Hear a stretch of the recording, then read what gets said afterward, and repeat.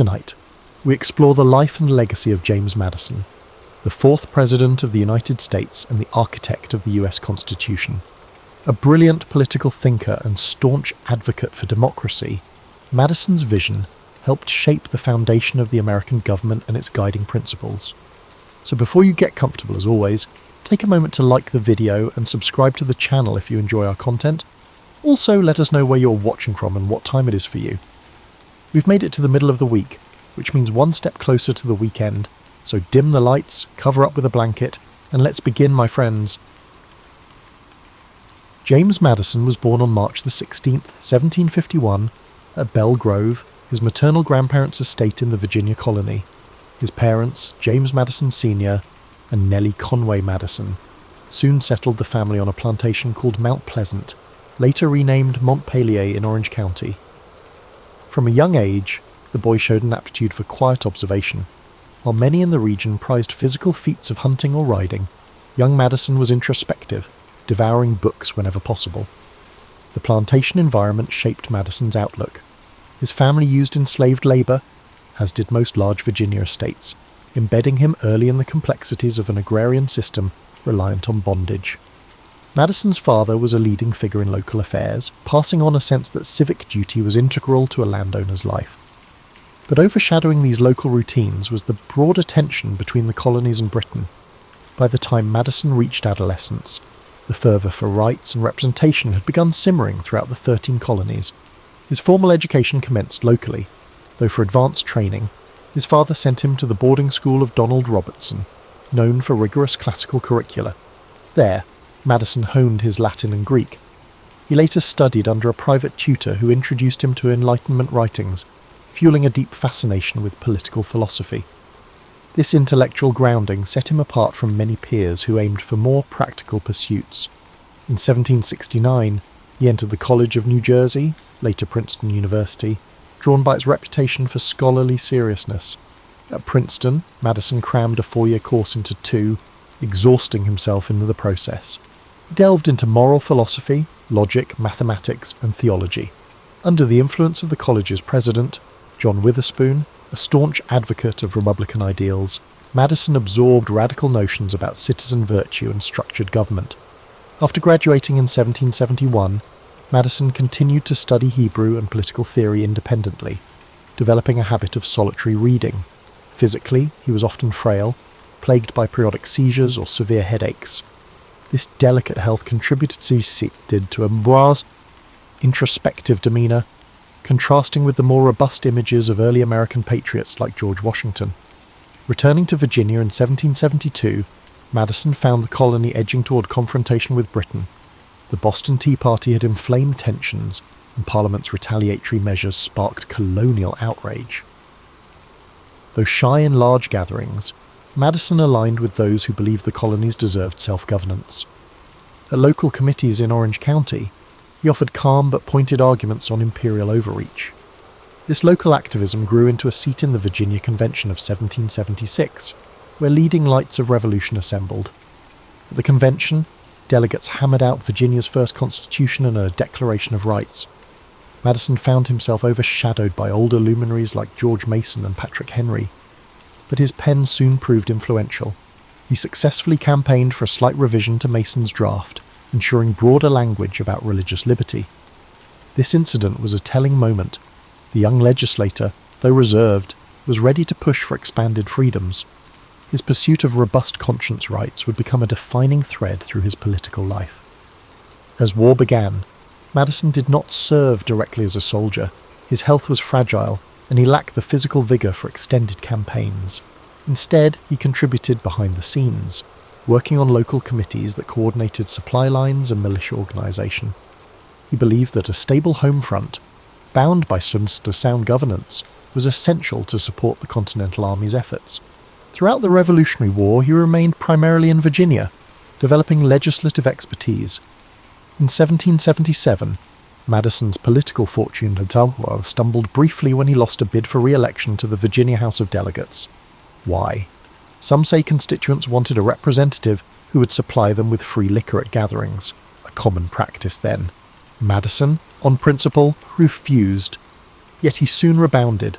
securing an appointment to the Governor's Council of State, where he advised on wartime decisions. This role provided him with a broader view of the Confederation's precarious unity, fueling concerns that the states lacked cohesion. Thus, by the war's midpoint, James Madison was forging a reputation not as a battlefield hero, but as a methodical intellect, devoutly committed to Republican ideals. His quiet style and scholarship contrasted with the fiery oratory of more visible patriots. Yet among those who worked closely with him, he was recognized as a serious thinker. The tapestry of conflict and emergent governance gave him a laboratory to test his ideas. He already suspected that a mere alliance of states would be insufficient for post-war stability. The impetus for a stronger union simmered in his mind, setting the stage for his future role as father of the Constitution. By 1779, Madison's involvement in the revolutionary cause led him to Philadelphia, where the Continental Congress convened. Despite his youth, still under 30, he plunged into the Congress's labyrinth of debates. The delegates were grappling with financing a protracted war, forging alliances abroad, and keeping the shaky Confederation intact. Madison quickly grew disenchanted with how the Articles of Confederation withheld key powers from the central government, no authority to tax or regulate commerce. States squabbled, like Francis Dana or Robert Morris jostled for influence, and the fledgling nation struggled to maintain a cohesive front. In the corridors of Congress, Madison quietly excelled as a legislative craftsman. He compiled reams of notes, summarizing arguments and tracking which delegates aligned with each stance. He recognized that persuading allies demanded carefully framed logic, not bombast. This skill in bridging positions would become a hallmark of his approach to government making. Meanwhile, as the Revolutionary War inched toward an uncertain end, he advocated vigorously for stable funding for the Continental Army. The near mutiny of unpaid troops underscored the systemic weaknesses. He concluded that without a robust federal structure, the new states risked fracturing into petty fiefdoms. After the war ended in 1783, with the Treaty of Paris securing independence, the deeper test began: how to organize a functioning union. Madison returned to Virginia's politics, helping shape the state's statutes, but he never lost sight of the broader question about forging a stronger national framework. During this period, he grew close to Thomas Jefferson, then serving as minister to France. Their correspondence soared with intellectual synergy, exchanging ideas on liberty, religion, agrarian ideals, and architecture. Jefferson's radical theories about the tyranny of old Europe combined with Madison's more measured instincts. The pair formed a dynamic partnership crucial to the next stage of constitutional debate. In 1786, a meeting in Annapolis aimed to address commerce disputes among states. Madison championed the notion that commercial harmony demanded unified regulations. Attendance was sparse, but the delegates present, including Alexander Hamilton, recommended a grander convention for a thorough revision of the Articles. The seeds for the 1787 Constitutional Convention were sown. Madison, with unwavering conviction, busied himself in a flurry of pre-convention research. He studied ancient confederacies, Greece, the Holy Roman Empire, Swiss cantons, composing a Notes on Ancient and Modern Confederations. This comparative study guided him to see how partial alliances often collapsed under disunity. When the Philadelphia Convention commenced in May 1787, Madison arrived armed with a plan. He had penned the Virginia Plan, advocating a strong central government with a bicameral legislature, an executive, and a judiciary. The plan, introduced by Edmund Randolph, formed the blueprint for the delegates' debates. Madison's systematic approach, he anticipated objections and had reasoned counters, made him an intellectual pivot. Yet compromises were inevitable. The smaller states objected, pushing for equal representation in at least one legislative chamber. The final solution, the Great Compromise, gave each state equal Senate representation and population-based House representation.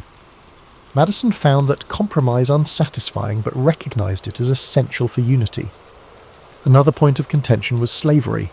Madison personally disdained the moral contradiction, but recognized the deep rifts it created. He opposed a federal ban on the slave trade at that juncture, acknowledging that southern states might bolt if threatened.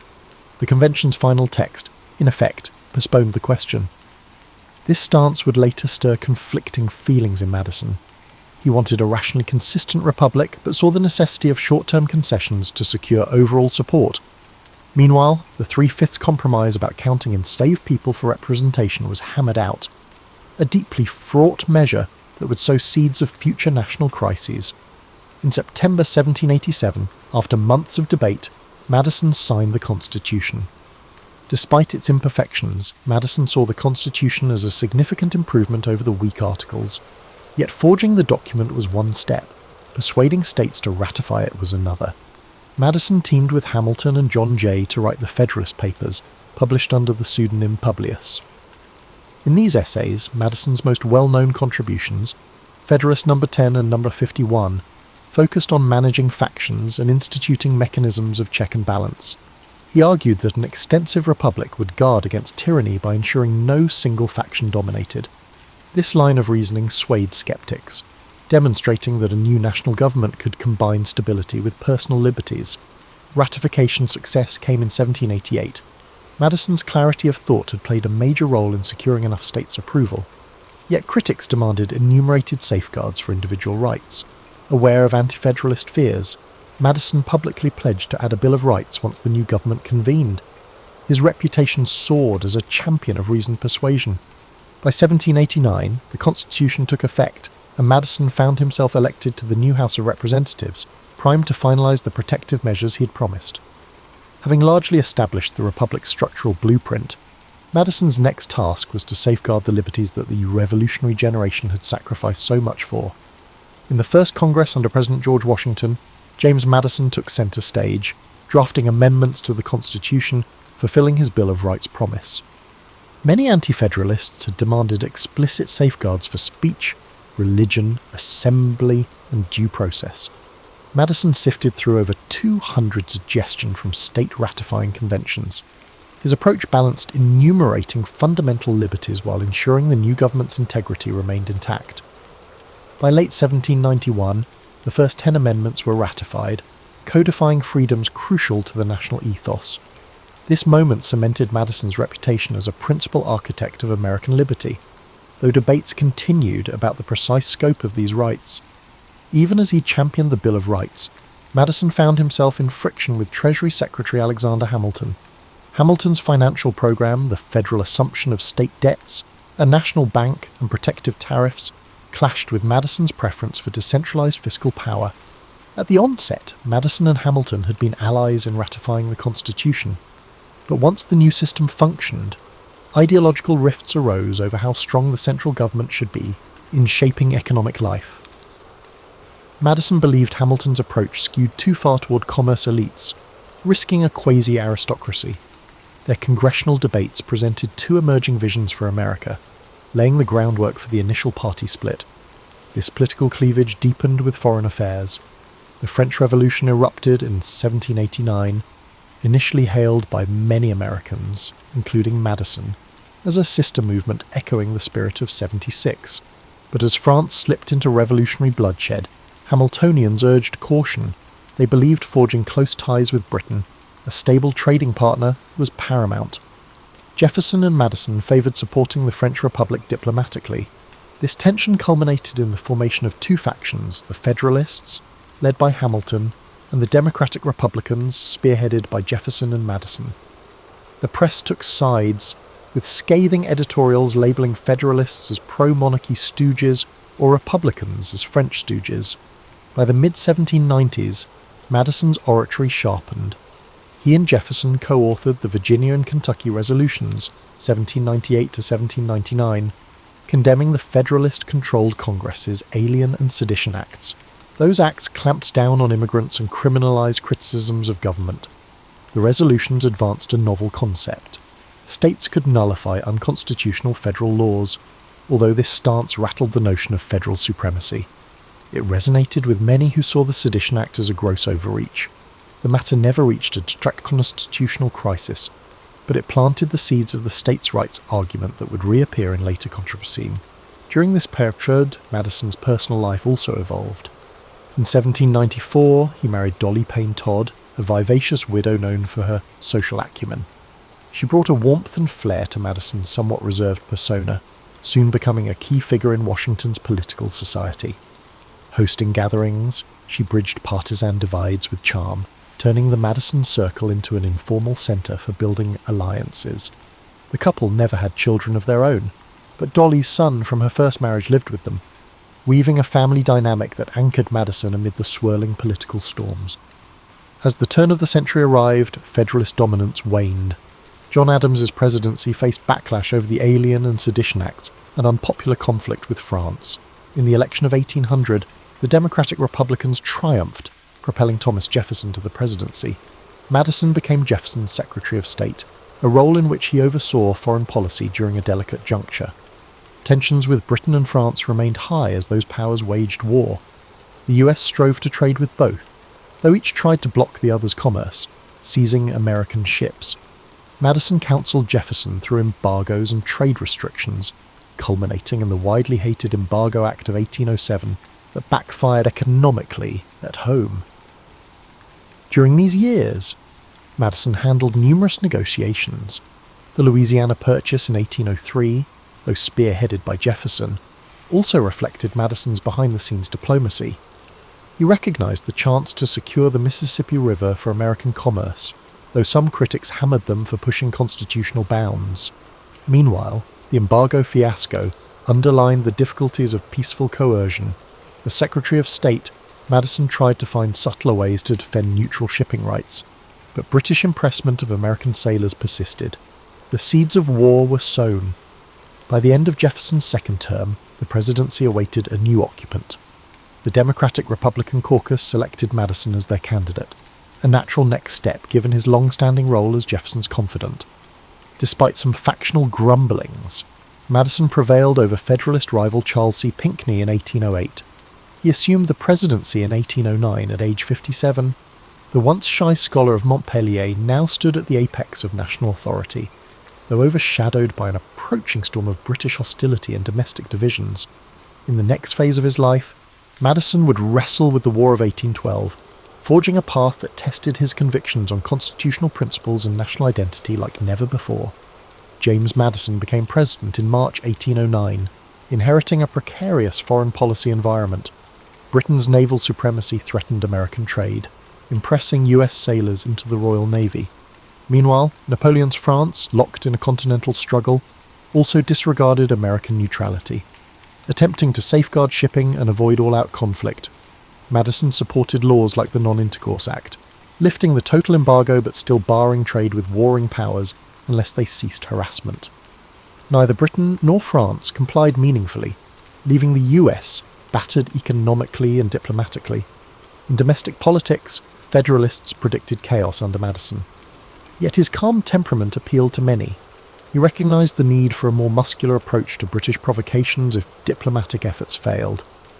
By 1811, a new generation of so-called war hawks in Congress, led by figures like Henry Clay and John C. Calhoun, clamoured for war against Britain, pointing to impressment and alleged British incitement of Native American attacks on the frontier. Madison, though not a natural warmonger, found himself swayed by the broad public outcry.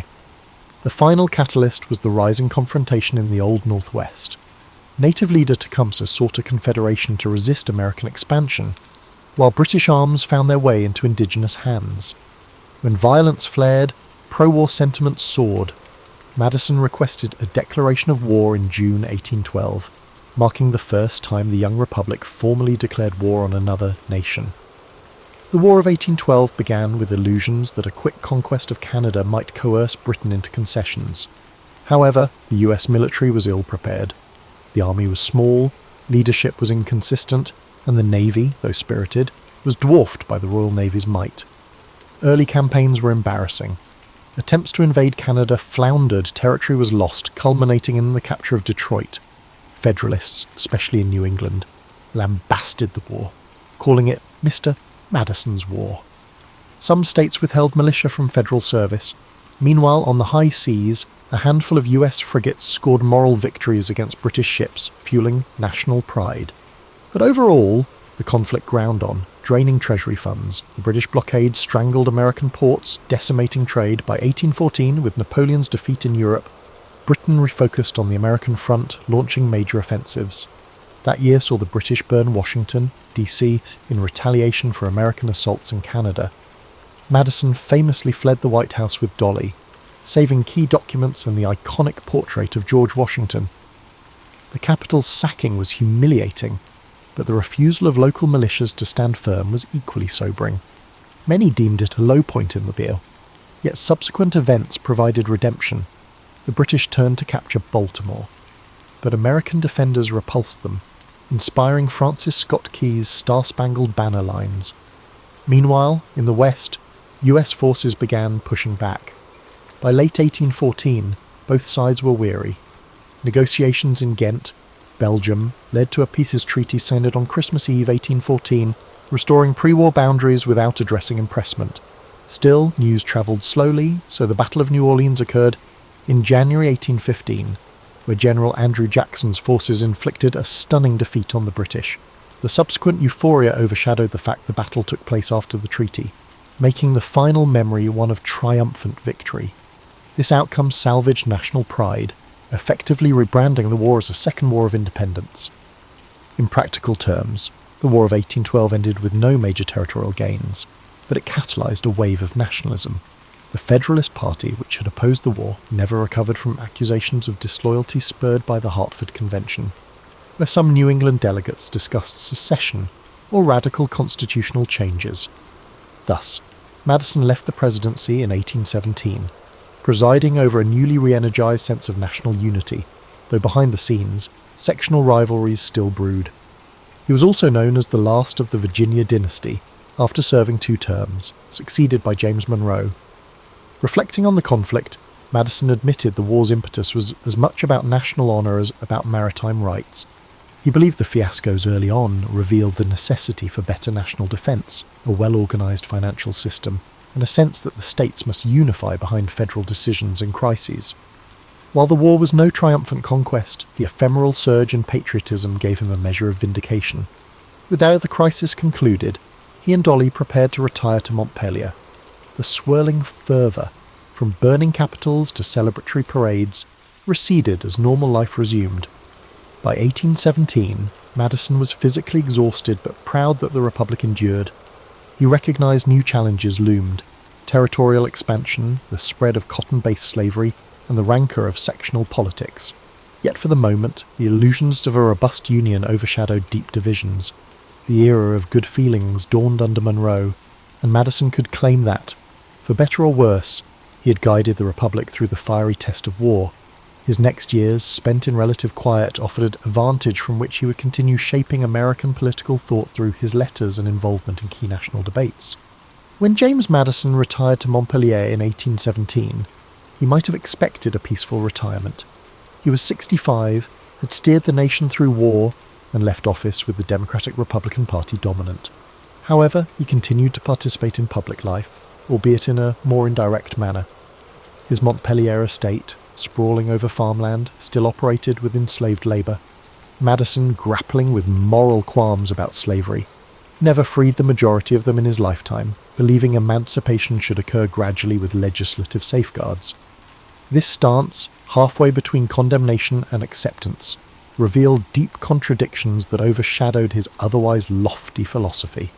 Madison continued corresponding with Thomas Jefferson, exchanging ideas about education, agriculture, and the shaping of the University of Virginia. He served on the institution's board of visitors, helping refine curricula and administrative policies. The concept of higher education that nurtured civic virtues and scientific inquiry resonated with him. He envisioned an entire generation of statesmen shaped by classical knowledge, yet pragmatic in governance.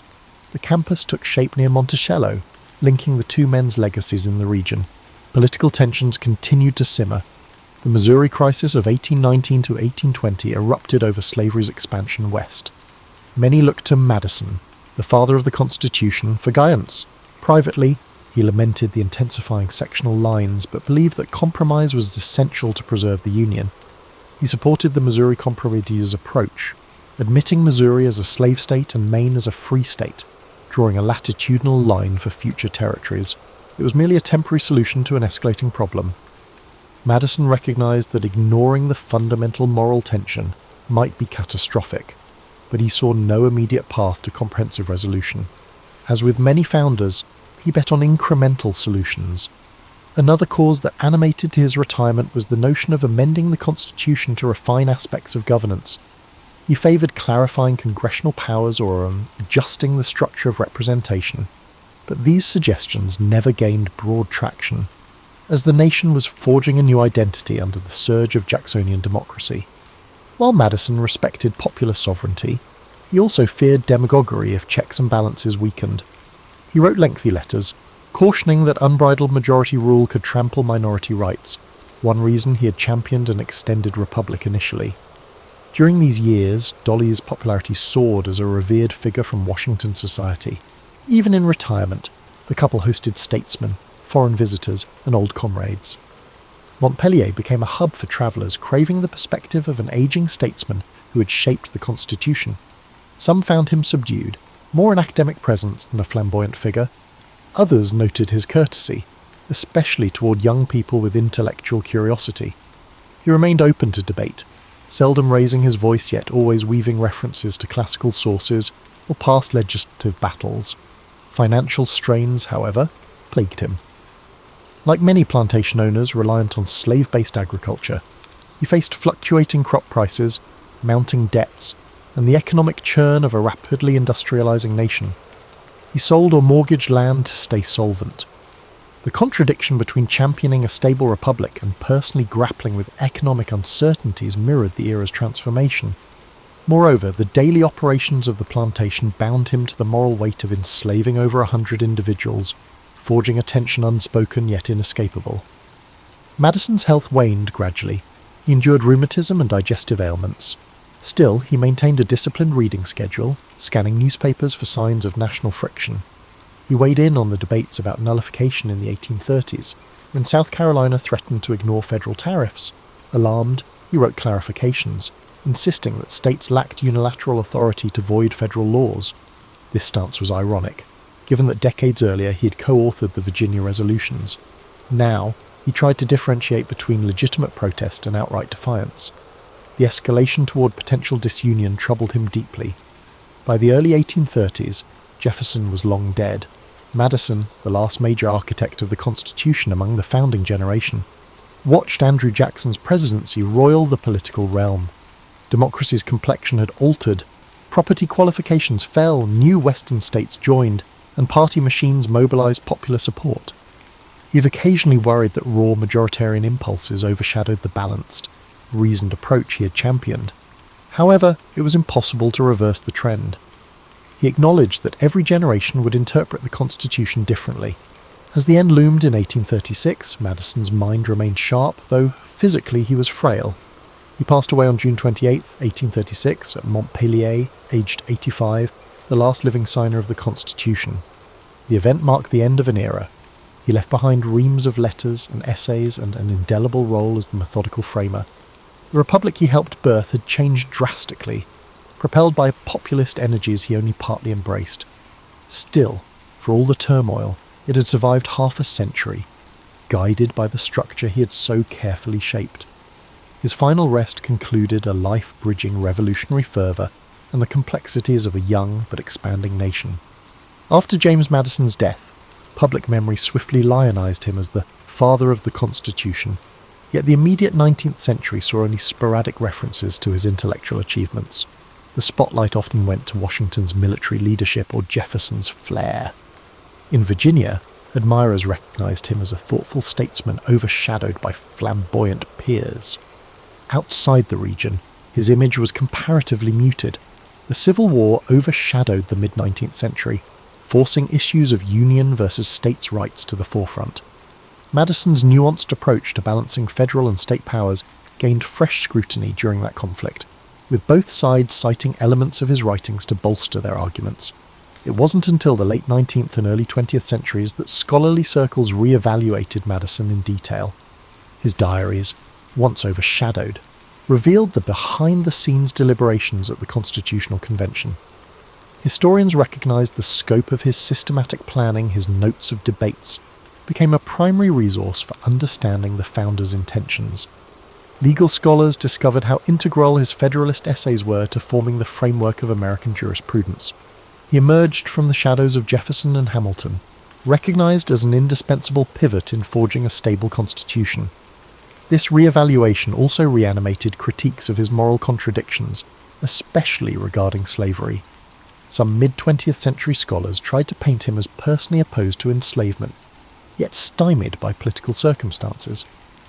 More recent historians, however, note that while he found slavery distasteful, he actively benefited from it throughout his life, never fully championing emancipation. That gap in moral conviction darkens the legacy of a man who otherwise championed individual liberty.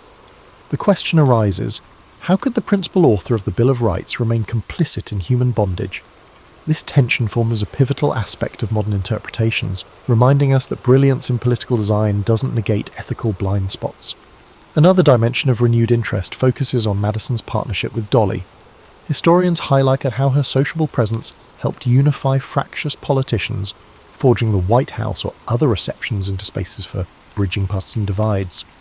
While overshadowed by the flamboyance of, say, a John Adams or the grandeur of Washington, the Madisons offered a sense of Republican elegance, with Dolly's hospitality matching James's intellect. In the early 19th century, visitors often left with a sense that the President and First Lady were forging a new style of leadership, less monarchical pomp, more approachable refinement. In legal circles, the Supreme Court under Chief Justice John Marshall gradually shaped constitutional interpretation in ways that arguably extended beyond Madison's original blueprint.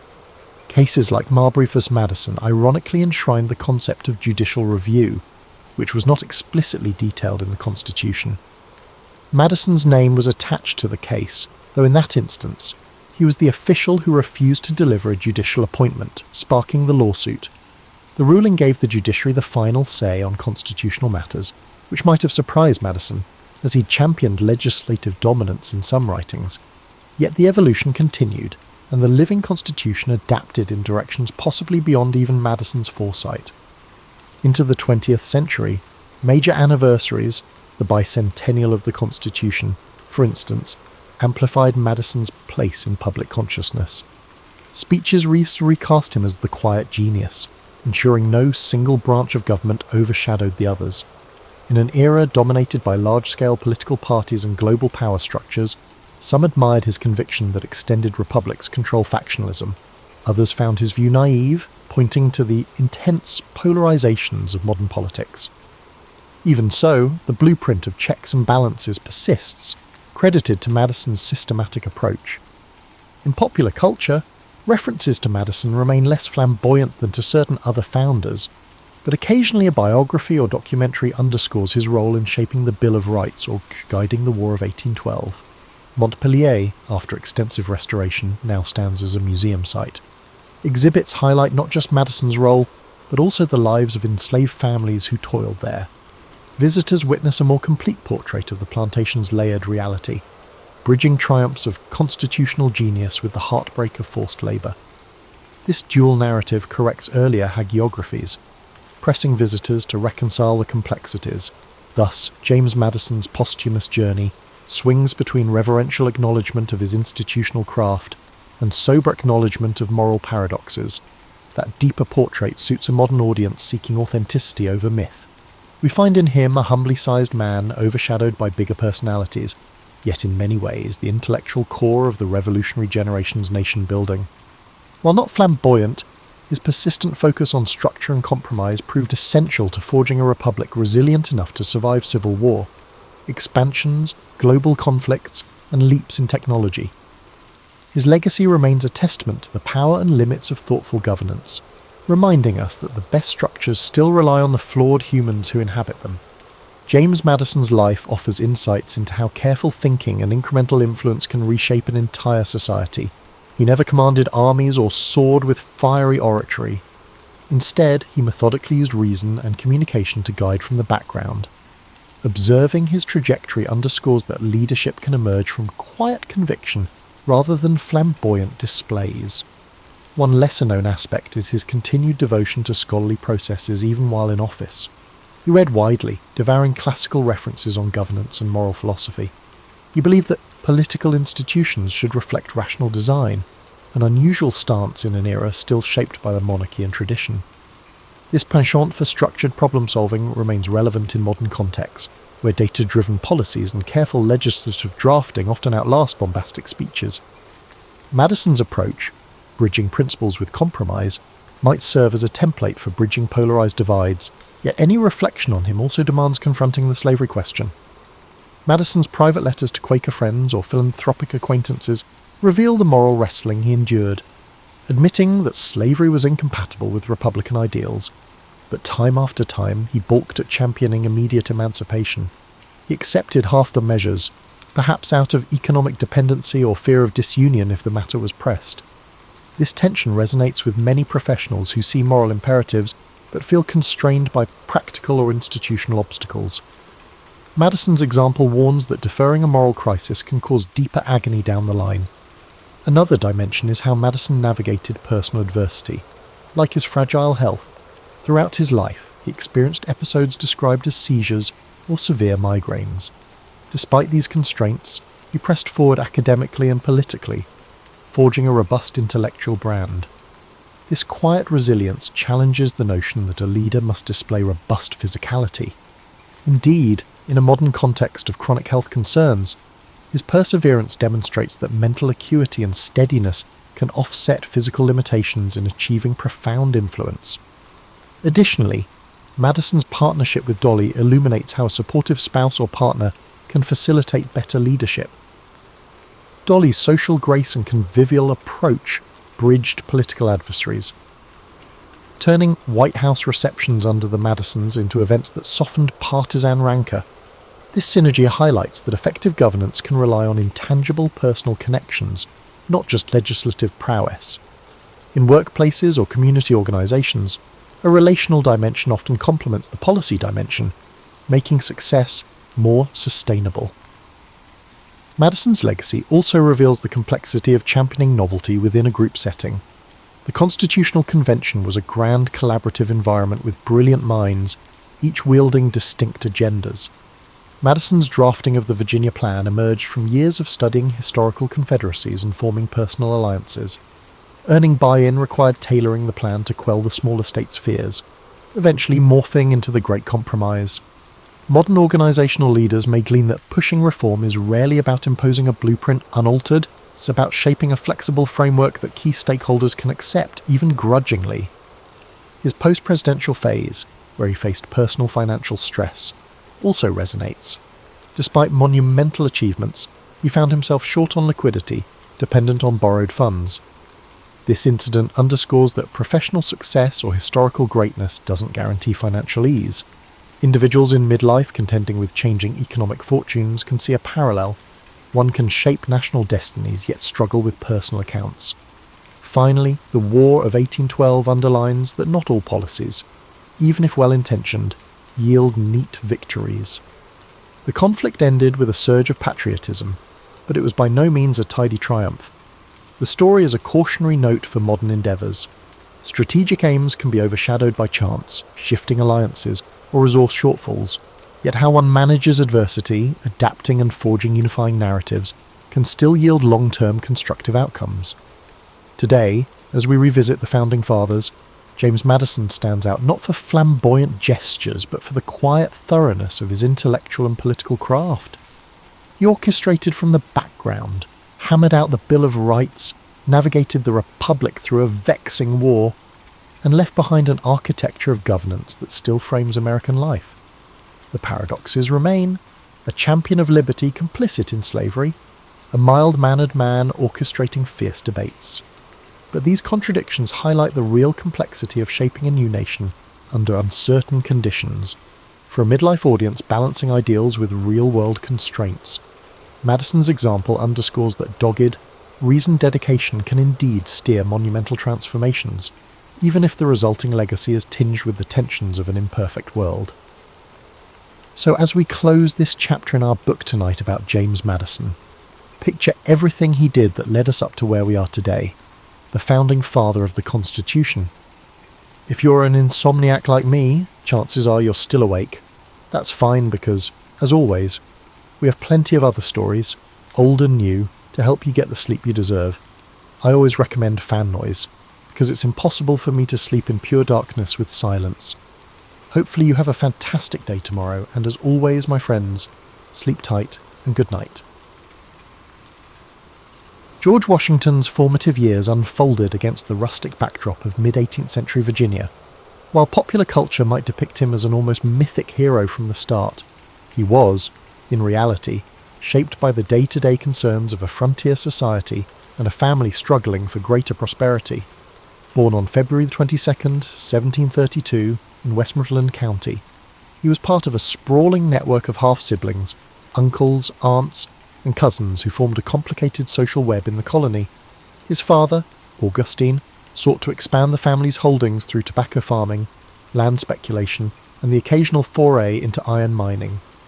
These early pursuits carved out the environment where young George would learn about risk, reward and the challenges of shaping one's destiny in a new world.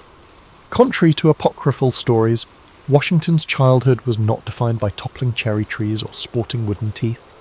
It was, however, marked by loss. His father died when George was only 11, throwing the family's finances into uncertainty. His half-brother Lawrence, considerably older, stepped in as a paternal figure. It was Lawrence who introduced George to polite society in Virginia and instilled in him an admiration for military achievement.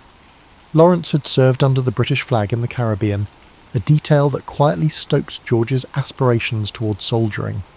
Through Lawrence, he was exposed to the idea that honour, discipline, and loyalty could earn a young man respect in the British colonies.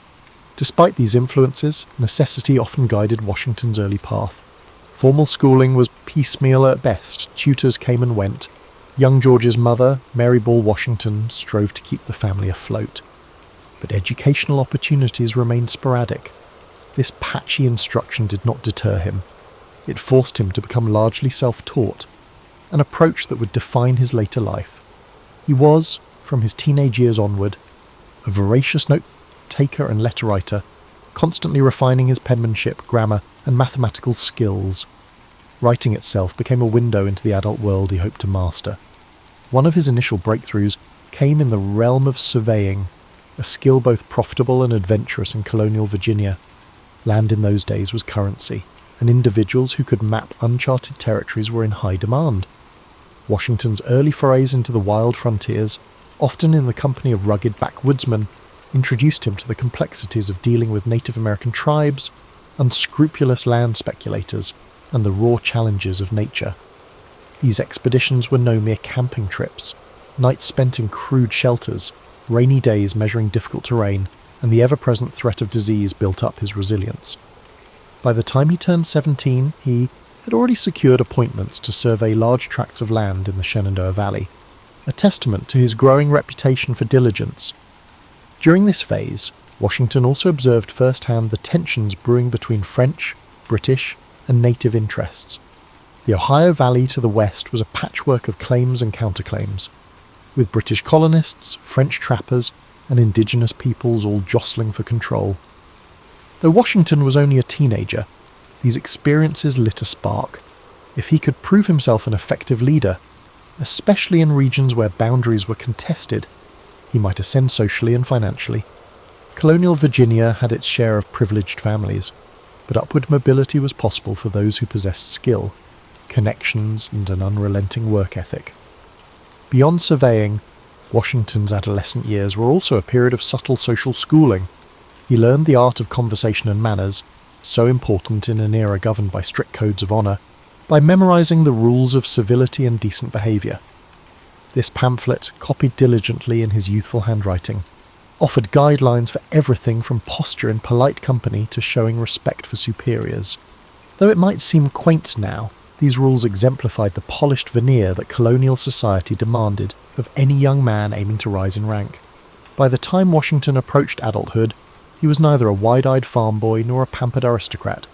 He was a tall, physically strong young man, comfortable on horseback, capable with a musket, adept at mathematics, and cognizant of how crucial alliances could be. He held quiet ambitions that revolved around land, local military distinction, and acceptance among the elite.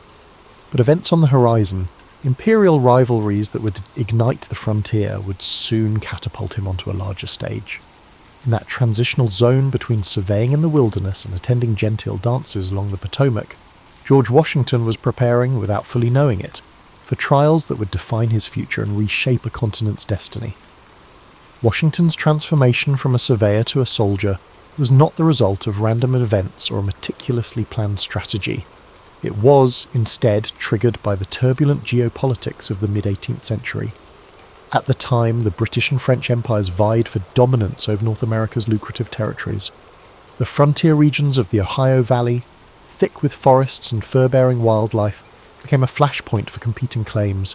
Indigenous nations, far from passive onlookers, leveraged these rivalries in pursuit of their interests, forging and breaking alliances as circumstances demanded. In 1753, Virginia's Lieutenant Governor, Robert Dinwiddie, sought someone intrepid and resourceful to deliver a warning to French forces building forts near the forks of the Ohio. The young George Washington, then just 21, volunteered. This mission would catapult him into international intrigue for which he had limited formal training. Undeterred, he set off with a small party in wintry conditions, navigating difficult terrain and uncertain receptions. He reached the French outpost and handed over Dinwiddie's demand that they abandon their incursion. The French officers responded politely but refused to budge. Washington's return journey was harrowing. He nearly drowned crossing an icy river, only surviving by grabbing onto a piece of driftwood and hauling himself onto a small island. Yet that near-fatal ordeal did little to shake his resolve. Upon returning to Williamsburg, he penned a report detailing his observations. The account, published and widely distributed, burnished Washington's name. His straightforward prose, describing the hazards of the journey and the French refusal to retreat, resonated with colonists hungry for news and British officials eager for evidence of French defiance. Washington emerged from anonymity, suddenly recognised as a figure capable of undertaking difficult assignments at the Empire's margins. Not long afterward, Dinwiddie promoted him and dispatched him back to the frontier with a modest force to secure strategic points. In 1754, tensions erupted into outright conflict at a site Washington hastily fortified and named Fort Necessity. An attack by French and indigenous allies forced him to surrender under humiliating conditions. The engagement, while a setback militarily, taught Washington sobering lessons about leadership, discipline, and the unpredictability of war. The British press twisted the episode in contradictory ways. Some painted him as a plucky colonial undone by minimal support, others as a foolhardy officer stumbling into a larger conflict. Amid this swirl of opinions, Washington's internal drive to prove himself only intensified.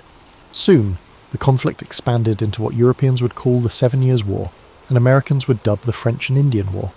Washington served as a provincial officer under General Edward Braddock, a British commander charged with seizing French forts.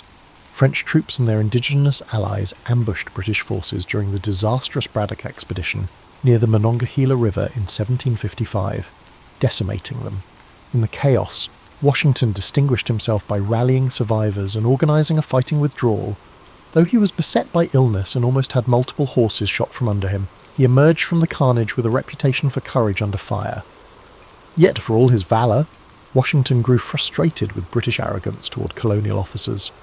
He witnessed British regulars disregarding local intelligence and ignoring suggestions from men like himself who knew the frontier. This snobbery, combined with logistical incompetence, fueled deep resentments. He realised that colonial troops often received second-class treatment, lesser pay, and fewer provisions. This personal exposure to British condescension would later shape his willingness to challenge imperial authority, though that moment lay years ahead. By the war's end, Washington had resigned his commission and returned to Mount Vernon, the estate he inherited following Lawrence's death. The war had left him with real combat experience and the seeds of an emerging identity, part loyal British subject, part colonial leader increasingly sceptical of imperial attitudes. Over the ensuing decade, he would focus on his plantations, dabble in local politics, and marry Martha Dandridge Custis, a wealthy widow whose fortune helped shore up his finances. Washington transformed Mount Vernon into a profitable enterprise, experimenting with new crops, analysing agricultural techniques, and exerting influence in Virginia's House of Burgesses. Yet the memory of the frontier battles never fully dimmed. He had seen how tenuous British authority could be on American soil, how alliances shifted, and how local knowledge often outstripped distant orders. He also observed the subtle changes stirring among colonists, growing populations, expanding commerce, and a sense of collective identity not solely anchored to Britain. While Washington did not yet foresee a complete break with the crown, the stage was quietly being set for a more profound clash.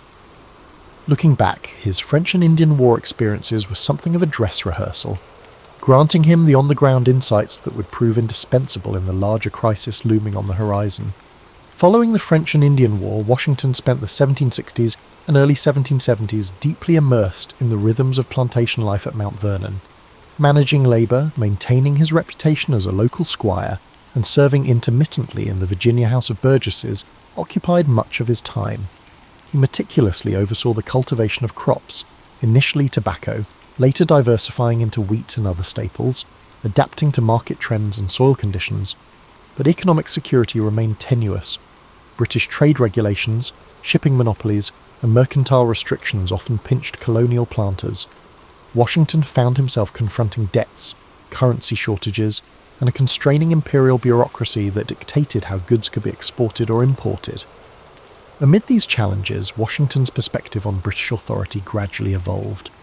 Early on, he had desired nothing more than to climb in status within the British imperial framework. He had admired British military traditions and social customs, but he began to see the practical constraints that came with living under a distant parliament that issued edicts without consulting colonial assemblies. The Stamp Act of 1765, imposing taxes on printed materials, galvanised discontent among colonists. Washington, who used legal documents frequently for land transactions, saw the act as a direct affront to local autonomy. While not the most fiery rhetorician in Virginia, figures like Patrick Henry captured that honour. Washington expressed measured indignation. He argued that taxation without representation violated the rights of Englishmen, a stance that resonated among fellow planters, merchants, and small farmers alike. In 1769, the Virginia House of Burgesses responded to new British taxes on glass, paper, paint, and tea by passing resolves condemning these impositions. When the royal governor dissolved the assembly, the delegates, Washington included, met informally at the Raleigh Tavern in Williamsburg, drafting non-importation agreements. These pacts vowed not to purchase British goods until colonial grievances were addressed. Though not as flamboyant as protests in Boston, these Virginian measures underscored how deeply resentment had taken root among even the more conservative landholding class. Washington's letters from this period reveal a measured but firm tone. He spoke of the encroachments of Parliament and the need for unity among the colonies. Not one to relish public speaking, he employed his reputation as a balanced, pragmatic figure. People listened when Washington spoke because they trusted his sense of responsibility and fairness. Privately, he worried about violence escalating, yet he also felt that the colonies should not yield to intimidation.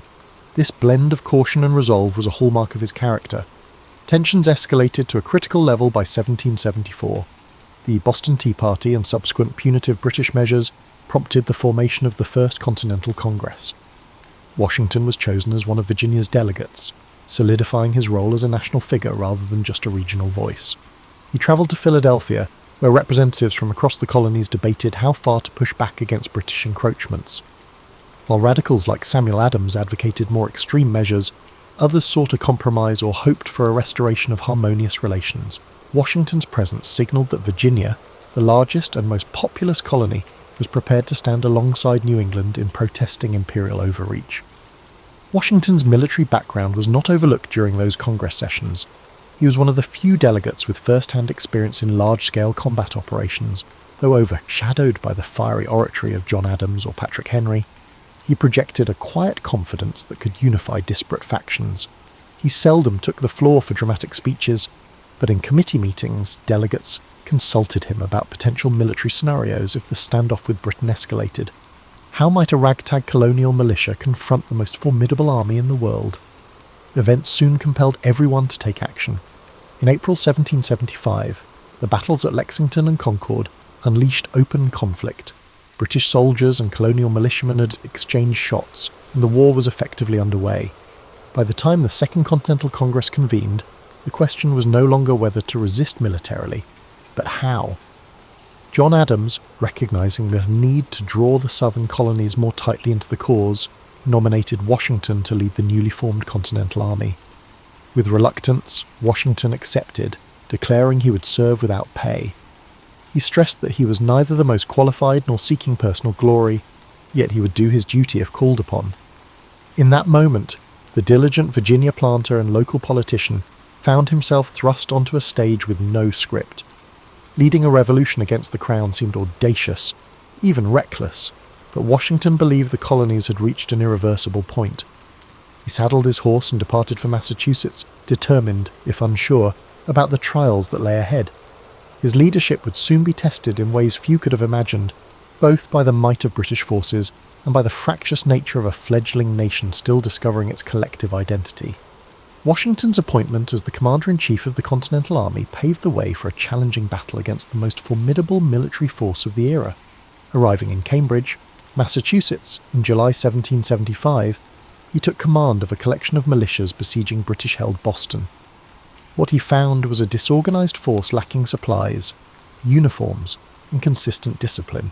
Militias from different colonies held different loyalties, varied drastically in training, and often viewed each other with suspicion. Washington realized that to stand any chance against the British, he had to forge these disparate units into a cohesive army with a shared purpose. Early on, Washington faced a series of strategic dilemmas. Despite the often romanticized notion of the Continental Army's underdog valor, the reality was messy. Disease, desertions, and short-term enlistments undercut the stable force he desperately needed. British troops in Boston were well supplied by sea, so a direct assault seemed suicidal.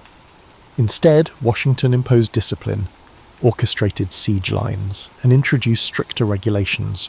Over time, he acquired cannon from Fort Ticonderoga, famously transporting them across difficult winter terrain under Henry Knox's oversight.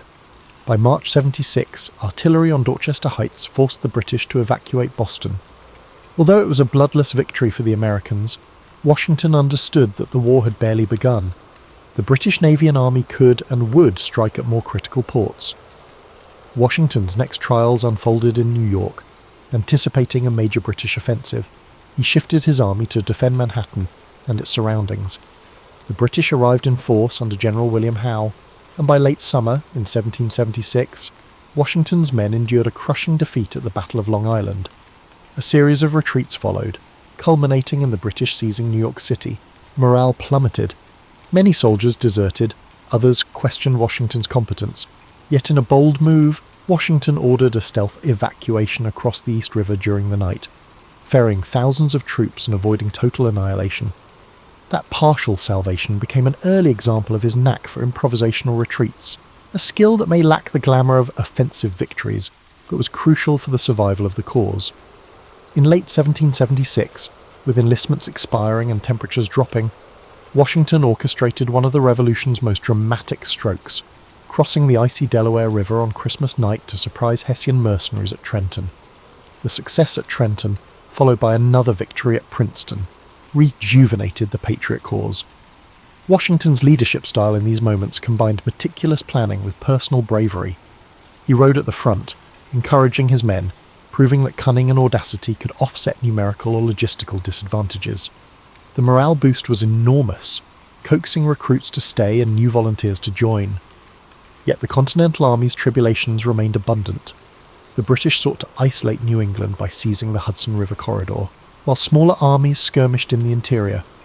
Washington clashed repeatedly with delegates in the Continental Congress who provided inconsistent funding and supplies, reflecting the fragile nature of the young Confederation. He wrote endless letters pleading for shoes, blankets, and rations. Meanwhile, British raids and Loyalist sympathizers sowed confusion behind American lines. In 1777, Washington lost a key engagement at Brandywine, allowing the British to capture Philadelphia, the Patriot capital. Another setback at Germantown followed. Critics in Congress grew louder, questioning whether a different general might fare better. Yet Washington retained the loyalty of many officers, forging a sense of unity that transcended local affiliations. At Valley Forge, during the cruel winter of 1777 to 1778, the army endured starvation, disease, and freezing conditions. Thanks to the drilling expertise of Baron von Steuben, an ex-Prussian officer, Washington's troops emerged more disciplined, able to engage British regulars on nearly equal terms. At Valley Forge, the Continental Army underwent a significant transformation. transitioning from an unruly collection of militias to a functional fighting force. Washington also learned the delicate art of balancing alliances.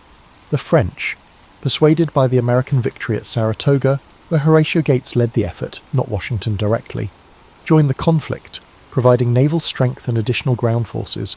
Coordinating with French officers like the Marquis de Lafayette demanded diplomatic finesse. Washington adapted, forging trust with these foreign allies, even as inter-colony tensions threatened to fracture the American side. Through it all, Washington displayed a steadiness that became central to the army's identity. His men might groan about scarce supplies or ragged uniforms, but they trusted their general to hold them together. By the war's midpoint, Washington had solidified his role as the linchpin of American resistance. His direct battlefield successes varied. Some were brilliant, others disappointing, but his unshakable commitment to the cause, combined with an ability to pivot tactics and maintain unity, kept the rebellion alive. Emerging from these years of hardship was a sense that, whether revered or criticised, Washington was indispensable. He was no mere figurehead. The political apparatus and the army itself needed his steady hand at the helm if the revolution was to stand a chance of seeing final victory. As the Revolutionary War entered its later stages, Washington faced a new set of challenges that tested his leadership on multiple fronts. The conflict had become more sprawling, with battles in the south intensifying. British forces, hoping to exploit loyalist sentiment, launched campaigns in Georgia and the Carolinas. Meanwhile, the Continental Army in the north still had to guard against renewed offensives from New York. Washington found himself juggling resource allocations and strategic oversight across a vast territory, all with limited manpower and meagre finances. One of his core strengths lay in understanding that victory did not necessarily require defeating every British unit on the battlefield. Over years of warfare, Washington recognised that prolonging the conflict, making it too costly for Britain to sustain, could be enough to force negotiations. As British public support for the war waned and the conflict strained the Empire's coffers, this strategy of endurance gained traction. He coordinated partisan warfare in the southern states, where generals like Nathaniel Greene used hit-and-run tactics and forced the British to overextend their supply lines. Washington might not have designed every manoeuvre personally, but his overarching directive emphasised wearing down the opponent rather than seeking a single. Grand triumph at all costs. Yet frustration still mounted. The Continental Congress, perennially short on funds, struggled to pay or supply the troops. Inflation ran rampant, and the paper currency they issued, known as Continentals, lost much of its value. Sometimes, entire regiments threatened mutiny over unpaid wages and lack of food. Washington wrote urgent letters, balancing pleas and warnings. Desertion could unravel the entire revolution, but the men's hardships were genuine.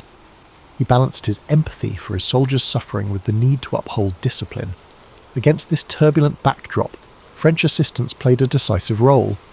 Following France's official entry into the war, Spain and the Dutch Republic also offered varying degrees of support to America, broadening the conflict into a larger global struggle against Britain.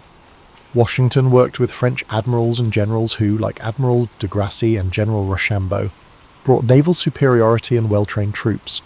Diplomatic synergy was crucial. Washington, never fluent in French, relied on interpreters and the goodwill of allies like Lafayette to maintain strong communication. Joint operations required patience and compromise. The French Navy's schedules and European political priorities often constrained quick action. The culmination of these alliances and strategies took shape in 1781 at Yorktown, Virginia. British General Cornwallis had entrenched his forces there, hoping for resupply by sea. Washington seized the moment. He feigned moves toward New York, but then swiftly marched a major portion of his army south. The French fleet under de Grasse blocked the Chesapeake, preventing a British naval evacuation. Trapped and under constant bombardment, Cornwallis surrendered in October 1781. The victory at Yorktown did not instantly end the war, but it was the decisive blow that shattered Britain's willingness to continue.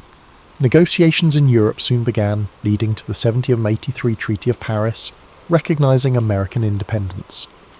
Washington's role in the final phase showcased two defining traits of his leadership: adaptability and a knack for collaboration. He was not a tactical genius in the mould of Napoleon, but he excelled in forging unity among diverse groups with clashing egos and conflicting interests. He also grasped the psychological dimension of war. victory could be achieved as much through morale and diplomatic pressure as through battlefield conquests. Under his guidance, the Continental Army endured for 8 grueling years, culminating in a capitulation that many had deemed impossible. When peace was finally secured, Washington stunned the world by resigning his commission and returning to private life rather than seizing power. In a time when victorious generals in Europe often leveraged military success to become dictators or monarchs, his gesture was nearly unprecedented. He sent a farewell address to the army, bidding an emotional goodbye to the officers who had become like family through shared hardships. Then he returned to Mount Vernon, longing for quiet days overseeing his estate. In the public imagination, he became the embodiment of Roman republican virtue, akin to Cincinnatus leaving his plough to defend the nation and then returning to his farm. Yet the young republic soon discovered that independence would not solve every problem. War debts, disputes among the states, and a weak central government under the Articles of Confederation threatened the stability of the new nation.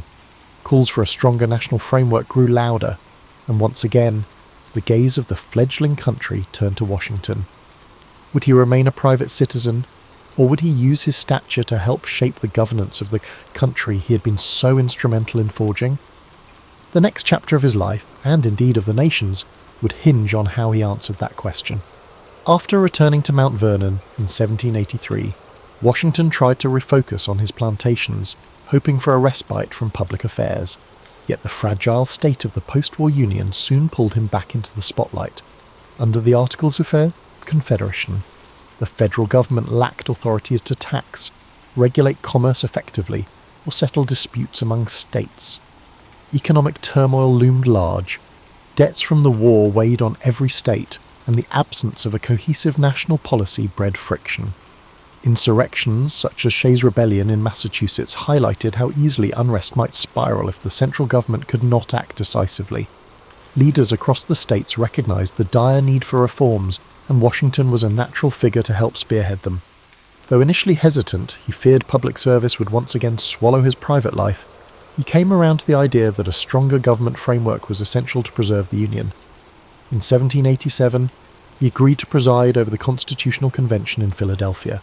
This gathering, intended first to revise the Articles, soon morphed into a wholesale creation of a new constitution.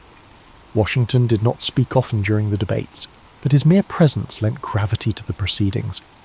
Delegates disagreed vigorously over representation, slavery, and executive power. Yet most recognized that Washington's approval would be critical for winning public acceptance of any proposed constitution. His role was largely that of mediator and symbol of unity. He allowed men like James Madison, Alexander Hamilton, and Benjamin Franklin to articulate competing ideas. But whenever debate grew contentious, the image of Washington, seated at the front, reminded them that the revolution's integrity and the future of Republican governance were at stake. By September 1787, the delegates crafted a new constitution that incorporated a more robust federal government, tempered by a system of checks and balances. Although not perfect, it was a revolutionary experiment in structured liberty. Washington's endorsement carried enormous weight during the ratification process, especially in Virginia. Reluctant anti-federalists found it difficult to argue that the Constitution masked tyranny when Washington vouched for it. Once the Constitution became law, calls for Washington to serve as the first president were unanimous in their intensity. He was the linchpin who could lend immediate legitimacy to the new system. Despite personal reservations, he was aging, and the toll of public life was no small burden. He reluctantly accepted the role. The Electoral College elected him unanimously in 1789. In April of that year, he journeyed to New York City, the temporary capital, to take the oath of office. His inauguration was a subdued ceremony, reflecting a new nation's blend of optimism and anxiety. He stood on a balcony overlooking throngs of cheering citizens, placing in his hand on a Bible and swearing to preserve, protect, and defend the Constitution. In shaping the executive branch, Washington faced a blank slate. There was no blueprint for how a president should behave. He believed in setting careful precedents that would guide successors, and this cautious approach coloured his every decision. He formed a cabinet of advisers, including Thomas Jefferson as Secretary of State and Alexander Hamilton as Secretary of the Treasury. The ideological clashes between Jefferson, who championed agrarian democracy, and Hamilton, who pushed for a robust federal government and industrial growth, forced Washington to navigate a delicate balance. Balancing these factions, he aimed to prevent the country from splitting into partisan camps. Still, the seeds of political rivalry were planted, eventually sprouting into the Federalist and Democratic Republican parties. Washington's presidency also navigated foreign policy dilemmas.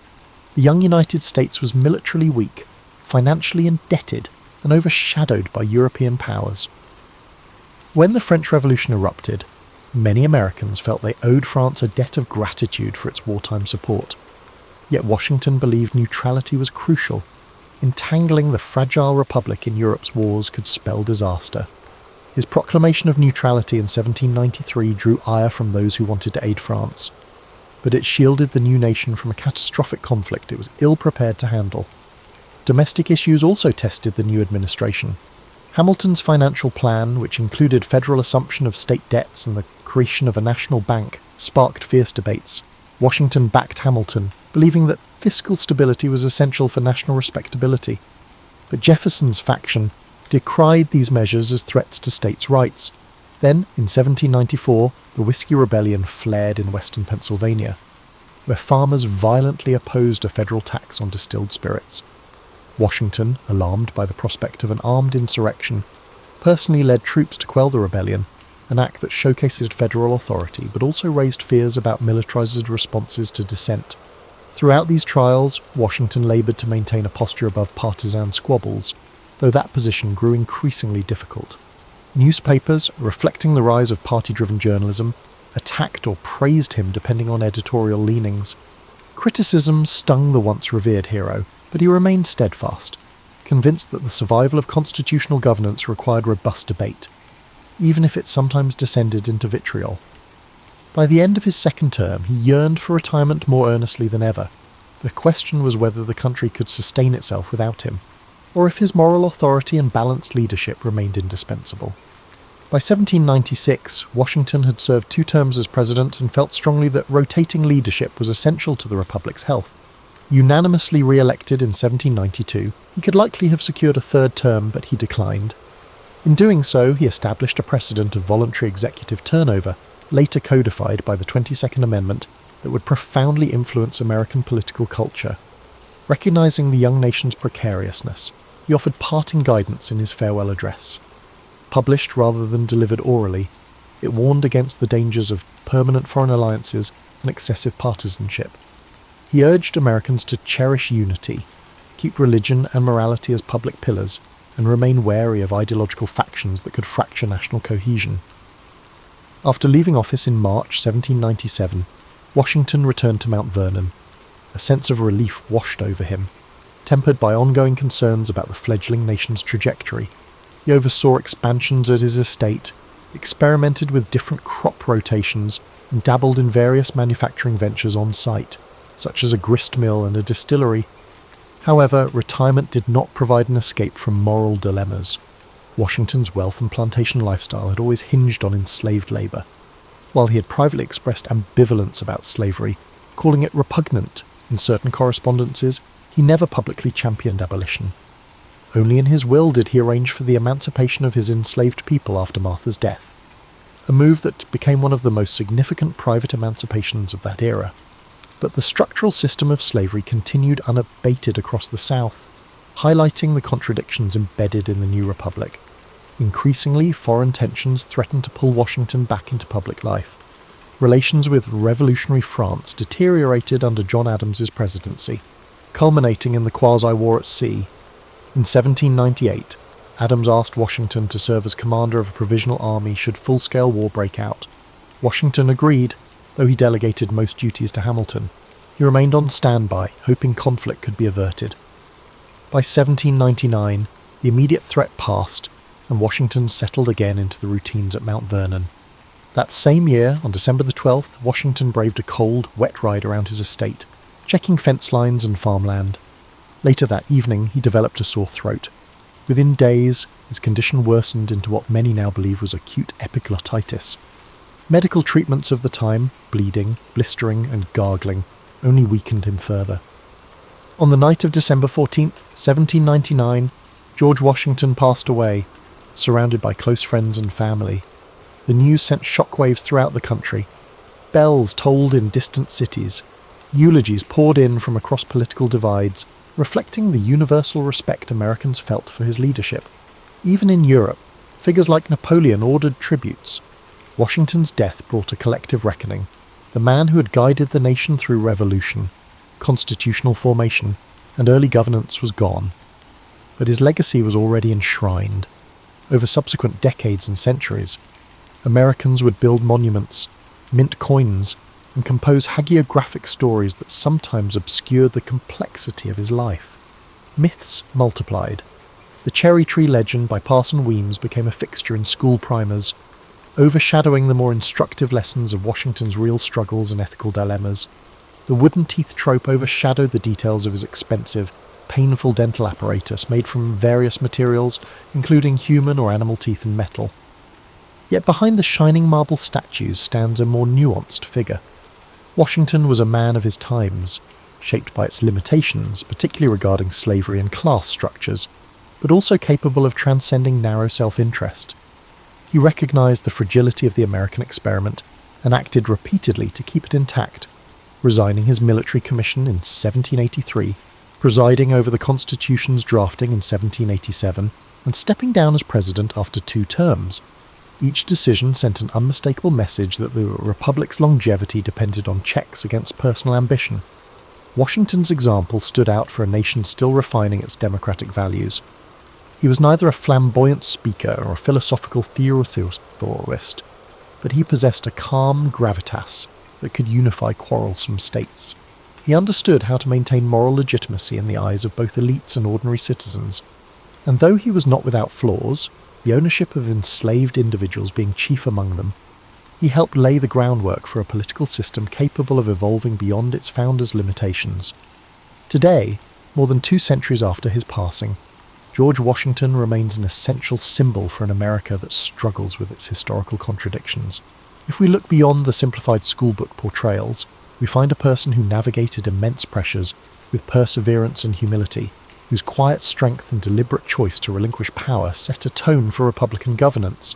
The complexity of his legacy invites us to reflect on both the grand achievements and the unresolved tensions that were woven into the nation's birth. A poignant reminder that even foundational heroes stand on shifting terrain, forging a path for future generations to walk upon. Julius Caesar wasn't always the towering figure we picture, draped in a bright red cloak and commanding the world's greatest empire. Before he was that legend, he was simply Gaius Julius, born into a patrician family with fading clout in a Rome that seemed to change every week. In those early days, the city itself wasn't the polished marble wonder of later centuries. With curving streets that spread gossip more quickly than chariots, it was a noisy, crowded centre of ambition and politics. People lived on top of each other in shabby apartments, while aristocrats planned lavish feasts in their villa courtyards, hoping to lure allies for the next election. Gaius Julius was shaped by it all. The noise of street vendors hawking figs and fish, the heated oratory in the forum, and the whispers behind every statue's column. Even as a child, Caesar had a curiosity that led him to corners of Rome others avoided, dimly lit taverns, the muddy banks of the Tiber River, and rows of cramped bookshops where scribes copied scrolls for hours on end. These experiences seasoned him with a knowledge of everyday life that most upper-class Romans rarely bothered with. He'd watch workers at the docks, fascinated by the different languages from traders coming in from the east. It gave him an early taste for the diversity that existed beyond Rome's walls, and no matter how chaotic it got, he never seemed overwhelmed. Instead, he'd carefully absorb how each piece of society functioned and file the information away. In his early teens, while many aristocratic boys took lessons in rhetoric under famed tutors, Caesar did too, but he did more than rehearse speeches from ancient Greek texts. He peppered his teachers with questions about how words could shift emotions. He realizes that to command respect in Rome, you needed to shape minds and hearts, not just bodies on a battlefield. This flair for oratory would become one of his trademarks. Before he wore the laurel wreath, Caesar was already making a name for himself in smaller legal cases. He wowed the courts with a perfect blend of reason, passion, and style that made older, more experienced pleaders look foolish. His household wasn't exactly a fortress of tranquility. Tensions brewed under its roof, fed by old feuds and expectations that could suffocate a young man. If you were a patrician, tradition dictated you climb certain ladders, hold a few offices, curry favour with the Senate, play by Rome's unwritten rules. Yet Caesar's mother, Aurelia, sensed something different in him. His eyes sparked with ambition beyond the norm. Quietly she encouraged him to break moulds, but do so intelligently. She knew that living like a chameleon in Rome's political ecosystem, switching shades when necessary, was the path to real power. Of course, Caesar's early journey wasn't smooth. He found himself ensnared in the civil disputes between Marius, his uncle by marriage, and Sulla, which tore Rome into factions. As a teenager, Caesar had to flee or risk execution when the dictatorial Sulla took over. But even on the run, he refused to remain hidden in a corner of Italy. Instead, he travelled discreetly, learning about local communities, forging bonds with minor officials and gaining a sense for the shifting alliances that propped up Roman government. Ever cunning, he avoided Sulla's men by staying a step ahead of them, sometimes disguising himself or travelling in the company of improbable companions, like foreign traders or even wandering performers. Eventually, Caesar returned to Rome after Sulla's death, but he'd learned that when power is on the table, trust is a fragile commodity. He had seen men switch loyalties for a promise of gold or turn in a friend to keep their own head. That lesson never left him. Upon coming home, he immediately set about re-establishing his social ties, attending banquets and forging friendships with men who had once eyed him with suspicion. Yet Caesar was adept at reading faces. If he caught even a flicker of duplicity, he dodged that bond elegantly, perhaps with an extravagant greeting followed by a subtle distancing. One could never be too careful in Rome's swirling politics. A remarkable moment came when he took on the role of priest to Jupiter, only to lose it during Sulla's purges. It was a blow. Public piety, after all, was a stepping stone for an aspiring politician. But Caesar's resilience was already in full bloom. He picked himself up, found a new path, and ventured into the world of politics from a different angle, securing lesser offices that would eventually open bigger doors.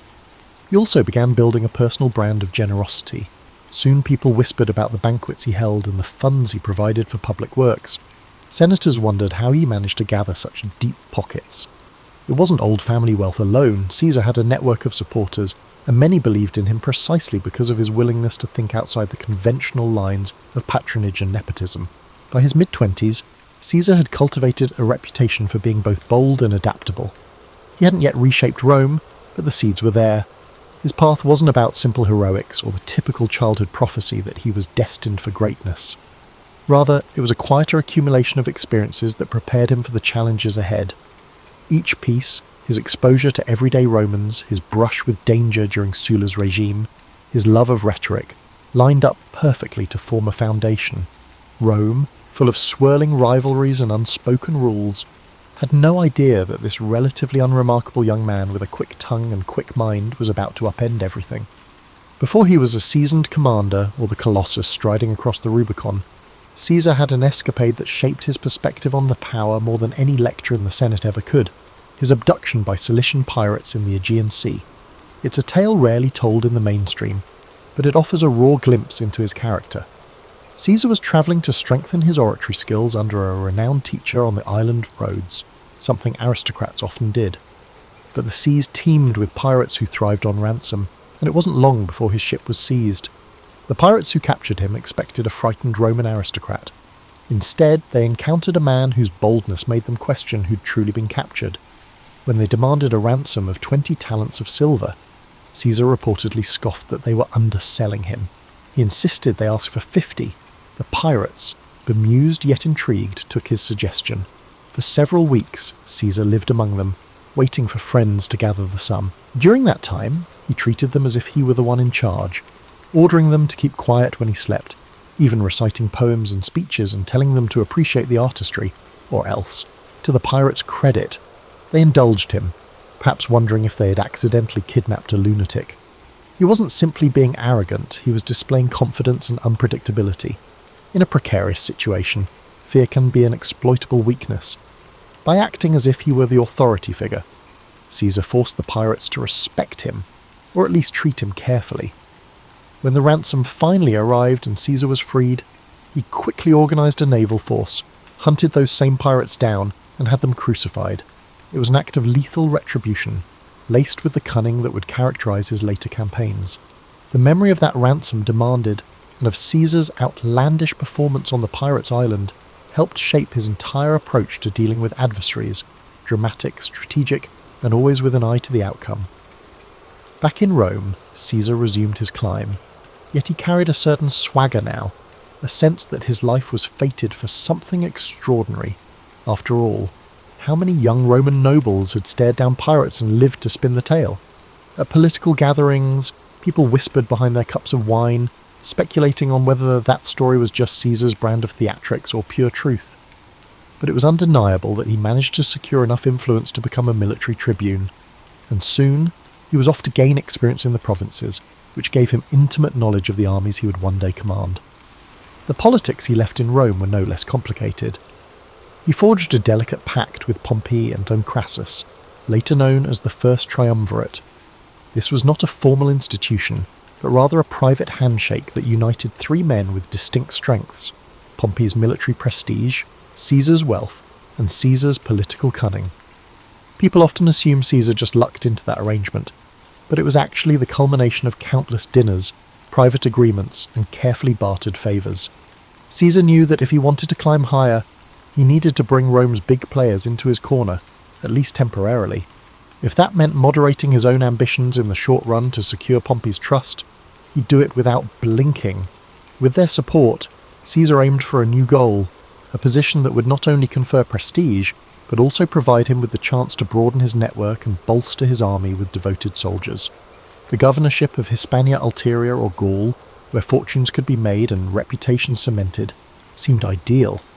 Not only would it allow him to command armies, it would offer a stage to showcase his genius in both administration and warfare. In time, he secured the proconsulship of Gaul. Gaul was vast, populated by diverse tribes, each with its own traditions, alliances and grudges. Where lesser men might see only a frontier to exploit, Caesar saw a chessboard with dozens of moving pieces. He relished the challenge. This was, after all, the man who once calmly dined with kidnappers. Gathering legions known for their discipline and grit, he departed north, determined to do more than just play caretaker. He wanted to knit those tribes into Rome's sphere of influence, forging new roads and alliances while showcasing Roman supremacy. Before he launched significant campaigns, Caesar did his homework. He arranged meetings with tribal chiefs, listening carefully to their rivalries and hearing their pleas for Roman protection.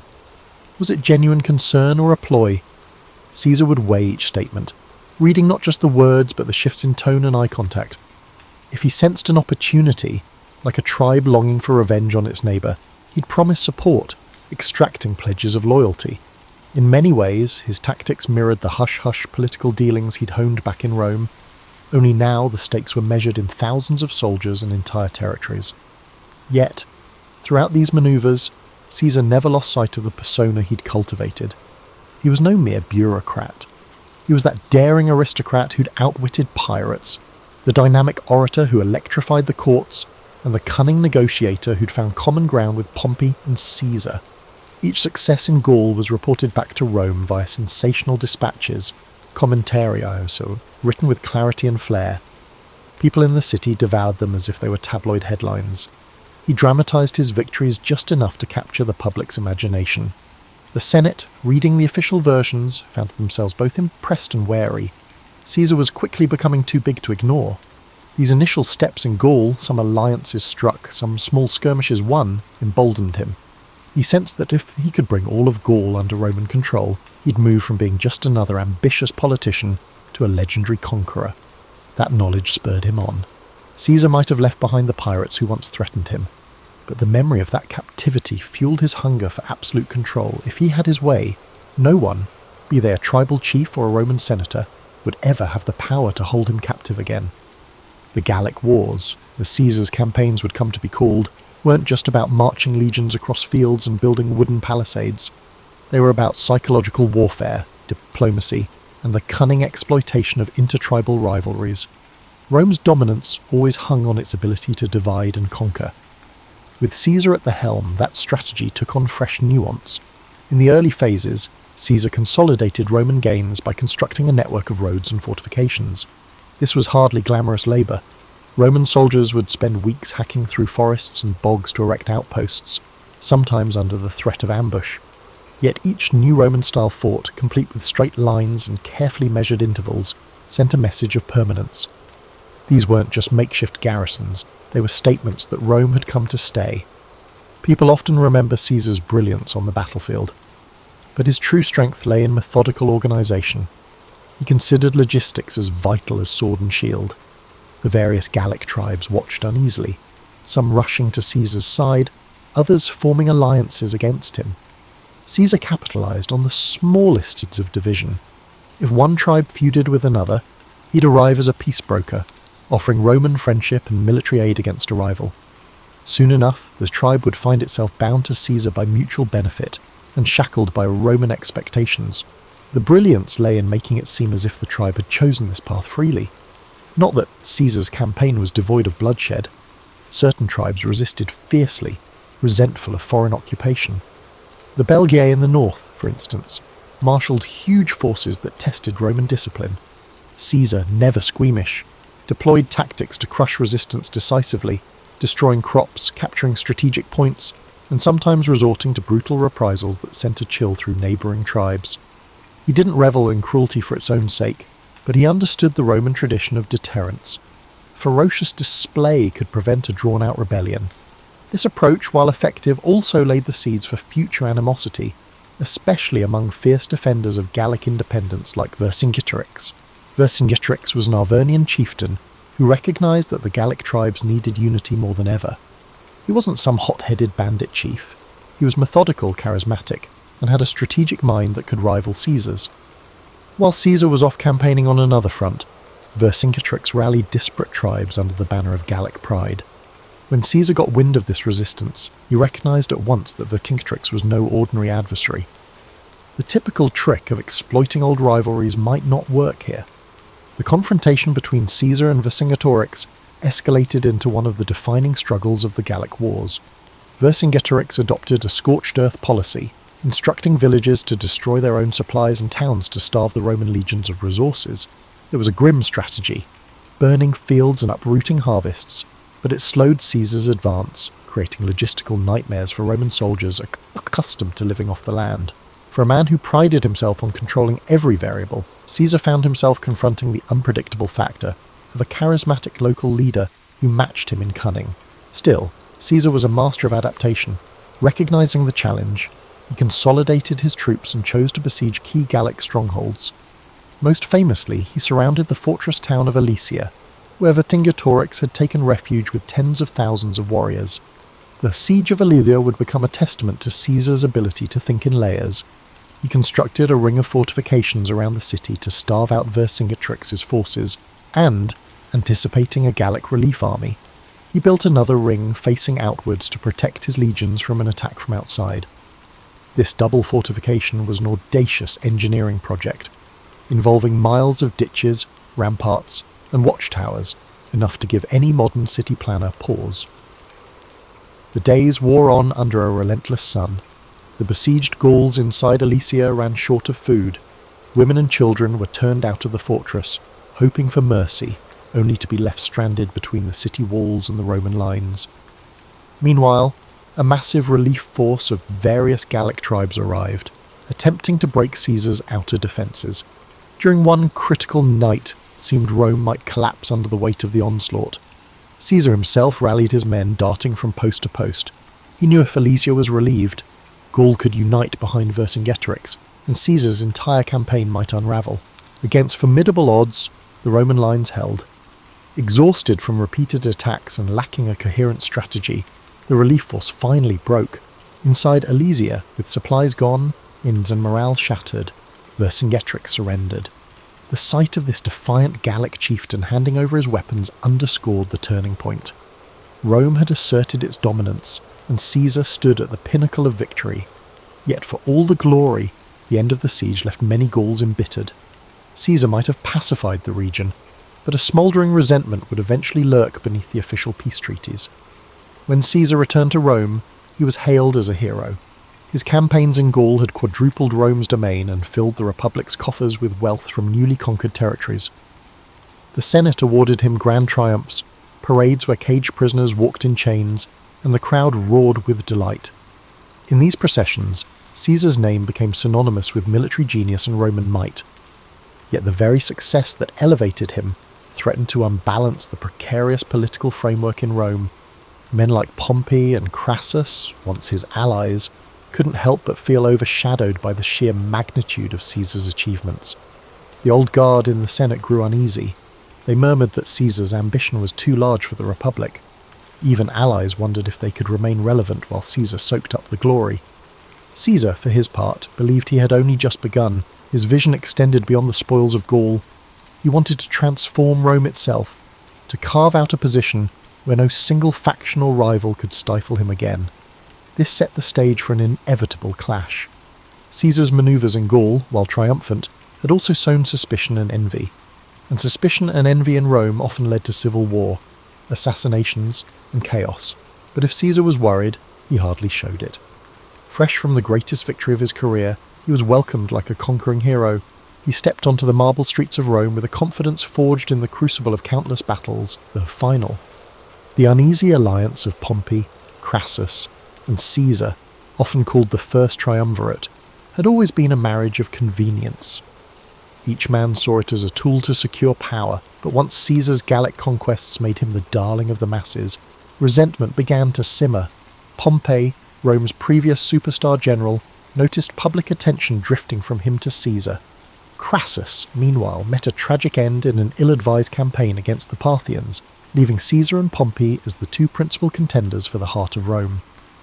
An undercurrent of tension now pulsed through the city. Senators whispered in corridors, choosing sides. Pompey cozied up to conservative factions in the Senate who viewed Caesar as a threat to the old republican system. Caesar, still away in Gaul, understood he would need to solidify his position back home soon. The term of his governorship was drawing to a close, and if he returned to Rome merely as a private citizen, his enemies could bring him to trial for various alleged misdeeds and effectively end his political career. His solution? He demanded to run for consul in absentia, seeking an extension of the immunity and power he held as proconsul. The Senate refused, with Pompey supporting that refusal. This was the point of no return. Caesar stood at the banks of the Rubicon River, the boundary beyond which lay Italy proper. Roman law was crystal clear. No general was allowed to bring his army into Italy. To do so amounted to a declaration of war. On a winter's night in 49 BCE, Caesar made his choice. He marched across the Rubicon, uttering the phrase, "Alea iacta est," the die is cast, if the anecdotes hold any truth. Overnight, Rome's system of alliances shattered. The civil war had begun. Pompey and many senators fled Rome to gather forces in the east, confident they'd muster armies far greater than Caesar's. They had the backing of traditional elites, wealthy provinces, and, they believed, time on their side. Caesar, however, wasn't known for cautious delay. He pressed forward at breakneck speed. Towns and cities along the way opened their gates, some out of admiration for Caesar, others out of fear. The unstoppable momentum took Pompey by surprise, forcing him to evacuate Italy altogether. Caesar entered Rome unopposed. But taking Rome was just the beginning. The real challenge was confronting Pompey's legions, which were regrouping in Greece. Caesar, leaving a minimal garrison behind, sailed across the Adriatic to chase down his rival. It was a frantic race, both men vying for resources and key strategic points. Caesar's forces were often outnumbered. Pompey's alliances spanned vast portions of the Republic. Yet Caesar leveraged speed, surprise, and the loyalty he'd earned from legions who'd fought alongside him in Gaul. Battles erupted across multiple theatres, Spain, Africa, and ultimately the plains of Pharsalus in Greece. The Battle of Pharsalus in 48 BCE became a defining moment.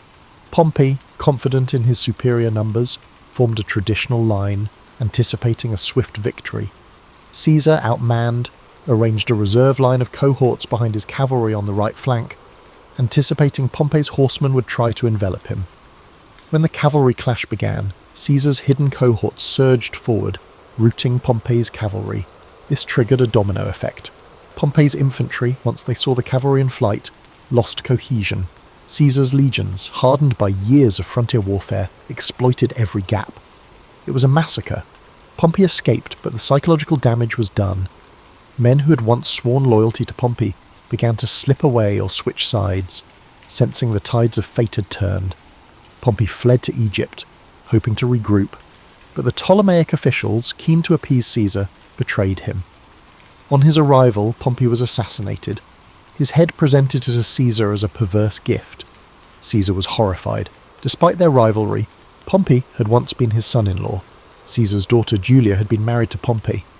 Caesar publicly wept at the sight of Pompey's severed head, then ordered the execution of the men responsible for the betrayal. This act conveyed a message. Caesar might be ruthless, but he upheld the dignity of Roman nobility and detested dishonour. Egypt, however, offered its own labyrinth of politics. Cleopatra and her brother Ptolemy were locked in a power struggle. Caesar, now the most influential Roman in the region, found himself arbitrating their dispute. Cleopatra saw an opportunity. She smuggled herself into Caesar's presence, wrapped in a carpet, so the story goes, and charmed him with her intellect, wit, and grand vision for Egypt. Caesar, never one to resist audacity or intelligence, sided with Cleopatra. The pair consolidated power in Alexandria, defeating Ptolemy's forces and installing Cleopatra as queen.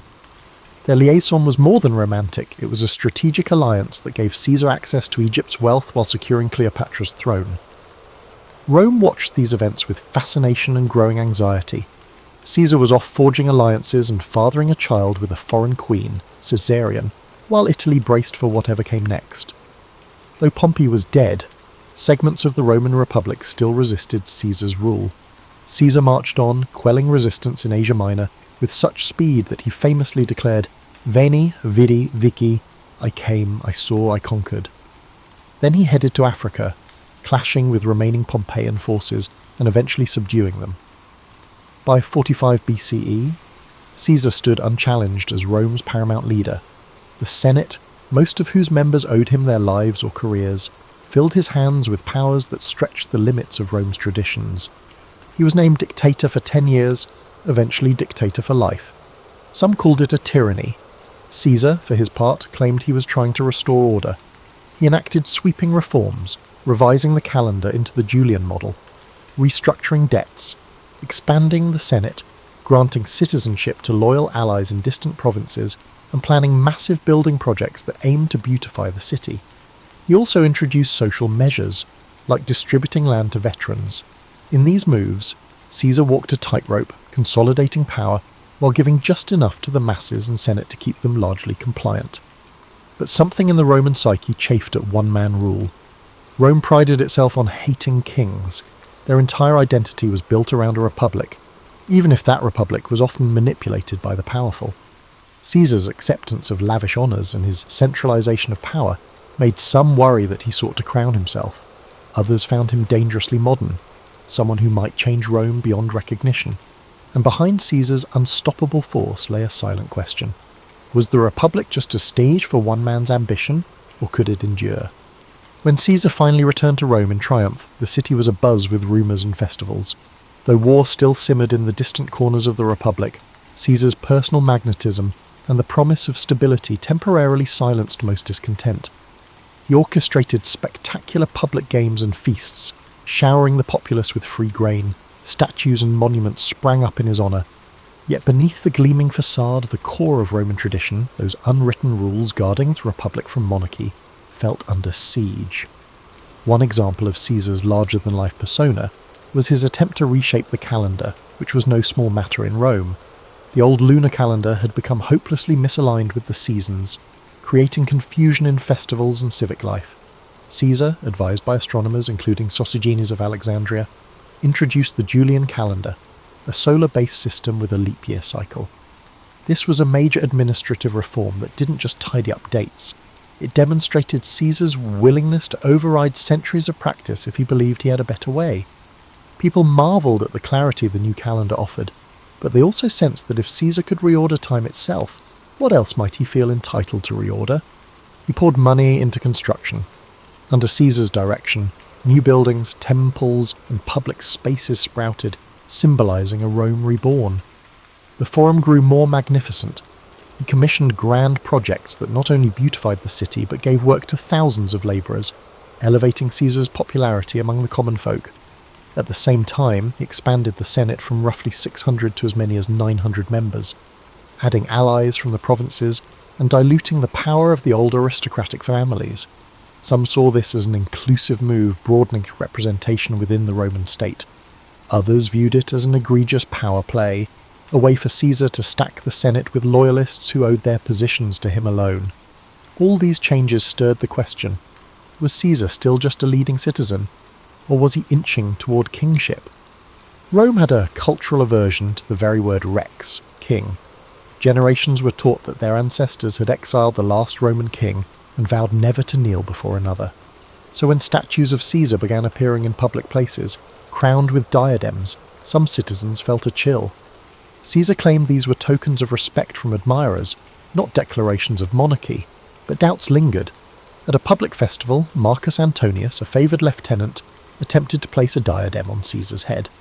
Caesar dramatically refused, stating, "Only Jupiter is king of the Romans."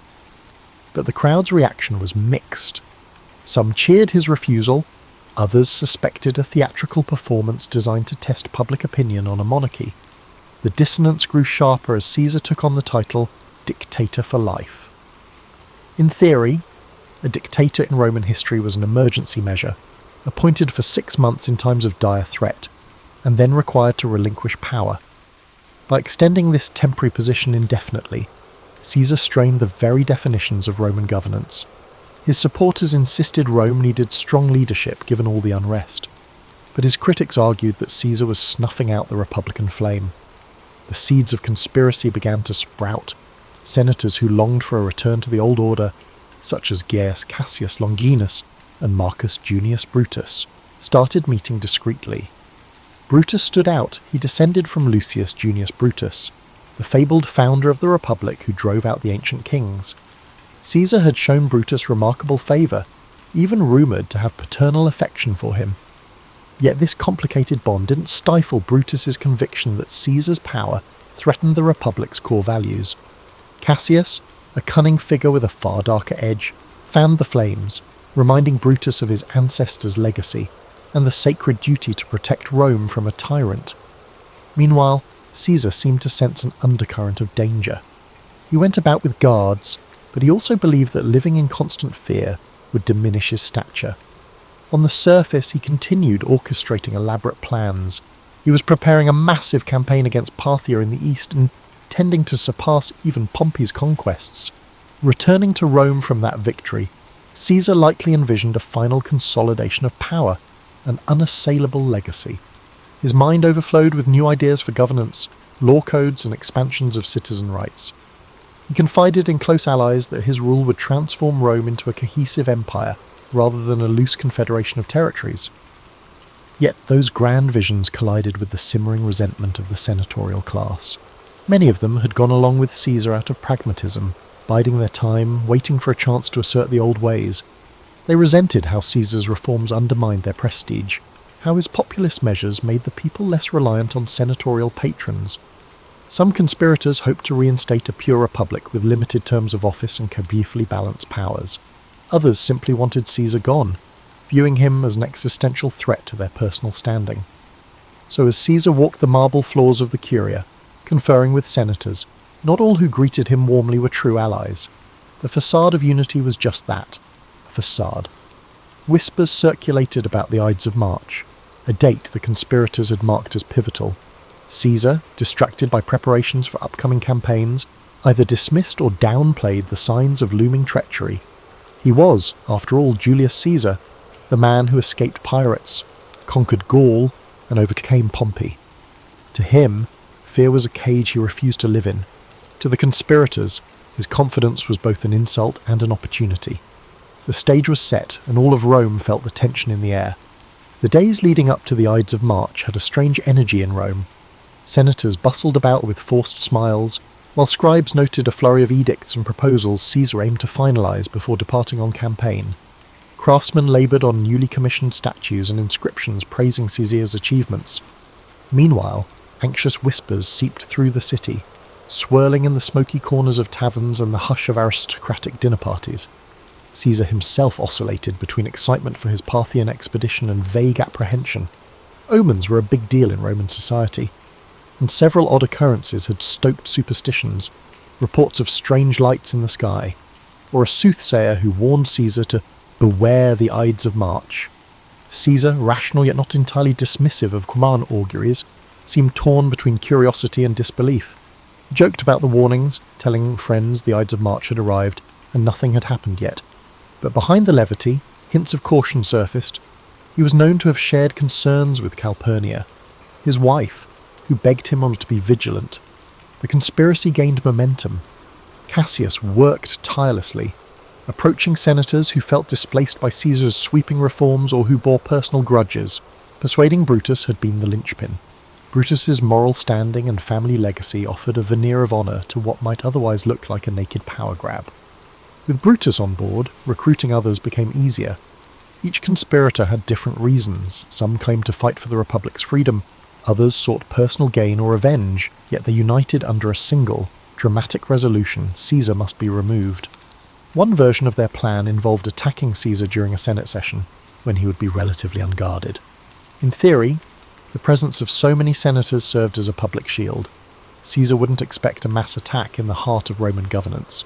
The conspirators also believed that once the deed was done, they could proclaim themselves defenders of liberty, summoning the people to restore republican ideals. Despite the risk, none could deny the plan's audacious simplicity. The Senate meeting on the Ides of March beckoned like a grim appointment. The morning of the Ides arrived. Calpurnia, shaken by nightmares, implored Caesar not to go. Some historians claim she dreamed of a statue of Caesar spouting blood, or of him lying slain in her arms. Moved by her distress, Caesar initially decided to stay home, possibly rescheduling the Senate session. That alone could have altered history. But the conspirators panicked when they heard Caesar might not come. They dispatched Decimus Brutus, no relation to Marcus Brutus, but another close ally, to persuade Caesar. Decimus feigned concern that Caesar would insult the Senate by his absence, diminishing his standing right before his grand campaign. So, despite Calpurnia's pleas, Caesar relented. He donned his ceremonial toga and left for the Curia. Inside the Senate meeting, the atmosphere was thick with tension, though it started off with formalities. Caesar took his seat. A group of conspirators approached, pretending to ask a favour on behalf of a political exile. They surrounded him as if to press their case more passionately. Then, as the story goes, at a signal, daggers appeared. The first strike came from Casca, and others joined. Accounts vary. Some say Caesar tried to defend himself, others that he was too overwhelmed. He was stabbed multiple times, the final blow from Brutus, prompting Caesar's legendary and possibly apocryphal utterance, "Et tu, Brute?" In moments, it was over. Caesar lay dead at the foot of Pompey's statue, a cruel twist of fate for the man who had once wept for Pompey's demise. The senators, spattered with blood, proclaimed they had liberated Rome from tyranny. They expected the city to greet them as heroes, yet the immediate reaction was shock, not jubilation. Citizens fled the Curia, unsure whether more violence would follow. The conspirators had planned for Caesar's death, but they hadn't planned for the emotional vacuum it would create among the Roman populace. The question remained: had they truly saved the Republic, or just unleashed chaos? Brutus and Cassius tried to calm the city with speeches, invoking the memory of their ancestor Lucius Junius Brutus, who banished Rome's last king centuries before. They insisted they had restored the Republic, but the people had witnessed Caesar's generosity, his banquets, land distributions, public games. Many commoners revered him. Anger and sorrow brewed in the streets. Word spread of the savage butchery in the Senate. Far from celebrating the conspirators, many citizens demanded vengeance. Mark Antony, who had not participated in the conspiracy, seized this public sentiment. He delivered a funeral oration for Caesar that became legendary. Antony spoke with passion, displaying Caesar's blood-stained toga, stirring the crowd into a frenzy against the conspirators. Some historians say Caesar's body was burned in the forum itself, with the flames fed by citizens who tossed in furniture and items as offerings. The conspirators, realizing the tide had turned, fled the city. Outrage soared, and the once proud Senate found itself overshadowed by the populist fury that Caesar had so skillfully harnessed in life. Thus, the killing that was intended to save the Republic actually accelerated its decline. Power soon consolidated not around a restored Senate, but around new strongmen: Mark Antony, Octavian, Caesar's young heir and adopted son, and others who would jockey for command in the following years. In death, Caesar had transcended mortality to become an icon, some would say a martyr, while the vision of a renewed republic, ironically, slipped further away. The aftermath of Caesar's assassination was as turbulent as any period Rome had ever seen. The city, already tense from years of civil conflict, discovered that removing one towering figure didn't automatically restore the old republic. Instead, a new power vacuum emerged, quickly filled by those with the ambition and resources to claim it. Mark Antony, Caesar's closest lieutenant, was first on the scene, leveraging his connection to the slain dictator to rally the masses, but Caesar had named a surprise heir in his will, Gaius Octavius, better known as Octavian, his grandnephew. Only 19 years old, Octavian carried Caesar's name, and soon enough, Caesar's legions would rally around him too. Brutus and Cassius fled Rome, hoping to raise armies in the eastern provinces. They published declarations defending the assassination as an act of patriotic duty, but the events in Rome worked against them. The funeral oration by Antony had painted them as traitors to Caesar, and, by extension, enemies of the Roman people.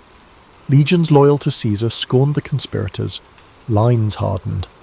Another round of civil wars seemed inevitable, as one man's ambition had morphed into a generational crisis of identity for Rome. Though Antony and Octavian initially eyed each other with suspicion, they realised they stood a better chance against the conspirators if they cooperated. Along with Marcus Lepidus, a trusted commander, they formed the Second Triumvirate. Unlike Caesar's informal arrangement, this triumvirate was legally sanctioned, granting the three men near absolute power to reorganise the state. And reorganise it they did. Prescriptions, lists of enemies of the state, were published. Men of wealth and influence found themselves outlawed. The triumvirate seized property and executed opponents, echoing the grim days of Sulla's dictatorship. The conspirators, meanwhile, mustered forces in the east, culminating in the climactic Battle of Philippi in 42 BCE. Brutus and Cassius were defeated, and they chose suicide over capture. If Caesar's murderers hoped for a renaissance of republican ideals, they had gravely miscalculated. Rome was now torn between competing strongmen. After Philippi, tensions rose between Antony and Octavian. Antony headed east, forming an alliance, and famously a romance, with Cleopatra in Egypt. Octavian solidified his base in Rome, ensuring the Senate recognised him as the principal heir to Caesar's legacy. By 31 BCE, the rivalry exploded into another civil war, culminating in the naval battle of Actium. Octavian prevailed. Antony and Cleopatra fled and later took their own lives, and the stage was set for Octavian to become Augustus, the first Roman emperor. The Republic, in its old form, was gone. And what of Caesar's legacy? His name, Caesar, would become synonymous with rulership itself. From Kaiser in German to Caesar in Russian, leaders in distant lands would adopt the moniker as a badge of imperial might. His reforms, especially the Julian calendar, outlived him by centuries, influencing how millions of people mark time. His writings, particularly the commentaries on the Gallic and Civil Wars, remained essential reading for generations of statesmen and generals, admired for their clarity and rhetorical brilliance. In a strange twist, the Senate that once feared him voted to deify Caesar after his death, proclaiming him Divus Iulius. Shrines and temples to the divine Julius sprang up, turning him into a figure of worship. This posthumous deification gave Octavian an added aura of legitimacy. He was now Divi Filius, the son of a god. One might argue it was the final irony. The same institution that bristled at his ambition now raised him to divine status. This transformation reflected the contradictory nature of Roman politics, practical to the core, yet steeped in superstition and reverence for signs and wonders. Public memory of Caesar remained divided. Many admired him for championing the lower classes, taking decisive action to end Rome's internal strife, and extending Roman influence abroad. Others condemned him as the man who shattered the Republic's checks and balances, making a single-man rule inevitable. Over time, historians, playwrights, and orators distilled his story into dramatic beats. The brilliant general, the cunning politician, the betrayed friend. Those wanting a moral lesson found ample material. Some used him as a warning against unchecked ambition, others as an example of visionary leadership undone by a petty jealousy. Yet there's a deeper layer to Caesar's life, one less recounted in popular lore. He was profoundly curious about the world, about languages, cultures, and the mechanics of governance. From his youth in the streets of Rome to his kidnapping by pirates, from the muddy battlefields of Gaul to the marble corridors of the Curia, he sought to understand and master every environment he touched. He wasn't content to play by the rules, he rewrote them. Not all admired his methods, but few could deny his results. For those living in Rome after Caesar's demise, daily life eventually stabilized under Augustus's reign. The city grew grander, the empire expanded, and a new system, the Principate, took shape. But an undercurrent of nostalgia persisted among some senators who recalled a republic where men like Cicero and Cato once debated the future of Rome. They wondered if, in slaying Caesar, they had severed the last chance to preserve republican dignity, or if Caesar's very presence had doomed it from the start. And so the figure of Julius Caesar stands in Roman history not simply as a conqueror or a dictator, but as a turning point. He harnessed ambition, popular support, and raw military skill to reshape the world's greatest republic. And in doing so, he cleared a path for imperial rule. Some see him as a hero visionary who expanded Rome's horizons. Others view him as the ultimate usurper, betraying the collective governance that had once defined the city's spirit. Perhaps both are true. In the end, Julius Caesar's story reminds us that history rarely lends itself to neat labels. The arcs of power, destiny, and personal will often weave together in ways that defy easy categorization. And if there's one lesson that resonates across the centuries, it might be this. When a single individual grows too large for the existing order, transformation, however exhilarating or destructive, becomes inevitable.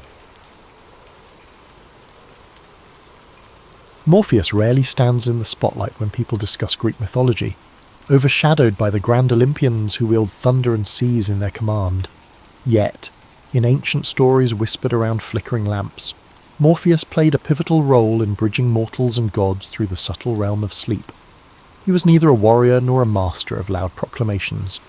Instead, he chose the gentle approach, weaving illusions, shaping dream landscapes, and occasionally planting cryptic messages that could alter the course of entire kingdoms. To understand Morpheus, one must first step back and recognize how the Greeks viewed the pantheon.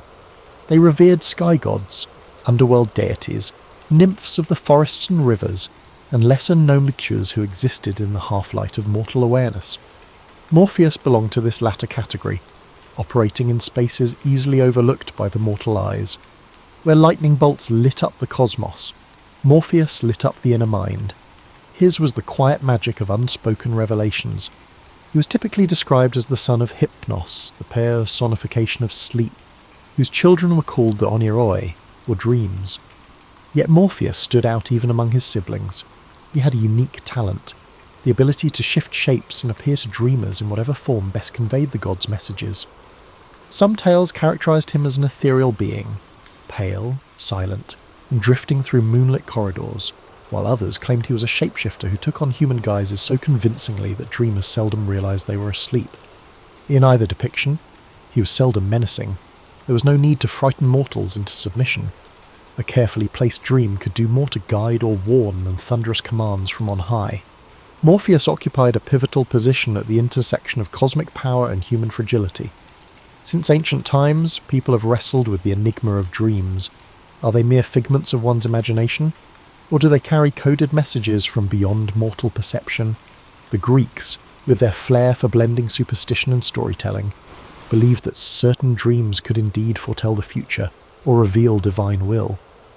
For such dreams to occur, though, there had to be an intermediary, someone who shaped the dream into a symbolic narrative.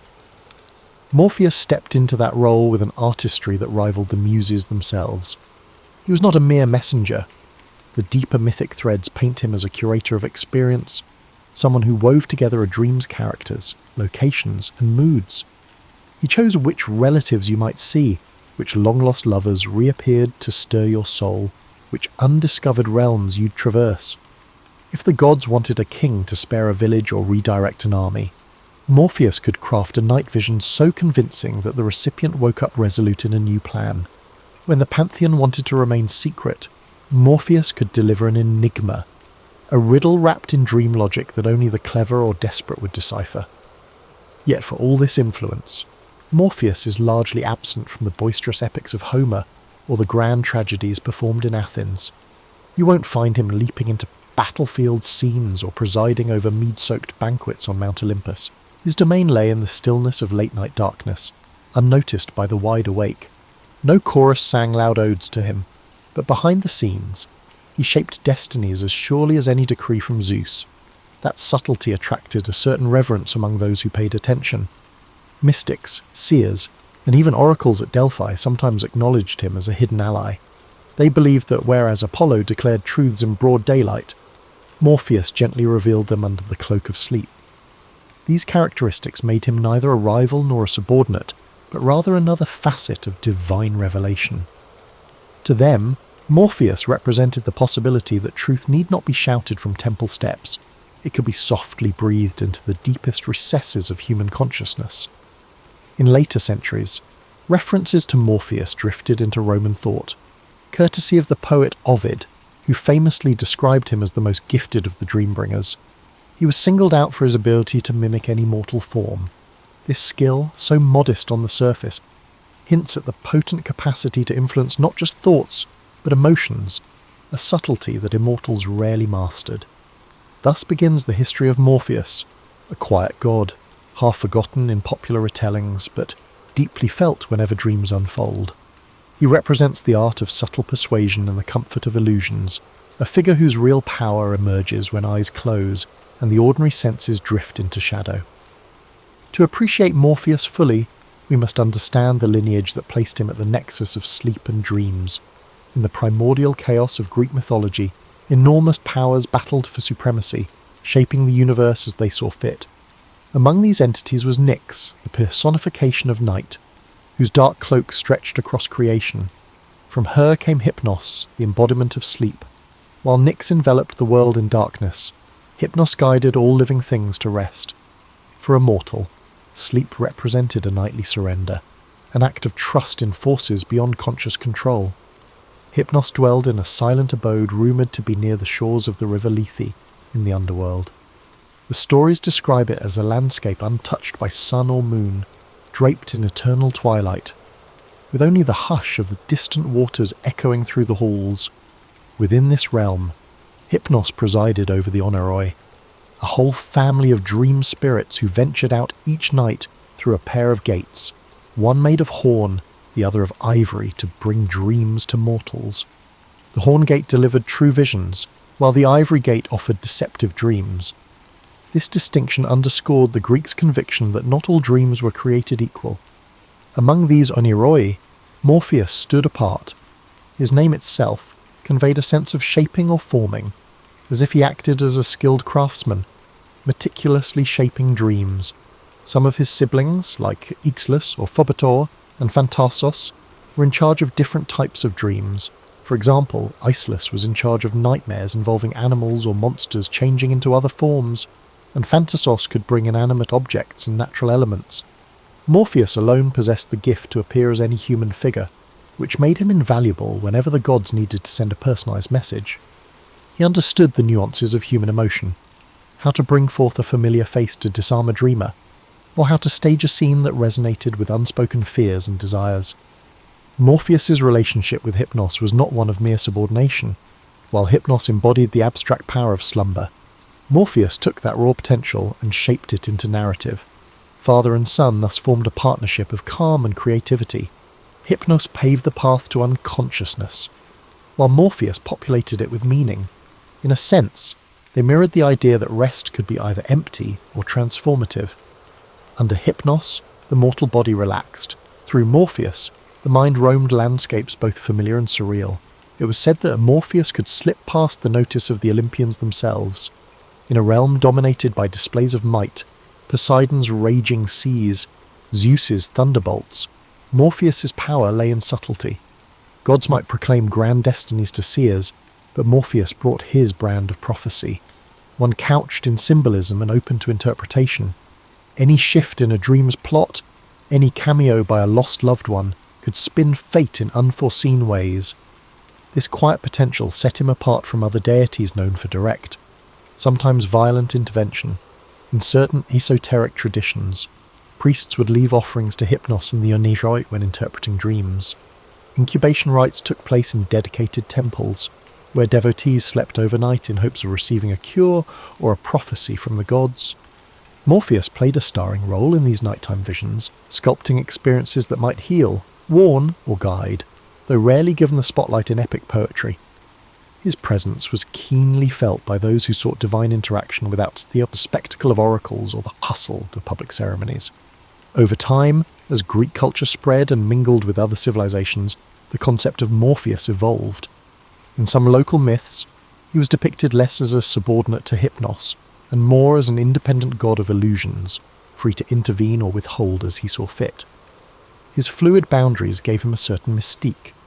Mortals who believed in him imagined that their late-night revelations weren't random flickers of the psyche, but carefully tailored messages from a divine guide. Of course, skepticism existed even in ancient times. Not everyone believed in the significance of dreams. Philosophers like Aristotle treated dreams largely as mental byproducts of daily activities. Others dismissed them as illusions that lured people away from rational thought.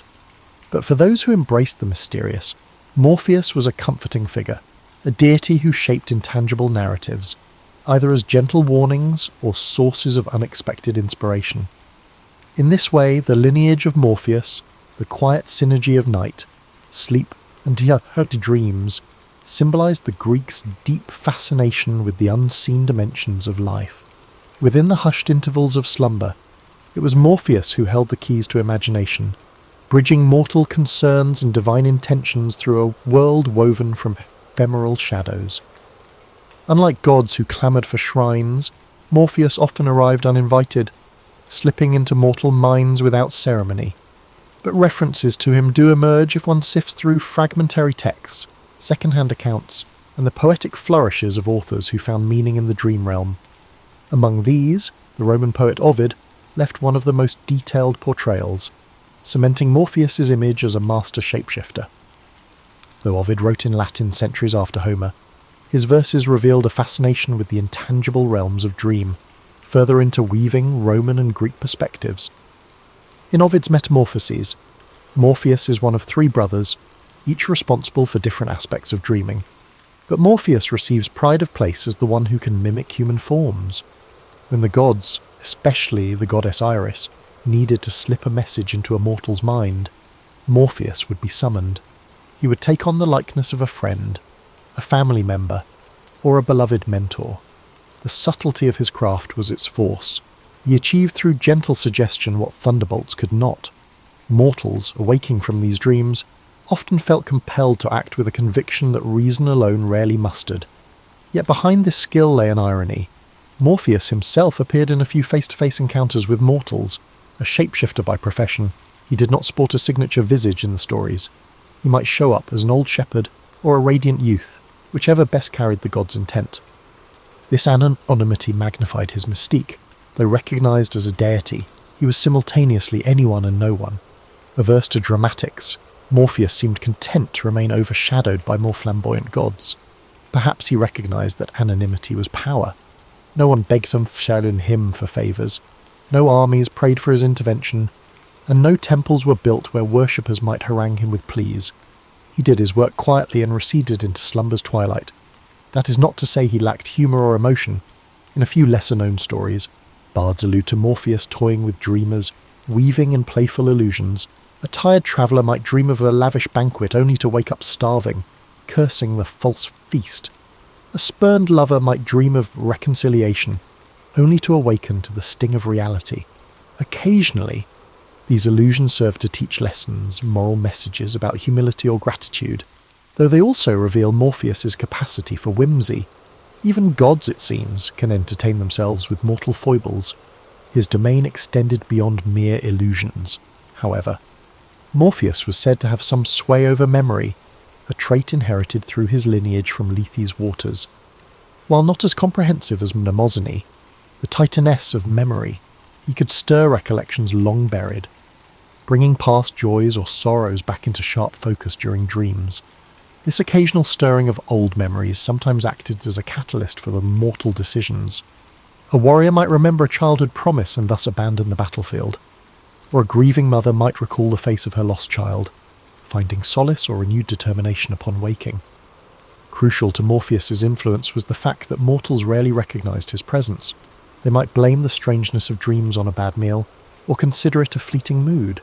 Few realised that a divine hand had crafted the scenarios unfolding behind their eyelids. Those who did suspect a supernatural cause usually assumed it was a broad gesture from some Olympian, not the specialised artistry of a lesser-known deity. This was Morpheus's hallmark, to shape fates without demanding recognition. In certain Orphic traditions, the mention of Morpheus is accompanied by rituals intended to court beneficial dreams. People might write prayers or incantations, hoping for a vision that clarified a dilemma or revealed hidden truths. These rites were more private than the grand festivals for Demeter or Dionysus. They involved quiet petitions, often performed at bedside altars. A cup of warm drink, a simple token left under a pillow, or an inscription repeated before sleep might invite his favour. If results came, they were ephemeral, a dream that might fade by dawn, leaving behind only an inarticulate sense of guidance. Gradually, as Greek culture gave way to Roman rule, Morpheus's name and role adapted. The Romans had their pantheon, but they also absorbed Greek deities, translating them into Latin forms or merging them with local gods. Morpheus found a place in this cultural tapestry, aided by Ovid's literary gifts. His shape-shifting grew into an enduring metaphor for the power of dreams to challenge the status quo, to give mortal minds a glimpse of possibilities otherwise unreachable. That notion that something intangible could spark real-world change proved resilient. Even after temples crumbled and pantheons lost their worshippers, the idea lingered, quietly echoing whenever humans closed their eyes and wandered into the land of sleep. Beyond myths and poetry, Morpheus's influence took on tangible form in the dream-centric rites practiced in scattered regions of the ancient Mediterranean. Temple incubations, particularly those dedicated to Asclepius, the god of healing, are well documented. Supplicants slept in sanctuaries to receive curative or prophetic dreams. Though the official cult credited Asclepius with these visions, undercurrents of belief suggested that Morpheus or one of his siblings sculpted the dream imagery. In many accounts, dreamers would see Asclepius himself performing a healing act, but behind that divine mask might lurk Morpheus's handiwork, ensuring the dream resonated with the pilgrim's personal needs. Yet this indirect worship was as far as it went for Morpheus. No major city erected a grand temple in his honour. His name does not appear on long lists of civic gods who protected armies or oversaw commerce. In a culture that often prized the dramatic, victorious battles, epic voyages, monstrous confrontations, Morpheus's domain seemed too nebulous for large-scale devotion. Dreams were deeply personal, fleeting experiences not easily shaped into public festivals. This subtle presence, however, lent Morpheus a curious universality. He was accessible to everyone, king or peasant, without the need for elaborate ceremonies. A fisherman dozing by the shore might receive a warning dream about an approaching storm, courtesy of Morpheus. A farmer's child might glimpse a future bride in a fleeting reverie. Although such visions were unpredictable, they reflected a certain democratic aspect of his power. No mortal was too lowly or too exalted to receive a nighttime visitation. Philosophical schools took varied stances on dream deities. The Stoics viewed dreams with skepticism unless they aligned with virtue or reason. The Epicureans dismissed them as mental residue with no supernatural origin. Yet others, including certain Platonists, entertained the possibility that divine agencies influenced the soul during its nocturnal wanderings. Morpheus occupied a liminal space in these debates, neither firmly asserted nor fully denied. The complexity of dream experiences made them resistant to strict categorization, mirroring Morpheus's inherent elusiveness. In the everyday lives of ancient Greeks and Romans, dream interpretation became a small-scale industry. Travelling dream interpreters or local wise women offered readings, attributing cryptic images to messages from gods. Manuals like the Oneirocritica by Artemidorus served as compendiums of symbolic meanings. A dream about a serpent might portend betrayal or healing, depending on context. While Morpheus himself rarely got explicit credit, these interpretive practices implicitly acknowledged a shaping force behind dreams. it was possible to feel the subtle touch of a divine hand in every strange or enlightening vision. Meanwhile, dramatists occasionally hinted at Morpheus's presence on stage. In certain tragedies or comedies, characters received revelatory dreams that set the plot in motion. Although playwrights typically invoked the major gods, Zeus, Athena, Apollo, some lines implied that it was a shapeless whisper of the night that delivered the dream. Audiences familiar with mythic lore would quietly attribute that role to Morpheus, even if the script avoided naming him outright. This indirect cameo suited his nature, a cameo in illusions rather than a direct spotlight role. As Roman influence peaked and Greek city-states became provinces within an empire, religious practices evolved. The cults of Isis, Mithras, and other deities from Egypt and Persia began to spread. Mystery religions thrived, promising spiritual experiences that mainstream rites did not provide. In these clandestine settings, where initiates sought personal transformation and glimpses of the afterlife, dreams were valued as a means of direct communication with the divine. Morpheus, though not explicitly worshipped, found renewed significance as a silent collaborator. Participants believed that their revelations during ritual-induced trance or sleep could unveil cosmic secrets, and who better than the gentle craftsman of dreams to facilitate those glimpses? Despite these evolving cultural currents, Morpheus kept his low profile. He neither clashed with up-and-coming deities nor demanded new reverence. Like a cameo actor in an ever-changing theatre, he adapted to shifting religious landscapes by maintaining the same core function. He shaped nightly illusions, passing along whatever message the dreamer needed, whether it was solace, instruction, or warning. Thus, while other gods experienced dramatic transformations or assimilation into new pantheons, Morpheus's essence stayed remarkably stable. His anonymity shielded him from the fortunes and misfortunes that befell gods tied to political power or public devotion. Through countless conquests, cultural fusions, and doctrinal shifts, he remained that discreet presence behind the eyes of sleeping mortals. He needed no marble statue or sacrificial altar, for his temple was the quiet domain of the human mind, a refuge where illusions danced, and destinies could be nudged without the constraints of daylight logic. As the classical world gave way to the Hellenistic era, and then to Roman dominion, Morpheus's relevance persisted in subtler, more eclectic forms. Scholarship in the city of Alexandria produced treatises on the dream interpretation that blended Greek, Egyptian, and even Jewish thought. Hermetic texts invoked the interplay of cosmic forces, sometimes alluding to lesser gods of vision and illusion. While these references seldom name Morpheus directly, they revealed a growing intrigue with the mystical dimensions of sleep. The more people tried to decode their dreams, the more they acknowledged a guiding power behind them. During this period, philosophers like Plotinus delved into the nature of consciousness. They wrestled with questions about the soul's movements during sleep. If the soul journeyed outward or inward, while the body rested, might it encounter spiritual beings or glean higher truths? Such speculation wasn't mainstream, but it held appeal for seekers disillusioned with state-sanctioned cults.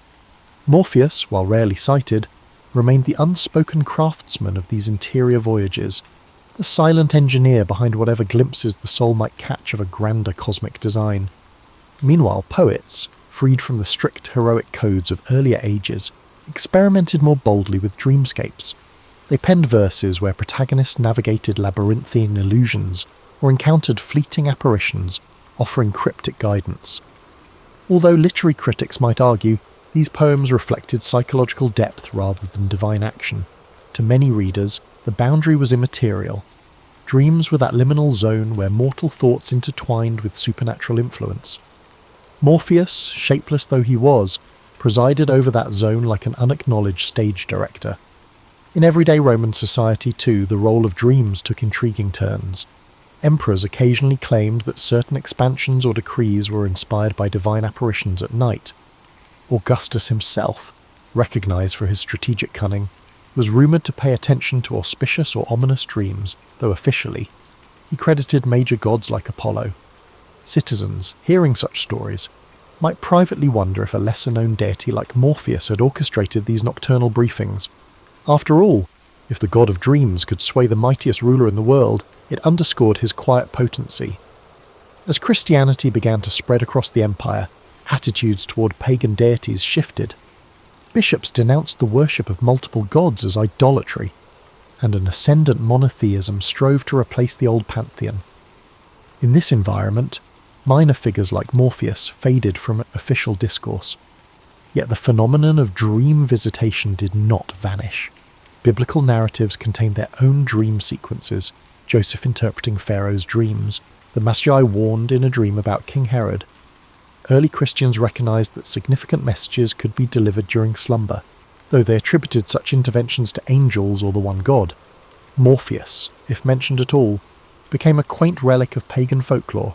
However, among rural populations and within certain esoteric sects, older beliefs persisted in fragments. People might still light a candle and utter a small prayer before bedtime, not necessarily to Morpheus by name, but to the notion of a gentle force that shaped dreams. In personal diaries or in hushed family traditions, references lingered, testaments to how deeply ingrained the idea of a dream-shaping presence was. Over time, Christian mystics sometimes wrote about heavenly illusions or spiritual revelations received in dreams. Though they did not call Morpheus by name, the conceptual overlap was clear, a benevolent entity bridging the gap between mortal minds and higher powers, all while the world lay in darkness. During the waning days of the Roman Empire, barbarian invasions, economic turmoil and social upheaval threw daily life into chaos. Dreams, as always, offered either an escape or an omen. Morpheus might appear in scattered references, half remembered in local folklore or embedded in spells within the syncretic practice of magic. These spells, scribbled on papyrus or scratched into lead tablets, sought to harness dream power for love, revenge or knowledge. In some, the incantation invoked a shape-shifting figure of night, a shadowy being able to emulate any human form. The text might use Greek or Latin synonyms, never explicitly stating Morpheus, but the lineage was clear to those who knew their myths. By the time the Western Roman Empire collapsed in the 5th century CE, the tapestry of old gods had unravelled in public life. Grand temples stood empty, their rituals undone, yet the intangible realm of dreams persisted as a private frontier. Morpheus, whether recognised by name or not, retained his function. As centuries slipped by, he would shape-shift again, receding deeper into cultural memory. In occasional manuscripts or monastic texts, he survived as literary reference, an allegory for illusions or hidden messages that surface when reason comes. The twilight of antiquity thus set the stage for a Middle Ages in which classical gods receded but never vanished entirely. Like seeds buried under layers of history, their legacies lay dormant, waiting to surface when imagination or scholarly curiosity revived them. For Morpheus, all it required was for people to dream, a condition unlikely ever to fade. Explicit references to Morpheus become rare in medieval Europe. The academic class largely occupied itself with textual analysis and theological treatises as Latin Christendom shaped the intellectual and spiritual terrain. If at all mentioned, dreams were explained as the result of divine or demonic powers. Still, the classical corpus never vanished entirely. Though sometimes covertly, copies of Ovid's Metamorphoses were distributed in monasteries due to the church's conflicted view of pagan literature. Morpheus stayed a weird footnote in these books, a name a conscientious monk or a curious researcher would come upon and question. The handful who did study Ovid or other classical texts came onto someone who resisted simple moral classification. Neither was Morpheus a demon, nor did he fit Christian angelology exactly. Instead, he was a crafter of visions, free from ideas of sin or virtue. Sometimes this ambiguity inspired creative interpretations, particularly in the undercurrents of medieval allegory. Some writers suggested that Morpheus might be used to represent the illusions of the world, his form shifting a metaphor for the ephemeral character of worldly concerns. Still, these readings were occult rather than conventional. Greek philosophy was kept alive and developed in the Islamic world, meanwhile. Dream interpretation flourished in that field, thanks in part to customs derived from the hadiths of the Prophet Muhammad, but references to Morpheus, especially, were few. Still, the idea of a shaping dream creature echoed in mystical Sufi teachings, in which glimpses in sleep may transmit spiritual truths. Although the name Morpheus did not travel much in these writings, the agent who creates significant illusions stayed universal. Europe became quite interested in classical antiquity by the Renaissance. A fresh wave of humanism pushed the study of pagan literature. Scholars rediscovered old manuscripts. Artists found inspiration in Greek and Roman mythology. Morpheus revived in this environment. Poets started referring to him more freely, entwining him into allegorical tales about time, knowledge, and love, though their images differed, since the ancients never offered a consistent iconography. Painters occasionally portrayed him as a winged young man or as a delicate presence hanging over a slumbering person. Beyond intellectual and creative circles, Christianity and local mythology concerning dreams nevertheless affected the public imagination. Common people could talk of night hags or guardian angels, entities visited during sleep, but not so much of an ancient Greek dream maker. But at the courts of Europe, where educated courtiers flaunted their classical knowledge, a reference to Morpheus marked the speaker as well-versed in old stories, a sophisticated illusion. Sometimes masquerading writers of masques and pageaux personified dreams, calling them Morpheus for a little vintage flair. The printing press helped these illusions to proliferate more quickly. Ovid's translations into common languages brought the clever dream shaper a larger audience. Renaissance writers who loved stacking their works with antique themes grew to favour Morpheus. He represented to them the magical ability of illusions, the tempting attraction of imagination, capable of surpassing the physical world. Trusting the audience's increasing awareness with mythic connections, Shakespeare's contemporaries would call for Morpheus in stage directions or comic asides. Morpheus's nature stayed fluid even with this increasing attention. Unlike Jupiter or Venus, who had well-documented personalities and cults, Morpheus was defined essentially by function. This provided writers of plays and poetry freedom. One author would label him an aloof trickster, while another might write him as a kind mentor. Some works confused him with the whole idea of the dream world and attributed any nighttime vision to the arms of Morpheus. At least among the educated classes, this word even seeped into common parlance, a beautiful way to explain falling asleep and a monument to how completely the god of dreams was entwining with Western consciousness. The Renaissance also inspired fresh interest in sleep and dreams in science and medicine. Unprecedented rigidity in their study of the human body, doctors dissected cadavers to grasp physiology. Still, the character of dreams stayed mysterious. While some suggested dreams were the residue of sensory impressions, others suggested they were brought on by vapours or humours influencing the brain. For these newly arrived empiricists, the legendary concept of Morpheus as a physical dream maker was no more convincing. Still, the metaphor stayed with the writers and speakers. It caught something the scalpels and early microscopes could not. The sensation dreams emerged from somewhere beyond normal experience. So Morpheus lived in several worlds concurrently, as the Renaissance gave way to the early modern era. For academics and artists, he was a classical reference, a person who gave creative works depth and vitality. To the general public, he remained a rather obscure moniker, sporadically mentioned in sentences like "summoned by Morpheus," but hardly connected to any active religious practice. And to the rising ranks of scientists, he was a remnant of mythology, interesting, poetic, but inadequate in elucidating the real mechanics of the sleeping mind. This diversity of roles highlighted Morpheus's ongoing adaptability, a shape-shifting presence not only in the dream realm, but also in the cultural scene of a Europe undergoing change. The scientific, political, and religious upheavals of modernity altered people's perceptions of nature. A more mechanical or logical view of human experience was influenced by the Industrial Revolution, the Enlightenment, and later advances in psychology. Instead of being living elements of belief systems, the ancient gods appeared in this context as antiquated artifacts, curiosities for literature, art, or historical research. Despite his subtlety, Morpheus was no different. However, his legacy continued in surprising ways, subtly influencing contemporary cultural expressions and the human mind.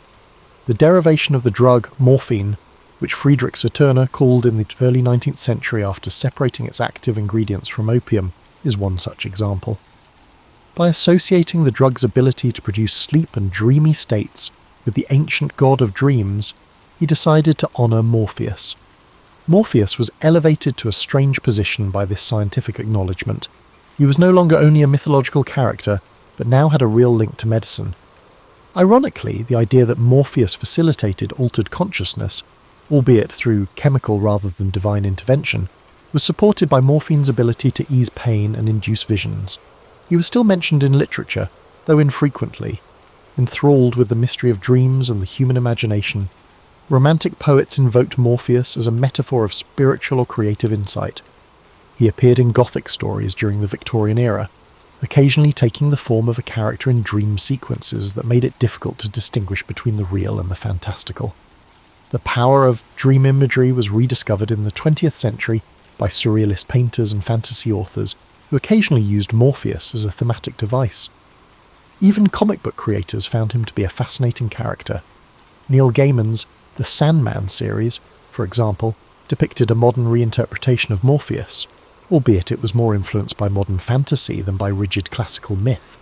Meanwhile, under the leadership of individuals like Carl Jung and Sigmund Freud, psychology became a recognised field of study. They conducted in-depth research on dreams, examining their symbolic meaning and unconscious function. Jung's idea of archetypes allowed for the recognition of mythic characters as expressions of universal psychological patterns, but Freud rejected direct allusions to dream deities. Despite being infrequently mentioned in clinical discourse, Morpheus personifies some mythological features, such as the shape-shifting messenger who connects the conscious and unconscious domains. Speaking poetically, one could imply that, even if they employ different language. A therapist and a patient are really tiptoeing over Morpheus's territory whenever they engage in dream interpretation. Outside of academics, the phrase "the arms of Morpheus" is still used in casual conversation as a charming way to describe someone who is falling asleep. Morpheus is sometimes used by songwriters as poetic shorthand for illusions or dreamy situations. Characters in plays or movies may joke that they were taken by Morpheus when they are particularly exhausted or have bad dreams. As a result, the god's name endures in popular culture, reflecting a persistent interest in the transitional realm between the fleeting theatre of dreams and the real world. Morpheus was occasionally likened to comparable dream figures in other traditions, gods, spirits or ancestors. Credited with forming nighttime visions, as religious plurality increased and audiences for myths from around the globe expanded. Morpheus has occasionally attracted followers in some New Age and neo-pagan societies, which revive ancient pantheons for individual spirituality. These contemporary practitioners might view him as a lucid dreaming guide, or an ally in creative inquiry, creating a personal bond that somewhat reflects the age-old practice of looking for important dreams. Naturally, such varied revivals do not dominate popular belief, but they highlight Morpheus's versatility throughout history. He continues to serve as evidence of the human need for a go-between for conscious awareness and the innermost parts of the mind. The appeal of a guiding figure endures even at a time when sleep labs and neurology are used to analyse dreams, the subjective landscapes that play out in our minds every night. After all, cannot be completely mapped by any technology. Therefore, Morpheus persists as a cultural shapeshifter. Initially a minor character in Greek mythology, he was crucial in bridging the gap between mortal life and divine aims, while being overshadowed by Olympians. He withstood scientific breakthroughs, religious upheavals, and conquests throughout millennia. He found new homes in literary flair, psychological metaphor, and medical terminology. He now represents that sedent, all-encompassing enigma, the dream realm where we face self-revelations, delusions, and reflections of ourselves. Despite being elusive and infrequently worshipped in official ceremonies, Morpheus never fails to arouse our imaginations by serving as a reminder that sleep is more than just a place to rest. It is a doorway, thoughtfully crafted by a being who doesn't require a temple to demonstrate his might. On September the 7th, 1533, Elizabeth Tudor was born at Greenwich Palace, amidst a flurry of anticipation and unease. Her father, King Henry VIII, had broken from the Catholic Church to marry her mother, Anne Boleyn, so Elizabeth's birth was charged with political tensions. The king, desperate for a male heir, found himself disappointed when the infant turned out to be a girl. Still, baby Elizabeth bore the weight of dynastic hopes. Her every coo or cry analysed for signs that the Tudor line might endure. The infant's earliest days unfolded in a court grappling with religious upheaval. Henry's new Church of England stood at odds with Rome. Courtiers whispered about the king's next move. The Queen, Anne, attempted to shield her daughter from the swirling environment, ensuring she received the best available wet nurses and comfort. However, the precariousness quickly became apparent. A few years later, Anne faced execution due to dubious charges of treason and adultery. Motherless at 2, Elizabeth was declared illegitimate by her father's decree, losing her title of princess. Raised in separate royal households, Elizabeth seldom saw Henry VIII. Various stepmothers came and went, with some offering brief maternal warmth. She formed a particularly close bond with Catherine Parr, Henry's 6th wife, who oversaw her education. Elizabeth's tutors recognised a remarkably bright mind. She excelled in languages by adolescence. She spoke fluent Latin, French and Italian, eventually picking up Spanish as well. She pored over classical texts, gleaning rhetorical finesse from Cicero and moral lessons from Greek philosophers. Even in childhood, she learned to keep her emotions cloaked, forging a calm exterior that masked inner tensions, an attribute that would prove crucial in her future reign. A fateful shift occurred when Henry died in 1547, leaving Elizabeth's half-brother Edward VI as king. Under the regency of Protestant reformers, the religious climate skewed more radical. Elizabeth, though outwardly cooperative, carefully navigated factional disputes. She relocated the household of Catherine Parr, who had remarried to Thomas Seymour. That arrangement sparked scandal. Seymour was rumoured to show Elizabeth overly familiar attention, fueling gossip that tarnished her reputation. The teenage princess soon departed, mindful that any whiff of impropriety could end her precarious position in the succession line. This brush with danger reinforced her instincts for self-preservation. Edward's short reign was followed by that of Elizabeth's half-sister, Mary I, a devout Catholic determined to restore papal authority. Mary viewed Elizabeth with suspicion, seeing in her a rallying figure for Protestant interests. As rebellions cropped up, Elizabeth found herself accused of complicity. She was taken to the Tower of London, where her mother had met her end, and then placed under house arrest at Woodstock. The gloom of potential execution hung over her, but lacking firm evidence, Mary couldn't condemn her. Over 2 years, Elizabeth trod a careful path, denying any involvement in plots while discreetly maintaining her network of Protestant allies. Eventually, Mary's failing health lifted Elizabeth from her shadow. In November 1558, Mary died, childless. Elizabeth, at 25, ascended the throne. The people welcomed her with cautious optimism, hoping for an end to religious strife. However, no one could foresee the firmness with which Elizabeth would steer the ship. She inherited a kingdom exhausted by years of persecution and entangled in European alliances. Furthermore, lingering doubts about her legitimacy and ability to produce an heir plagued the realm. Courtiers pressed for her to marry promptly, believing a queen regnant threatened stability unless a husband took the reins. Elizabeth, though aware of the political logic, also recognised that marriage might curb her autonomy. In her first weeks as queen, Elizabeth took bold symbolic steps. She chose moderate Protestant advisers like William Cecil, striving to unify the country. She declared her intent for a religious settlement that neither persecuted Catholics harshly nor caved to papal demands. She navigated a delicate balance, cognizant that either extreme could undermine her rule. She moved her court to Whitehall, re-establishing routine ceremonial events that signalled the monarchy's continuity. Observers described her as poised, with sharp eyes that hinted at an agile, strategic mind. The once exiled princess stood now at the centre of power, forging a monarchy that would come to define an era. Thus, the stage was set for a pivotal chapter in English history. Elizabeth's early experiences, maternal execution, paternal neglect, complex family ties, had shaped a cautious, perceptive approach. She had learned to conceal personal feelings behind a stately demeanour, armed with intellectual acumen gleaned from classical texts. The realm now looked to her for stability, religious compromise, and a reassertion of national identity. For Elizabeth, it was time to prove that a female sovereign, even one with a contested legitimacy, could guide England through its labyrinth of political storms. From the outset of her reign, Elizabeth I confronted a land torn by religious factionalism. Under Mary I, staunch Catholic policies reigned, with Protestant heretics burnt at the stake. Though those violent measures ended, many Catholics remained loyal to Rome. Meanwhile, radical Protestants clamoured for more extreme reforms.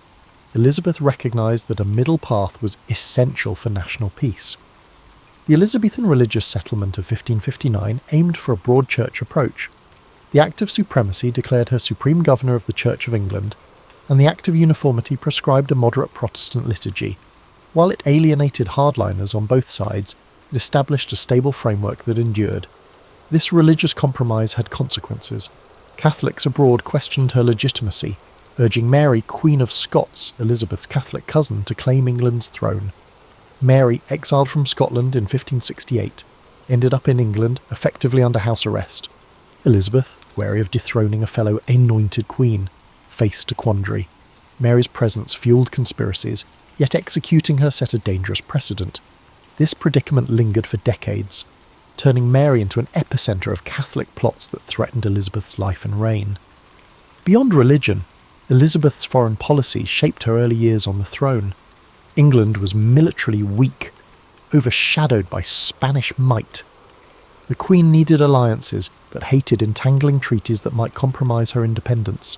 She courted suitors from across Europe, France's Duke of Anjou, Austria's Archduke Charles, using marriage negotiations as diplomatic chess moves. Each negotiation offered short-term benefits, but she consistently evaded an actual wedding. By keeping her hand in marriage available, Elizabeth dissuaded certain powers from aggression, hoping for eventual union. The saga of the Virgin Queen was as much political strategy as personal inclination. Economically, Elizabeth inherited a treasury battered by wars. Her ministers, notably William Cecil, Lord Burghley, instituted reforms, curbing inflation and streamlining revenue collection. They supported maritime ventures, encouraging sea captains like Francis Drake to harass Spanish shipping and seize treasure. Such semi-official privateering enriched royal coffers and stoked Spanish hostility, culminating in deeper rivalries. Meanwhile, domestic industry, woolen cloth, for instance, expanded, aided by the stable environment Elizabeth's government fostered. As for the Queen herself, the court recognised her keen intellect and formidable will. She cherished erudition, employing multiple secretaries to handle a constant influx of diplomatic dispatches. Fluent in French and adept in Latin, she occasionally scribbled notes in Italian or Spanish. She revelled in masques and pageants, endorsing the arts to glorify her monarchy. She made a point of progresses, travelling with her retinue through the countryside, letting her subjects glimpse the royal presence. This practice built loyalty, for seeing their queen in person, resplendent with pearls and embroidered gowns, stirred patriotic pride. A lesser-known aspect was her reliance on intelligence networks. Elizabeth, aware that conspiracies loomed, authorised spy masters like Sir Francis Walsingham to intercept letters, employ informants, and uncover plots. This clandestine apparatus uncovered multiple assassins or traitors financed by Spain or papal agents. By revealing such threats, the Queen justified harsher policies against recalcitrant Catholics. Some criticised these tactics as oppressive, but to Elizabeth, survival mandated vigilance. Another challenge: cultural expectations for queens. She faced jabs about her gender, with some male courtiers urging a kingly partner. She responded by forging a regal persona, insisting subjects see her as both king and queen, a line reflecting her dual role. She skillfully navigated male-dominated councils, awarding title carefully to ensure no single noble overshadowed her. She also used fashion as a political tool. Her elaborate gowns, iconic ruffs, and jewel-laden wardrobes signalled the monarchy's majesty. This cultivated image buttressed her authority in an era still grappling with a female sovereign. In parallel, Elizabeth's personal circle remained small. She could be witty and charming, dancing or joking with favourites like Robert Dudley.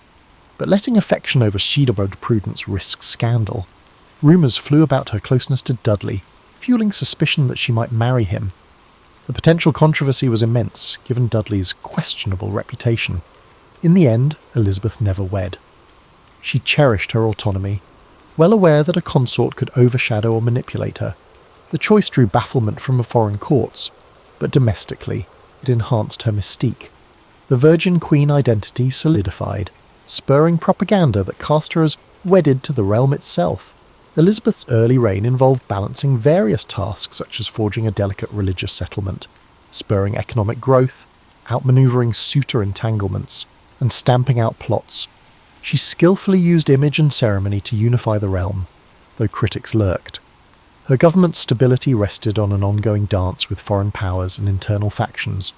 Despite the swirling tensions, Elizabeth projected calm confidence, forging a national identity that recognised the Queen's central role. Her mid-reign would bring graver trials, culminating in decisive conflicts that tested the mettle of both monarch and kingdom. By the mid-1580s, Elizabeth's realm faced a new wave of external threats. The ascendant Spanish Empire under King Philip II brimmed with zeal to reassert Catholic supremacy and avenge the raids on Spanish commerce by English privateers. Religious tensions spiked further after the Pope excommunicated Elizabeth, effectively urging Catholic monarchs to depose her. In response, the Queen's advisors realised that war with Spain was no longer a distant possibility but a near inevitability. They bolstered the navy, encouraging shipbuilders to refine vessels for speed and manoeuvrability.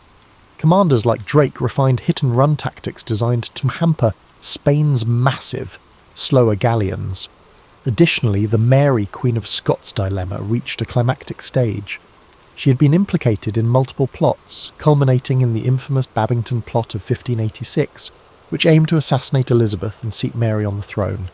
Caught with incriminating letters, Mary was tried for treason. Elizabeth agonised over signing Mary's death warrant. The thought of executing an anointed queen offended her sense of divine order, but counsel pressed her that Mary's continued survival endangered national security. Reluctantly, Elizabeth signed. Mary was beheaded in 1587, an act that scandalised Catholic Europe. Elizabeth feigned dismay at the news of Mary's actual execution, chastising ministers for carrying out the sentence too hastily. The sincerity of her regret remains debated. This event further incensed Spain, and soon word came that Philip II was assembling an invincible armada. In 1588, that formidable fleet sailed for the English Channel, intending to rendezvous with forces in the Low Countries and deliver an invasion. England braced for catastrophe. Elizabeth visited her troops at Tilbury, clad in armour, delivering a rousing speech about having the heart and stomach of a king.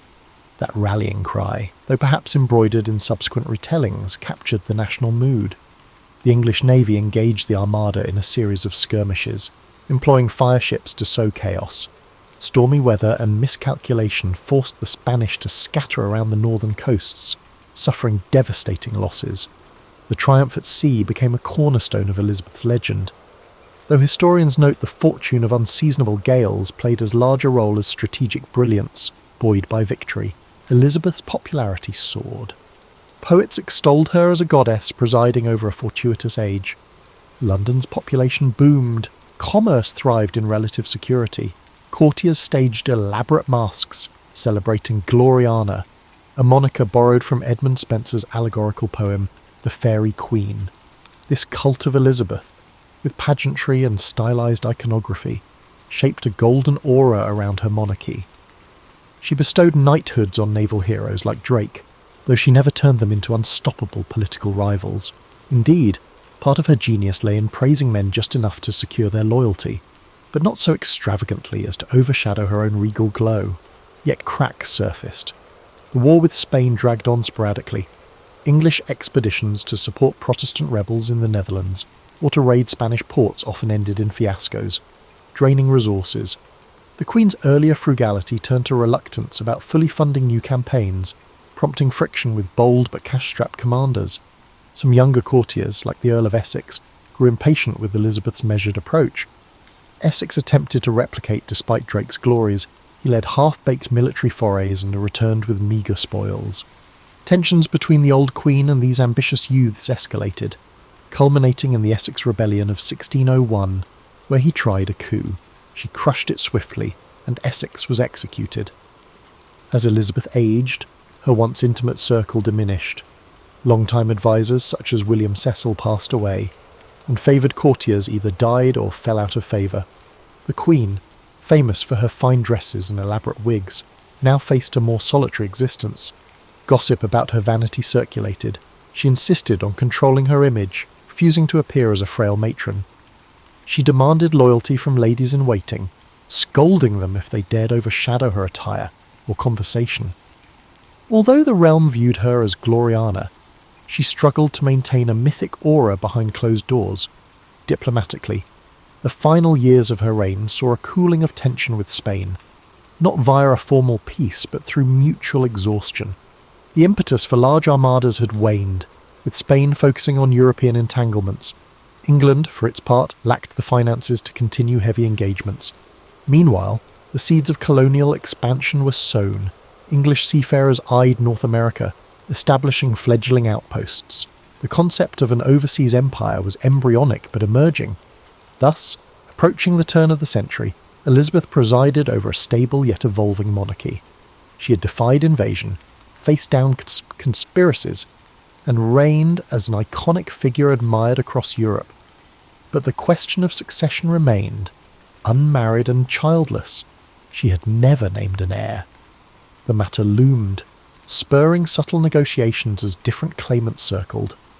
This final stretch of her reign tested whether the Tudor line's magic could endure beyond her mortal presence, or if it would seamlessly transition to a new dynasty. By the twilight of her reign, Elizabeth I found herself contending with the question that had dogged her for decades. Who would follow her upon the throne? No official heir had been named, though many whispered that James VI of Scotland, a Protestant and son of the executed Mary, Queen of Scots, was the likely candidate. Elizabeth, ever cautious about naming a successor, understood that the moment she sanctioned an heir, her authority might wane. Yet the gentry and the powerful were anxious, fearing a resurgence of civil strife if the crown's transition lacked clarity. As the 1590s waned, the Queen's court saw fewer robust festivities. Elizabeth's health was not the best, and her mood darkened by the loss of cherished confidants. Once a favoured explorer, Sir Walter Raleigh fell from Elizabeth's favour. The Earl of Essex, her erstwhile golden boy, died a traitor. Meanwhile, the luminous circle that had celebrated her youth, Bess of Hardwicke, Countess of Leicester, and others, had scattered. England's population soared beyond 4 million, many living precariously in squalid conditions. Bread riots flickered in adverse harvest years, and the cost of warfare remained burdensome. Some critics murmured that the Queen's refusal to adapt to a new generation's demands indicated the monarchy was adrift. Yet Elizabeth never lost her political savvy. She carefully managed sessions of Parliament, deftly deflecting demands for certain policy changes. She employed subtle flattery, reminding them that as a mother to her people, she prized their well-being above all. This rhetorical style, combining maternal sentiments with regal authority, continued to woo the common folk. Indeed, from the countryside to London's teeming streets, loyalty to the Queen remained high, an outgrowth of national pride partly forged by that earlier victory over the Spanish Armada. In the realm of arts, the Elizabethan theatre blossomed, spearheaded by William Shakespeare, Christopher Marlowe, and others. Though Elizabeth seldom attended public performances at the Globe, she invited theatrical troupes to court. She found enjoyment in comedic interludes, even if she publicly maintained a formal veneer. This cultural renaissance, ignited under her watch, was a point of national distinction, with travelling players bringing both dramatic flair and moral allegories to distant corners. The synergy of crowns and creativity underscored an epoch known as the Elizabethan Golden Age. Throughout, the religious settlement endured, though Puritan elements pressed for stricter reforms. Criticising the hierarchical structure of bishops, the Queen tolerated moderate Puritan pleas but cracked down on radical preachers who undermined her supreme governorship. Catholic recusants faced fines or pressure to conform, though large-scale persecution was less aggressive than during Mary's reign. Despite friction, Elizabeth's stance staved off religious civil war. This equilibrium, though not perfect, enabled commerce and exploration to flourish. Merchants ventured to the Levant, the Baltic, and the Americas, sowing early seeds of a global maritime trade. In the final few months of her life, Elizabeth retreated to Richmond Palace. She was increasingly frail, refusing medical interventions that seemed invasive.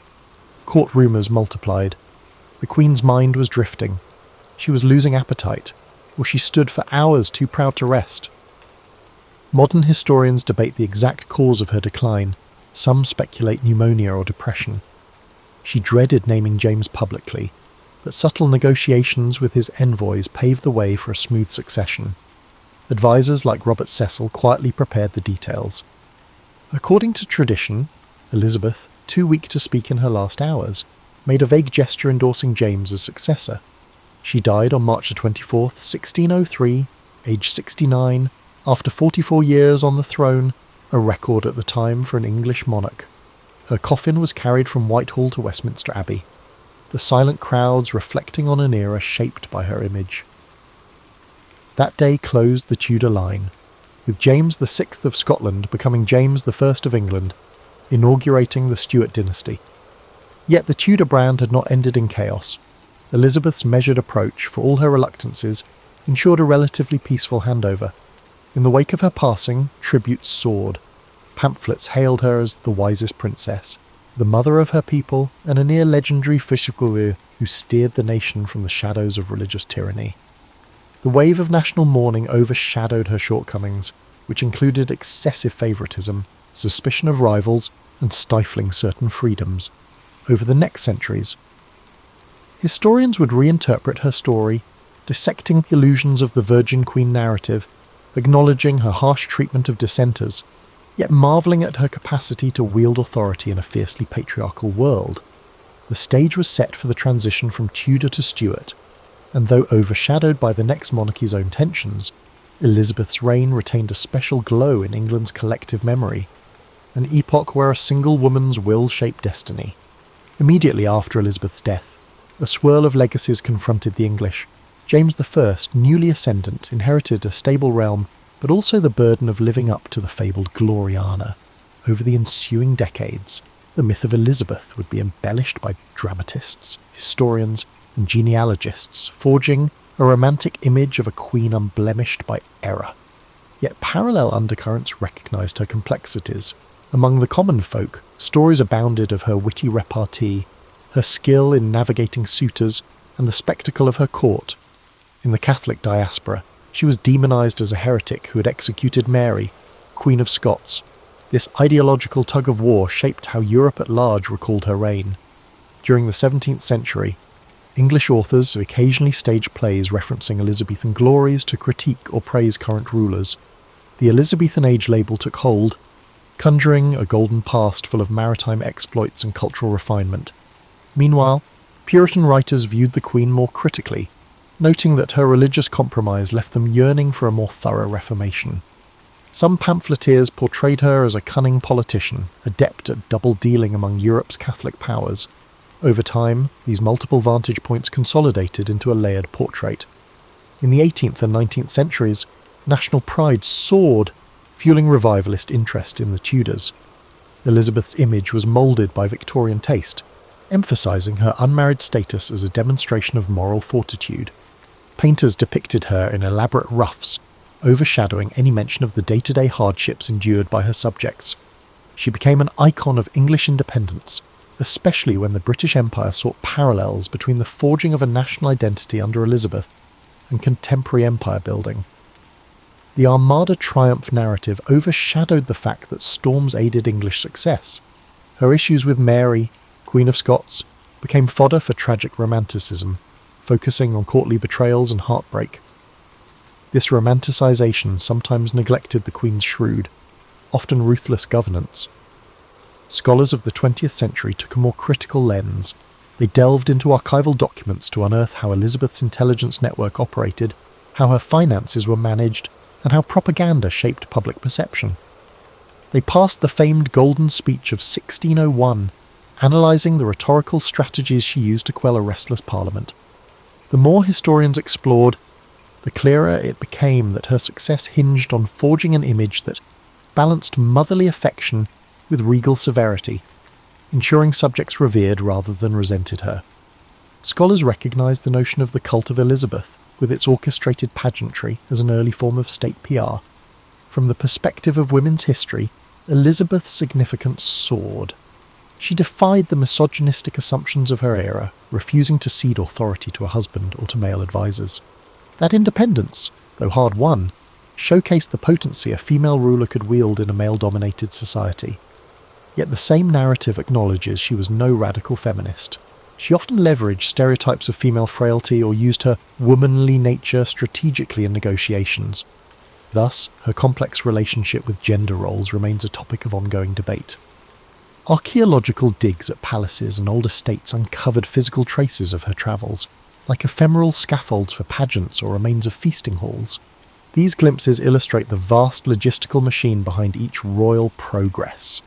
The queen might arrive with hundreds of courtiers and servants, imposing a heavy burden on local nobility hosting the entourage. Yet, from a political standpoint, these visits effectively reaffirmed the monarchy's presence across the realm. Over and over, Elizabeth used personal displays to connect with communities. In cultural memory, items such as the Tudor Rose, elaborate state portraits by painters like Nicholas Hilliard, or references to the Virgin Queen remain in the public imagination. Filmmakers in the 20th and 21st centuries capitalised on this allure, producing adaptations that frame Elizabeth's story with romance and triumph. Some films portray her as near saintly, others highlight her paranoia or the brutality of her crackdown on perceived threats. The continuing fascination underscores how she embodies a transitional moment in Europe, where medieval structures gave way to early modern states, with new forms of diplomacy, espionage, and ideology all converging. Thus, centuries removed from her actual reign, Elizabeth I stands as both a symbol of national identity and a figure whose complexities resonate with present debates. The interplay of female leadership, religious diversity, personal freedom, and the power of constructed image. Re-evaluating her life reveals how skillful governance can stabilise a fractious kingdom, even if it requires navigating a delicate balance between tolerance and coercion. The conversation around Elizabeth remains dynamic, shaped by each generation's vantage on monarchy, gender, and the cost of maintaining a carefully wrought facade of unity. Elizabeth's story resonates with the notion that midlife can be a time of both reflection and strategic boldness. She ascended the throne at 25, but arguably her most defining decisions, the forging of a moderate religious settlement, the careful dance of marriage negotiations, unfolded as she matured. In the face of personal regrets, lack of a direct heir, and external crises, Spanish hostility, internal plots, she repeatedly displayed resilience under the lens of older wisdom. Yet that sagacity was not innate. It sprang from a youth marked by precariousness, shaping a thorough calculation in adult life. One lesser discussed aspect is her intellectual curiosity. She was no passive figurehead. She read widely, from classical philosophers to contemporary political treatises, and engaged in theological debates with ambassadors. She wrote translations of texts, including Plutarch, honing linguistic precision. In an era when many noblewomen possessed only basic literacy, Elizabeth's depth of scholarship commanded respect. She used this knowledge to steer councils, referencing classical examples of leadership or mercy, grounding her decisions in a broader worldview than simple realpolitik. Another dimension concerns her approach to management and delegation. Faced with a swirl of court factions, some aligned with Cecil, others with Dudley, and various earls vying for influence, she balanced them by a rotating favour, ensuring no single man overshadowed the rest. This delicate manoeuvre allowed her to maintain her position as the ultimate arbiter, thereby preventing entrenched monopolies of power. While modern management gurus highlight transparency or direct leadership, Elizabeth's method was subtler. She nurtured multiple power centres, pitting them gently against each other to sustain a stable equilibrium. This method reveals a strategic cunning that, while occasionally breeding resentment, retained her supremacy in a fractious environment. The swirl of secrecy surrounding Mary, Queen of Scots, also underscores Elizabeth's careful manipulation of intelligence. She personally reviewed coded letters, weighed evidence, and authorised infiltration of Catholic circles. These actions might unnerve contemporary moral standards, yet in the cutthroat reality of 16th century politics, such espionage was standard. The difference is Elizabeth's relative subtlety. She rarely boasted of her spymaster's successes. She recognised the value of illusions, letting conspirators believe they had infiltrated her circle while, in fact, her watchers tracked every step. Age imbued her with a distinct sense of gravity. In speeches to Parliament, she framed herself as a guardian of the realm's welfare, addressing them as my lords and my good people, tapping into paternal or maternal imagery. She rarely showed overt temper in public, though courtiers recalled her sharp tongue in private, laced with scathing wit. She might banish a courtier from her presence for a trifling offence, then recall him soon after, sending the message that loyalty was paramount while partial forgiveness might be extended. This capacity to pivot from severity to magnanimity cemented her as unpredictable yet revered, a trait modern leaders might emulate in more tempered forms. Beyond the realm of politics, her personal attire and courtly fashion set trends across Europe. She championed fresh tailors to experiment with embroidered silks, extensive ruffs, and striking colour palettes. But behind the magnificence was a strategic layering of fabric. It signified her rank while concealing normal ageing or times of ill health. The resulting mystique helped define the monarchy's brand. Similarly, she championed structured ceremonies, like elaborate coronation anniversaries or public feast days. These events reaffirmed the bond between sovereign and subject, forging an emotional tie that buttressed the monarchy's intangible authority. Her approach to the arts had lasting effects. She never personally funded epic building projects like some European royals given her limited treasury, but her patronage of music, portraiture, and drama triggered a cultural efflorescence. Key composers thrived, producing refined polyphonic works performed at chapel. Her endorsement of secular drama laid the groundwork for Shakespeare's rise. She recognised that cultural prestige elevated national pride, thus investing in intangible capital that would outlast her. This fosters an analogy to modern soft power, a concept in global relations. In sum, Elizabeth's mid to late reign exemplifies how a leader can orchestrate multi-layered strategies, leaning on intellectual depth, balancing internal factions, leveraging espionage, and forging cultural identity. Her longevity on the throne was no accident. It was an evolving mastery of monarchy in an era thick with risk. For those in midlife, her model suggests that the lessons gleaned from earlier turmoil, exile, precarious legitimacy, can blossom into confident leadership when harnessed with discipline. Even so, her story underscores that behind the regal facade lay real heartbreak and regrets, particularly on questions of family and moral contradictions. That humanness only deepens the fascination with this queen who navigated a world not designed for women in power, forging a golden age from the crucible of adversity. When Elizabeth I died on March 24, 1603, at Richmond Palace, she left a kingdom dramatically changed from the one she inherited.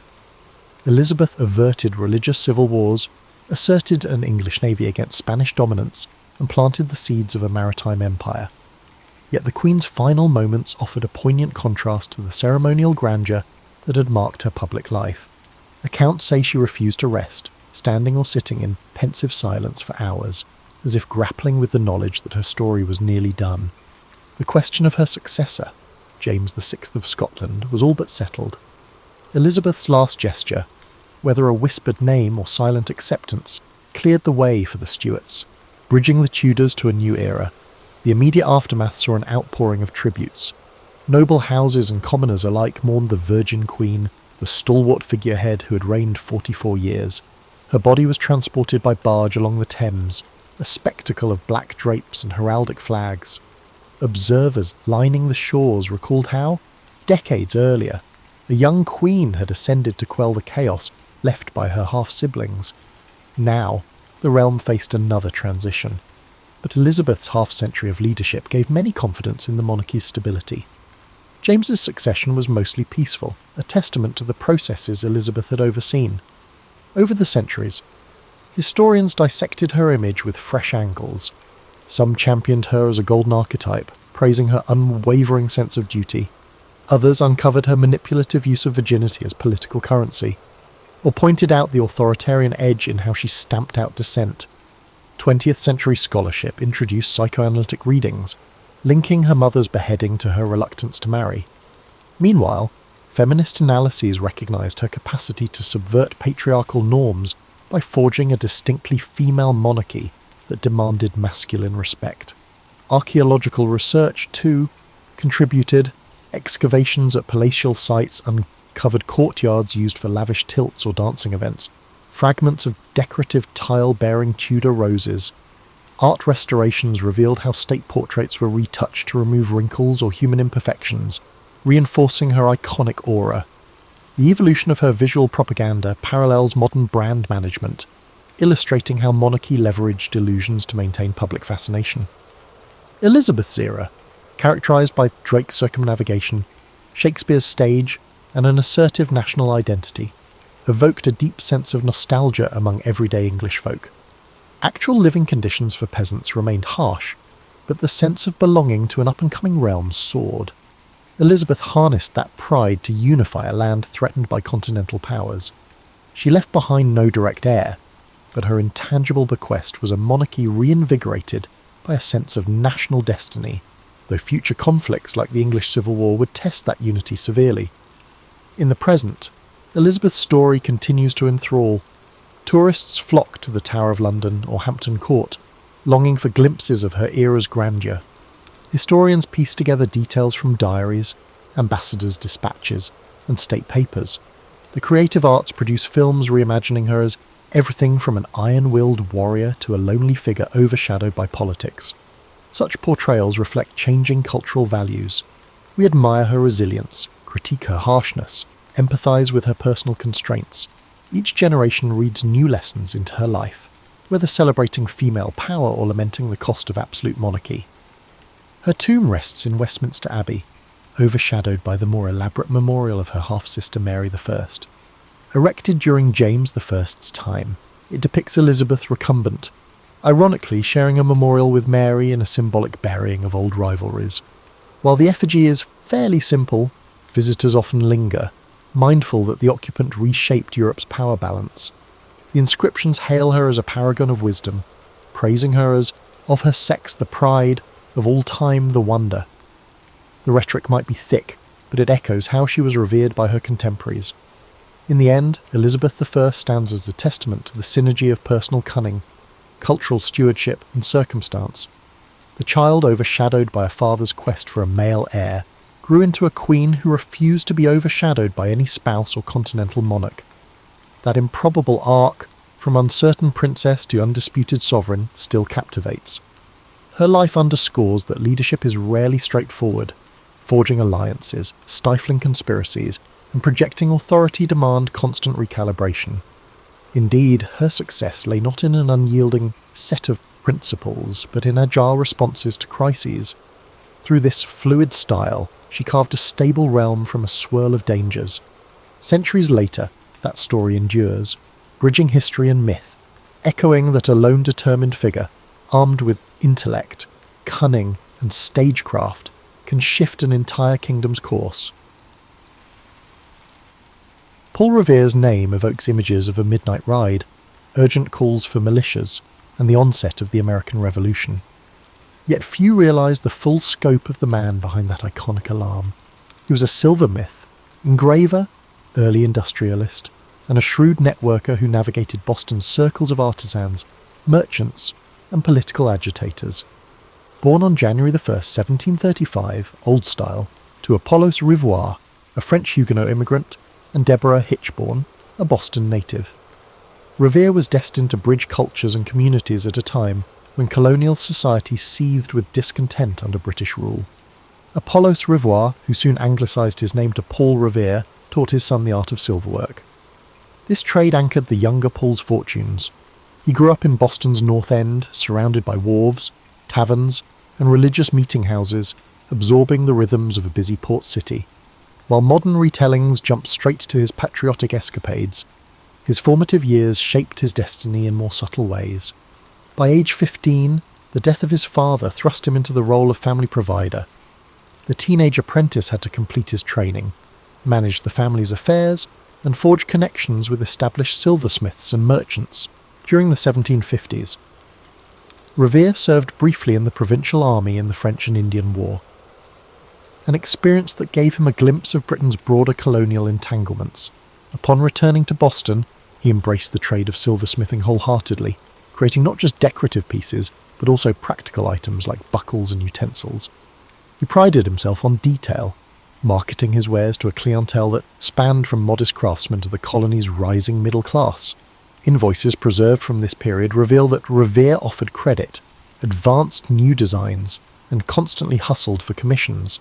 That brand of entrepreneurial spirit would later fuel his ability to mobilize networks for revolutionary purposes. By the early 1760s, tensions simmered throughout Massachusetts. The Sugar Act, the Stamp Act, and subsequent taxes outraged merchants and tradespeople alike. Revere found himself among a group of Boston artisans who gathered at local taverns to vent frustrations. These enclaves brewed the earliest forms of organised protest. Revere soon discovered he possessed a knack for articulating grievances through his engravings. It was not only an art form but also a political tool, effectively circulating ideas and stoking public sentiment against perceived British overreach. His iconic engravings of the Boston Massacre, albeit dramatised, helped radicalise many colonists. Apart from engraving, Revere proved versatile in forging social bonds. He was active in the Masonic Lodge of St Andrew, where he crossed paths with influential figures like Joseph Warren. He joined local fire clubs, an essential community fixture at a time when wooden buildings posed constant fire hazards. The same network that helped keep Boston safe from flames also functioned as a communication hub when secrecy was paramount. Revere's involvement in such clubs honed his skills at organising committees and planning contingencies. Revere witnessed the growing tension between the British authorities and colonial protesters as the decade progressed.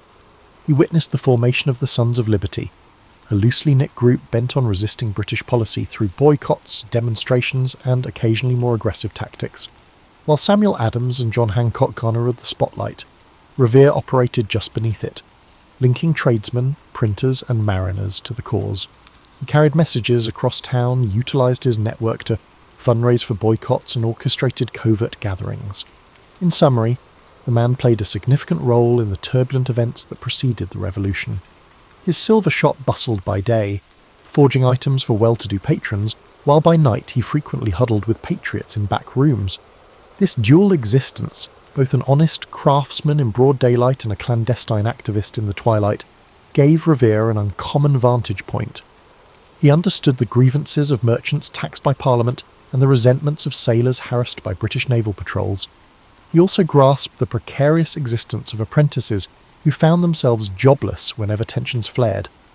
In the early 1770s, Revere faced a crucial decision. He could either maintain his status as a respected craftsman and avoid radical elements, or he could fully dedicate himself to the resistance that was forming around him. That choice would define his role in the uncertain months ahead, as Britain tightened its grip and Boston braced for confrontation. His decision to lean into activism would soon thrust him into history's pages, though he never guessed that a single midnight ride would overshadow decades of other contributions. As Britain stepped up the enforcement of colonial policies, Revere and his compatriots adapted. No single figure commanded the burgeoning movement.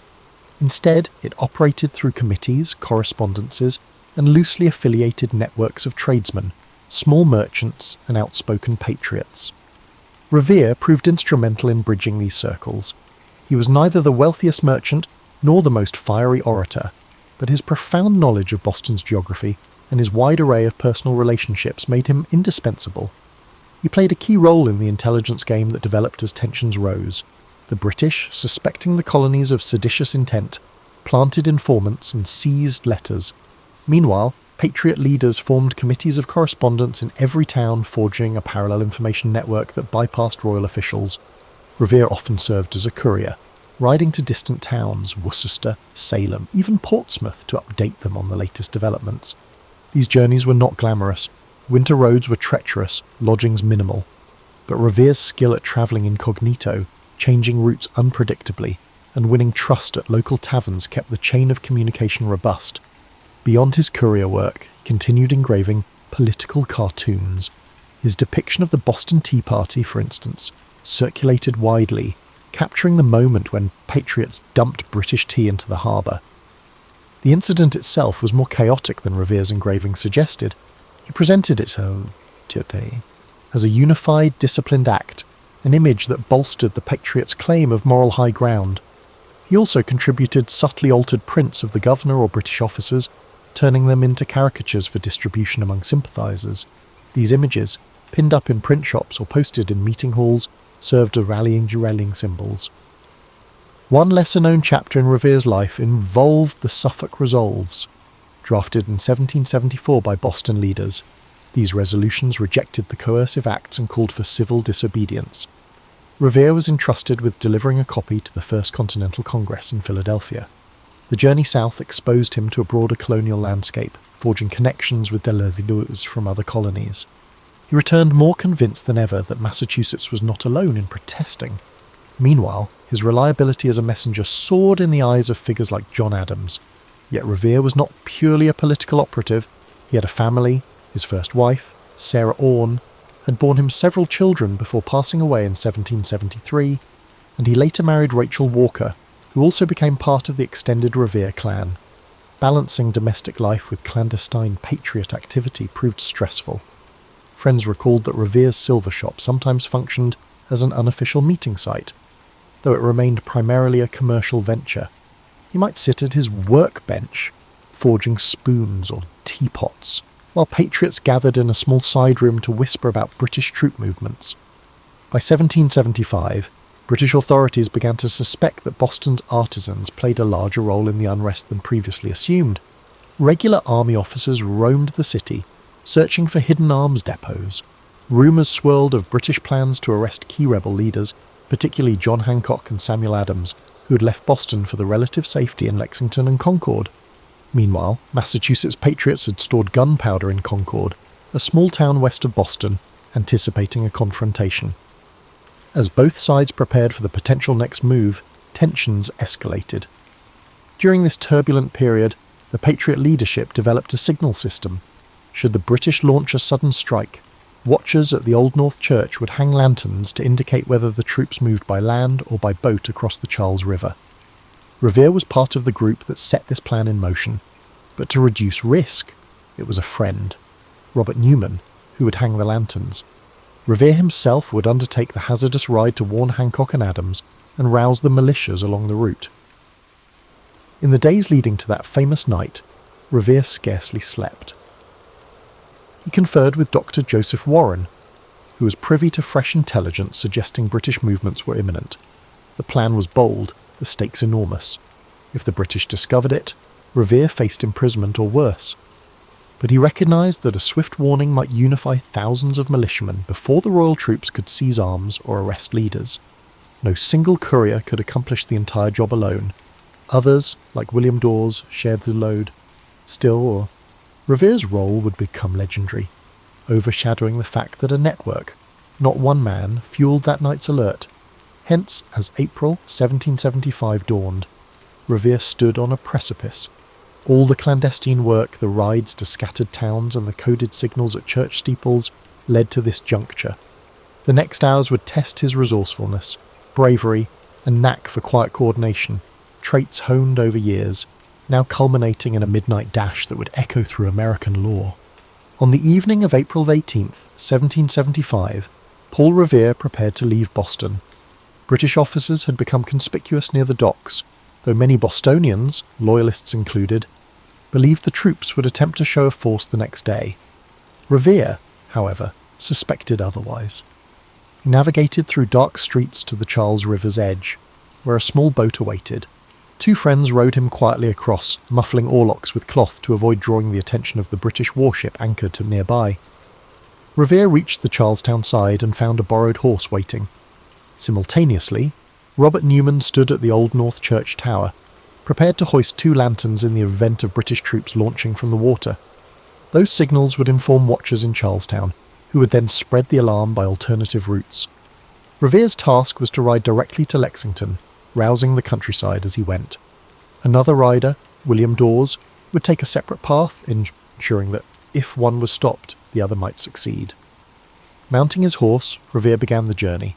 At first, the roads lay eerily quiet, lit only by moonlight or the occasional lantern in a window. He knocked on farmhouse doors, calling to sleeping patriots, "The regulars are on the move," or words to that effect. He never actually shouted, "The British are coming," since many colonists still considered themselves British. Instead, he typically used phrases like, "The regulars are out," to alert local militias. Families woke groggily, but recognised Revere by name or from prior visits. Swiftly they dressed, collected muskets, began passing word to neighbours further inland. The ride was not free of peril. At one point, Revere spotted 2 British officers on horseback. Fearing capture, he evaded them by dashing off on a side path, relying on his memory of the terrain. The near encounter heightened his urgency. Every minute counted. If the British marched swiftly, they could seize the arms in Concord or intercept Hancock and Adams before local militias mustered. Arriving in Lexington around midnight, Revere found Hancock and Adams lodging at the home of Reverend Jonas Clark. He delivered his news. British forces would soon move to confiscate colonial weapons and possibly arrest Patriot leaders. The two men hesitated, uncertain whether the threat was immediate. Meanwhile, locals debated the best course. Having done his duty of warning them, Revere prepared to continue on to Concord to spread the alarm further. By coincidence, Dawes arrived in Lexington shortly after Revere, having navigated a separate route.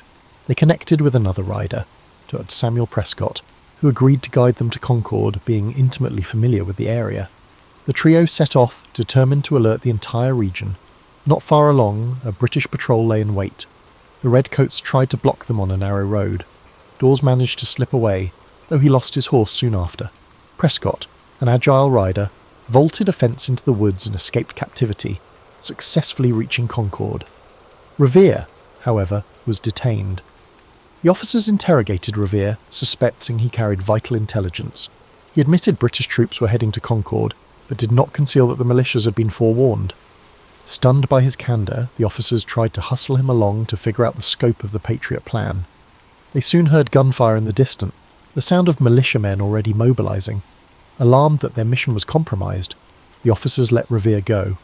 He found his way back to Lexington on foot, arriving just in time to witness the earliest skirmishes on Lexington Green at dawn. Thus ended Revere's ride, and thus began open conflict in the war that would shape a nation. The militias converged as intended. Though the British pressed on to Concord, they encountered a growing throng of armed colonists. The day ended in a chaotic retreat for the Redcoats, an event that echoed far beyond Massachusetts. News of this standoff would spark the colony's transformation from scattered protests into a full-blown revolution. Paul Revere's role on that pivotal night was merely one component of a larger chain. Others, Dawes, Prescott, local watchers, played equally critical roles. Yet over time, popular mythology spotlighted Revere as the lone hero, galloping through the countryside. Decades later, Henry Wadsworth Longfellow's poem, which condensed the story into a stirring call to arms, greatly contributed to Revere's fame. In reality, Revere's ride was but one expression of a complex strategy. However, it was sufficient to permanently inscribe him in America's collective consciousness as the individual who raised the alarm, thereby altering the course of history. Once the battles at Lexington and Concord ignited warfare, Paul Revere's story did not pause. He continued serving the revolutionary cause in myriad ways, some unsung, others overshadowed by the flash of his midnight ride. In the following months, Boston became a hotbed of tension. The British held the city, while colonial forces encircled it. Revere worked on intelligence and logistical tasks, using his expertise in messaging and in crowd coordination to keep patriots informed. One key project saw him turning from silver to metal of another kind. Massachusetts needed cannon, shot, and other munitions. As a skilled artisan, Revere adapted his workshop for manufacturing. Though not a large-scale operation, his foundry contributed metal fittings and small arms components. He tinkered with the ways to produce gunpowder, though that challenge required specialised mills. Meanwhile, Revere participated in local committees that governed the region in the absence of British authority, ensuring daily life continued amid chaos. Amid these labours, tragedy struck. Dr. Joseph Warren, Revere's friend and fellow patriot, was killed in June 1775 at the Battle of Bunker Hill. Warren's death hit Revere hard. The two had collaborated closely in mobilising the earliest resistance, and Warren's medical skill had saved countless lives in prior skirmishes. The heartbreak sharpened Revere's resolve. The cost of independence was high, yet men like Warren believed in it passionately. Revere channeled that sorrow into further commitments, travelling frequently between revolutionary committees in Cambridge and outlying towns. The British finally evacuated Boston in March 1776, a turning point that caused jubilation among the patriots. Revere moved back into the city, reclaiming his silver shop, but found it in disarray after months of occupation. Repairs were needed before normal business could resume. However, normal business had become a distant memory by that point. The war had shifted to other colonies, and Revere's skill set remained valuable. He volunteered for militia service and was appointed a lieutenant colonel of artillery in the Massachusetts militia. This role combined administrative oversight, ensuring troops had supplies and equipment, with strategic input, drawing on his knowledge of local fortifications. In 1778, Revere participated in the ill-fated Penobscot expedition, an attempt by the Massachusetts militia to oust British forces in present-day Maine. The expedition ended in disaster, with the colonial fleet scuttled and troops forced to retreat through the wilderness. Revere faced criticism for his actions there, especially regarding disputes over the chain of command. A court-martial ensued, questioning whether he had disobeyed orders or abandoned his post. While eventually exonerated, the incident left a sour note in his military career, contrasting sharply with the heroic aura of his earlier ride. Undeterred, he continued assisting in local defences, forging new connections with revolutionary leaders. In the final years of the war, Revere balanced militia duties with attempts to stabilise his personal livelihood. The prolonged conflict had disrupted normal commerce, and craftsmen across the colonies struggled. Revere's adaptability shone once more. He introduced new techniques, such as rolling copper sheets for naval use, precursor to his later achievements in metalworking that would flourish post-war. Throughout these years, Revere also engaged in the social fabric of the budding republic. He joined societies discussing ways to structure the new nation's governance. He was active in the movement that eventually produced the Massachusetts Constitution. Among his lesser-known efforts was involvement with the local intelligence apparatus to verify rumours of British espionage or infiltration. He was not a central spy master, but he knew the city intimately and could trace suspicious activity. The same street smarts that fueled his 1775 ride aided him once again. When the Treaty of Paris finally ended the Revolutionary War in 1783, Revere was approaching 50. He had served as craftsman, courier, militia officer, and community organiser, roles overshadowed by that single night's gallop into legend. Yet he emerged from the war with a moderate standing, his workshop battered, but not ruined. Boston's economy was in flux, but Revere saw opportunities ahead. He recognised that the new United States, short on domestic manufacturing, would need local industries to replace imports once supplied by Britain. Thus, as the guns fell silent, Revere pivoted from the chaos of war to the prospect of peace. He had learned about large-scale metalwork from wartime demands. Now he sought to parlay that knowledge into a business advantage. He opened new ventures, such as a hardware store and a foundry capable of casting bells and cannons. This transformation signalled his next chapter, a shift from revolutionary operative to pioneering industrialist. Despite everything, he held on to the memory of Bunker Hill, lost friends, and that ride on a moonlit night, which shaped him into a man determined to help forge a stable, prosperous future for the Republic he helped birth. In the post-war era, Paul Revere harnessed his entrepreneurial spirit to elevate Boston's manufacturing capabilities. While many Americans clung to small-scale artisanal methods, he envisioned something grander, an industrial growth that could rival Europe's established foundries. His experiences rolling copper for naval uses and casting small cannons during the war primed him for expansions. Through determined trial and error, Revere built a thriving copper works enterprise. It began with smaller tasks, producing copper bolts, spikes, and fittings for local shipyards. Boston, a bustling maritime hub, offered a ready market. Over time, Revere realised the potential for roofing large buildings with copper sheets, a technique popular in European cathedrals but rare in the young United States. He also recognised the possibility of sheathing the hulls of wooden ships with copper to prevent wood-boring pests and reduce marine growth. If widely adopted, copper sheathing could dramatically enhance a vessel's speed and lifespan, improving profitability for shipping companies. Yet capital was scarce. Revere searched for partners or backers, but often found scepticism. Most believed large-scale metalwork too risky. Unfazed, Revere used his personal savings, accumulated from decades of silver work, taking on loans at high interest. He arranged shipments of raw copper from mines in Connecticut or further afield. By the late 1780s, he operated a modest rolling mill, though it struggled to match the consistency of British imports. Undeterred, he laboured to refine techniques, tinkering with furnace temperatures and rolling machinery designs. Alongside forging a copper empire, Revere remained active in civic life. He joined the Massachusetts Charitable Mechanic Association, which championed tradesmen's rights and advanced mechanical innovations. In addition, he oversaw community initiatives aimed at improving infrastructure, Boston's roads, bridges, and fire services. This synergy of public service and private enterprise mirrored the developing ethos of the new republic. where personal success and collective well-being intertwined. His family also expanded, father to a large brood.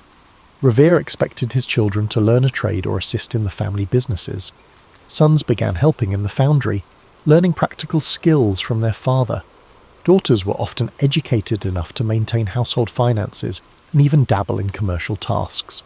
The Revere clan became a microcosm of the emergent middle class, part tradition-bound, part forward-looking. At times, dinner discussions likely encompassed everything from forging techniques to local politics. During this period, the new federal government sought to strengthen America's naval capacity. Threats loomed off the Barbary coast, where pirates seized merchant ships. The US Navy needed warships, and Revere saw his chance. He pitched his copper sheathing to the government, arguing that adopting homegrown manufacturing would reduce dependence on foreign supplies. Despite initial reservations, officials recognized the strategic advantage. By the mid-1790s, Revere's copper found its way onto the USS Constitution, nicknamed Old Ironsides, a famed frigate built in Boston. This success was huge. It demonstrated that domestic production could match or exceed British quality. With pride, Revere marched his workers to the Charlestown Navy Yard to see the Constitution outfitted. The event symbolized the synergy of industrial progress and national defense. In an era when many still saw the US as an agrarian confederation, Revere's pursuits hinted at a more industrial future. He began receiving more orders for bell casting too. Churches across New England wanted bells that combined pleasing acoustics with durability. Revere's foundry delivered. Some of these bells still ring today. Even as Revere's renown grew in manufacturing circles, he remained surprisingly modest about the famed midnight ride. He occasionally recounted it for new acquaintances, especially if they recognized his name from rumors. But he never wrote a grand memoir or boasted publicly. He seemed more captivated by forging new wares and improving his foundry's output. The ride that would define him for posterity was just one chapter in his own eyes. By the early 1800s, Paul Revere was recognized as a leading industrial innovator in Massachusetts. The aging patriot was no longer the lean courier bounding off into the night. Instead, he was a solid figure with greying hair, strolling through a noisy foundry, checking the quality of molten copper, and guiding younger craftsmen.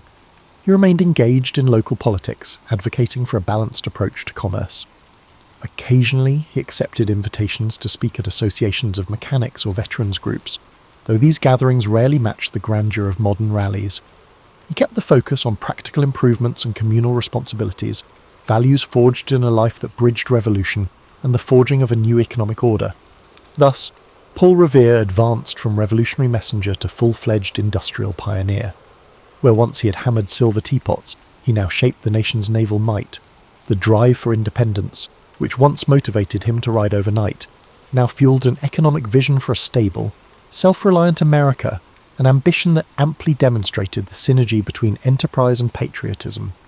Paul Revere's final decades saw him celebrated in local circles as an accomplished businessman and stalwart voice in civic affairs.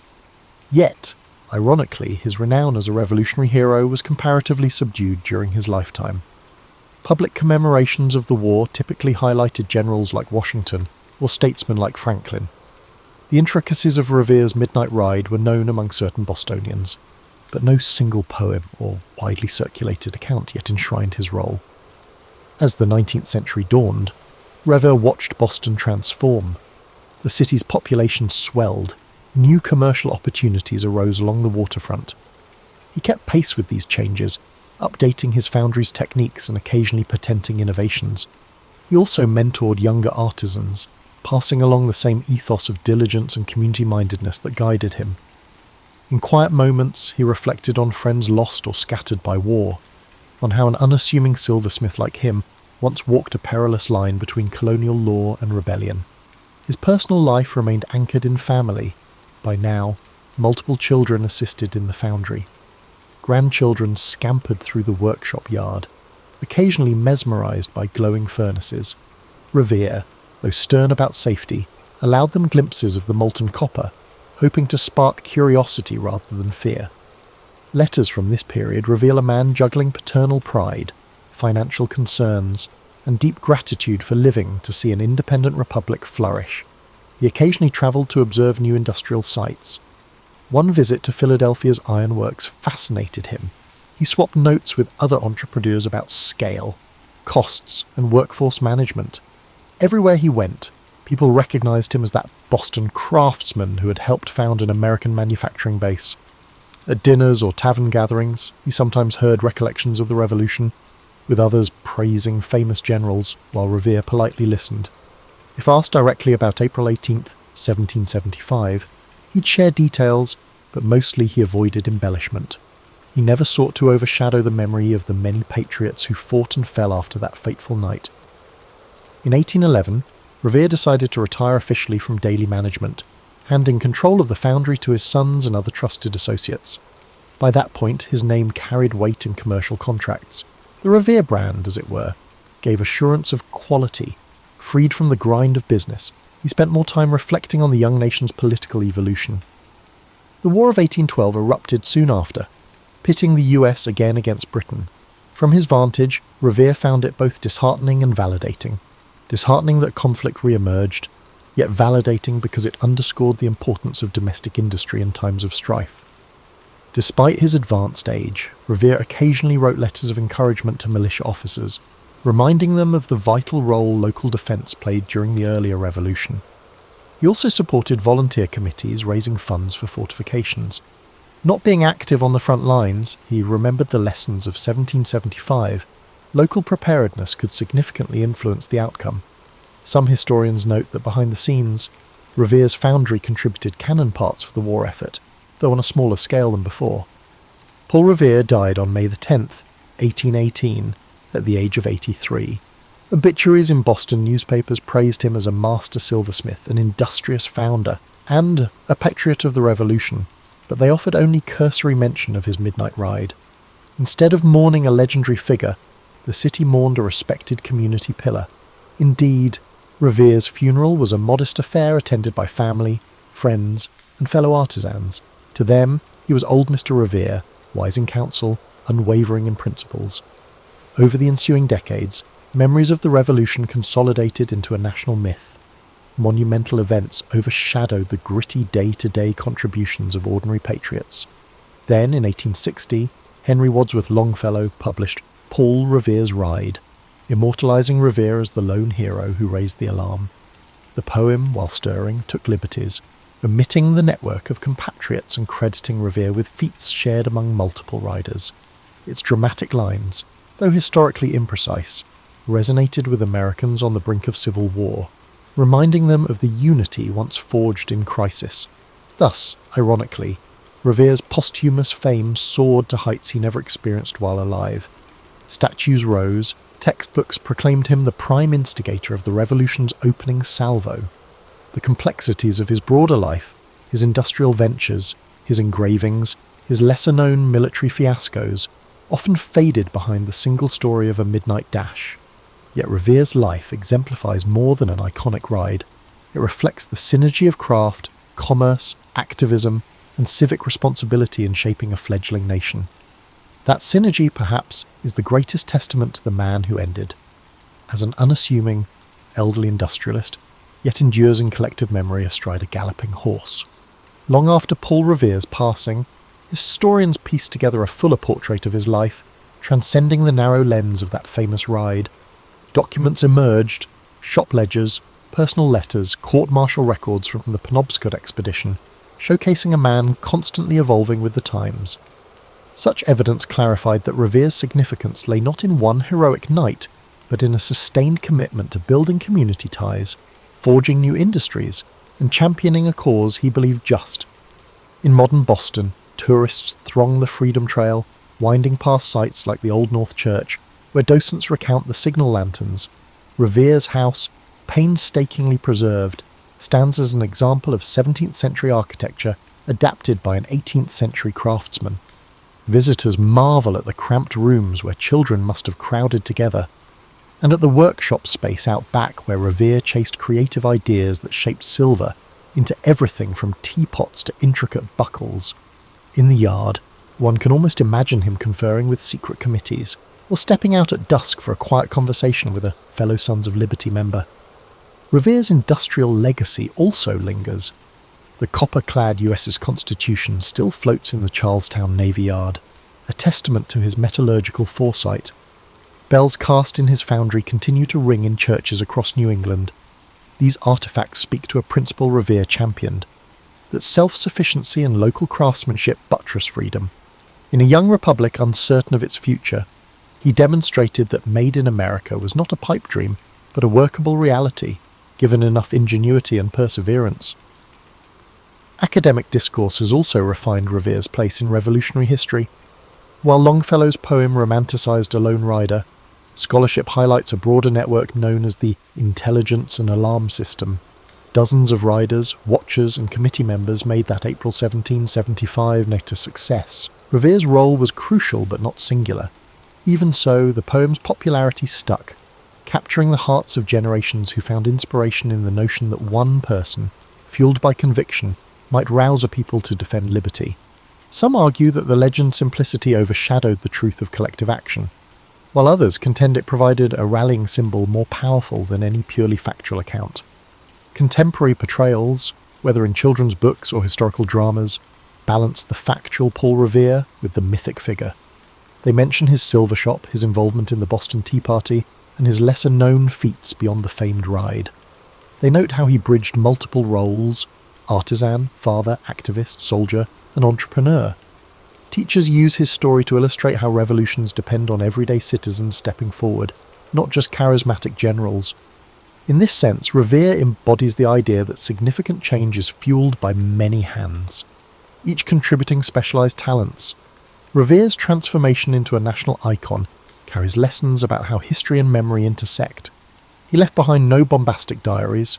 Rather, his records were pragmatic: receipts for silver items, letters about shipments of copper, brief notes on local militia tasks. The shift from modest business documents to mythic status suggests that once a narrative resonates with national sentiment, it acquires a life of its own. Paul Revere thus stands as both a historical figure, verifiable, multifaceted, and a cultural emblem shaped by poetry, public monuments, and retellings that emphasise drama over nuance. For people reflecting on the Revere's life today, he offers a model of adaptability.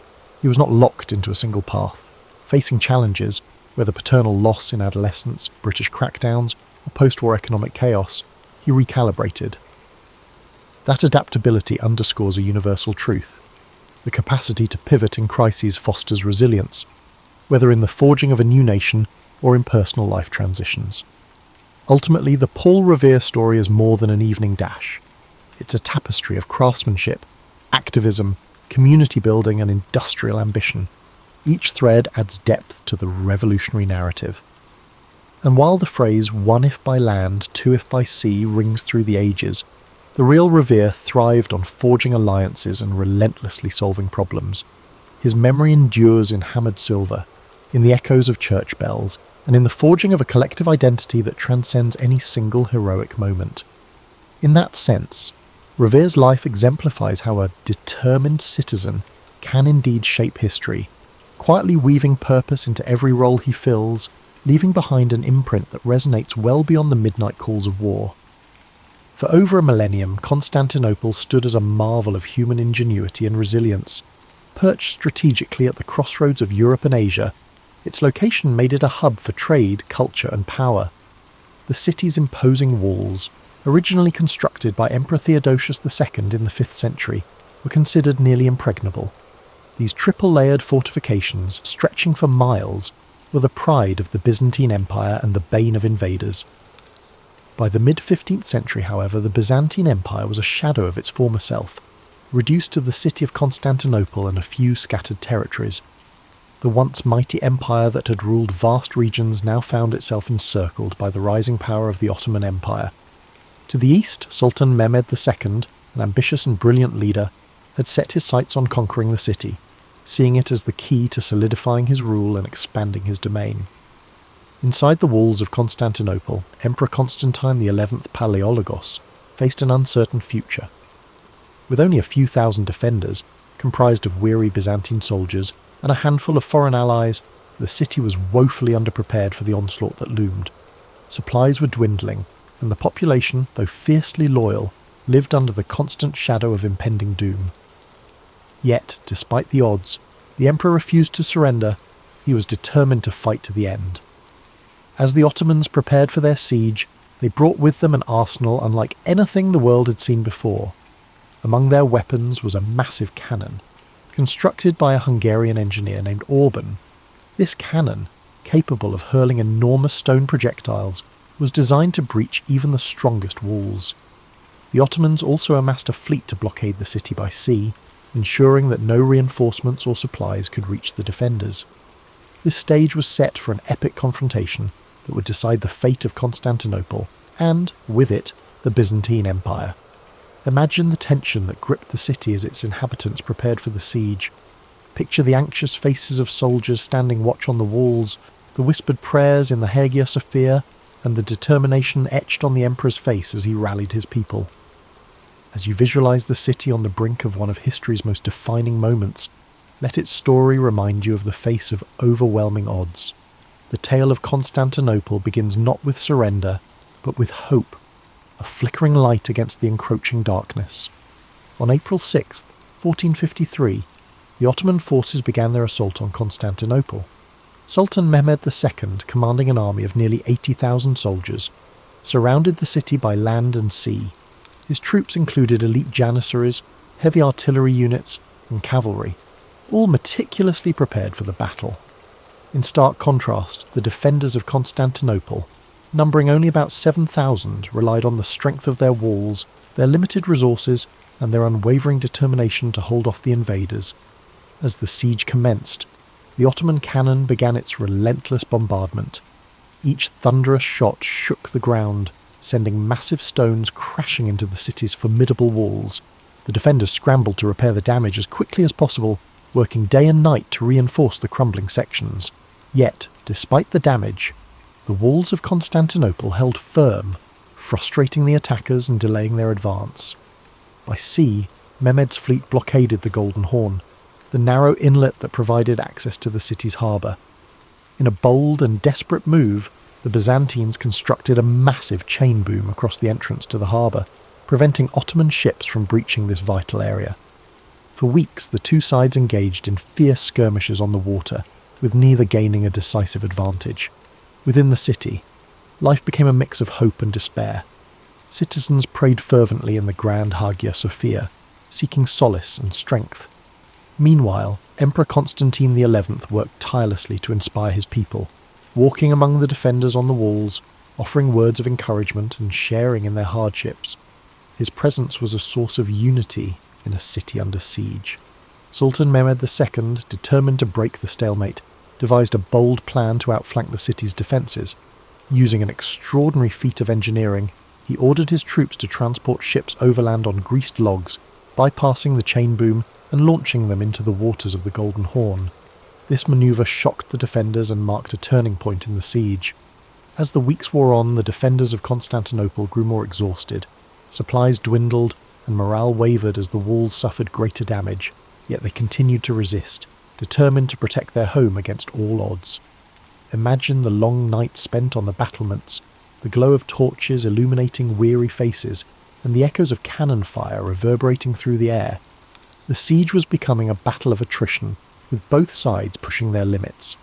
The city remained a symbol of defiance, even as the odds seemed increasingly insurmountable. The question lingered: how much longer could Constantinople hold out?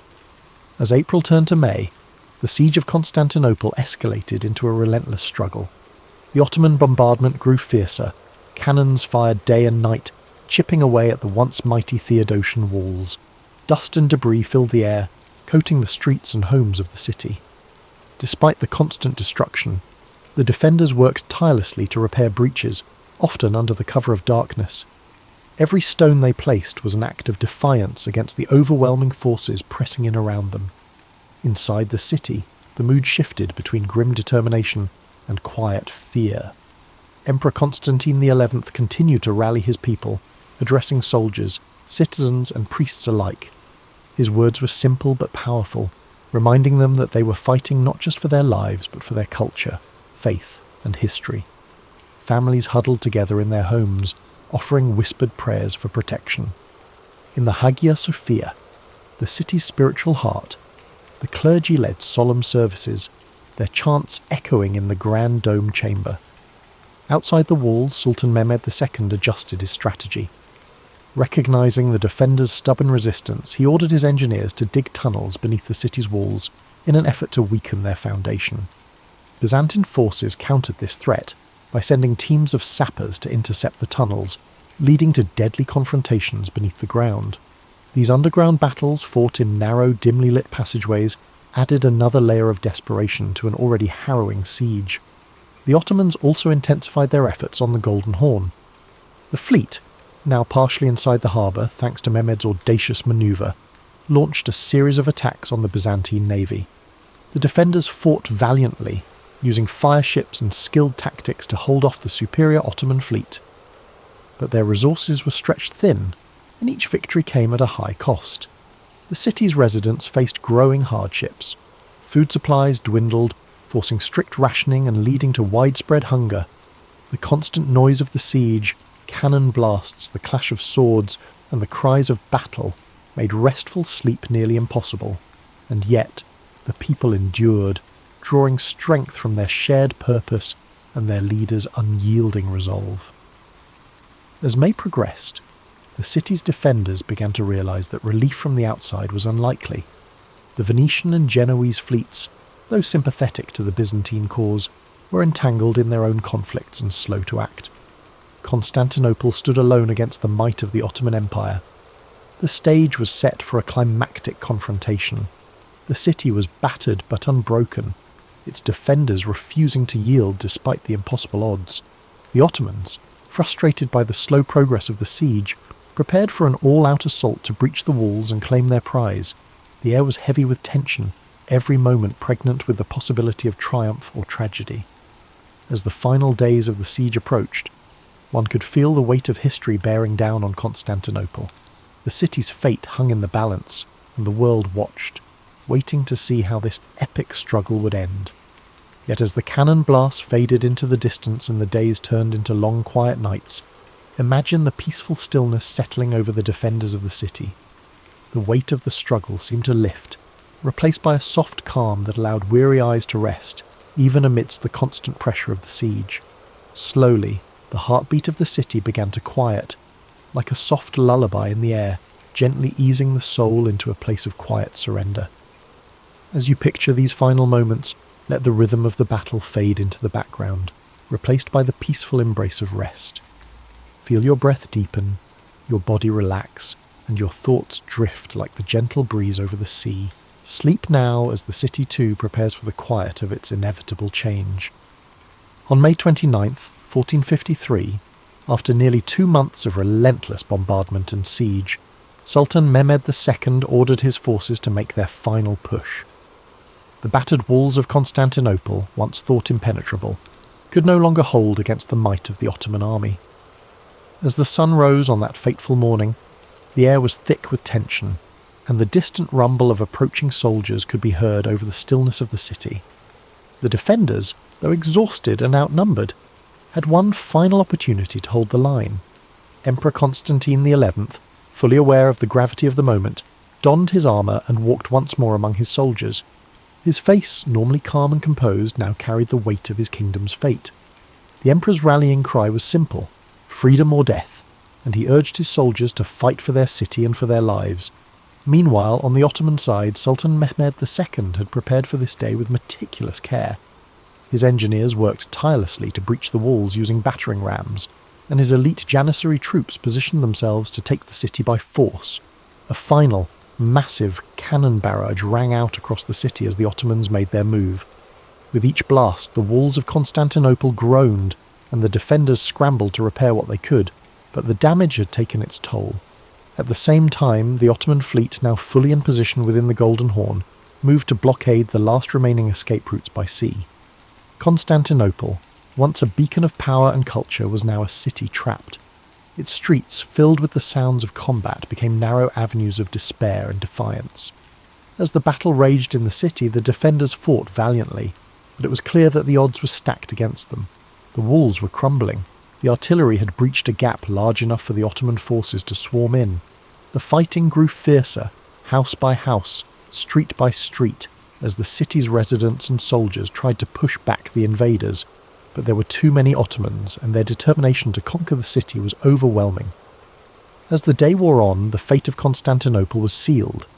By afternoon, the Ottomans had broken through the walls and the city began to fall. Emperor Constantine XI, realizing that the end was near, fought bravely until the very last.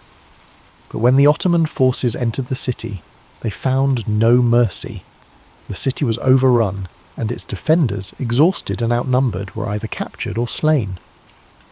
The fall of Constantinople was not just the fall of a city, it was the end of an era. The Byzantine Empire, which had once been a powerful force in Europe and Asia, was no more.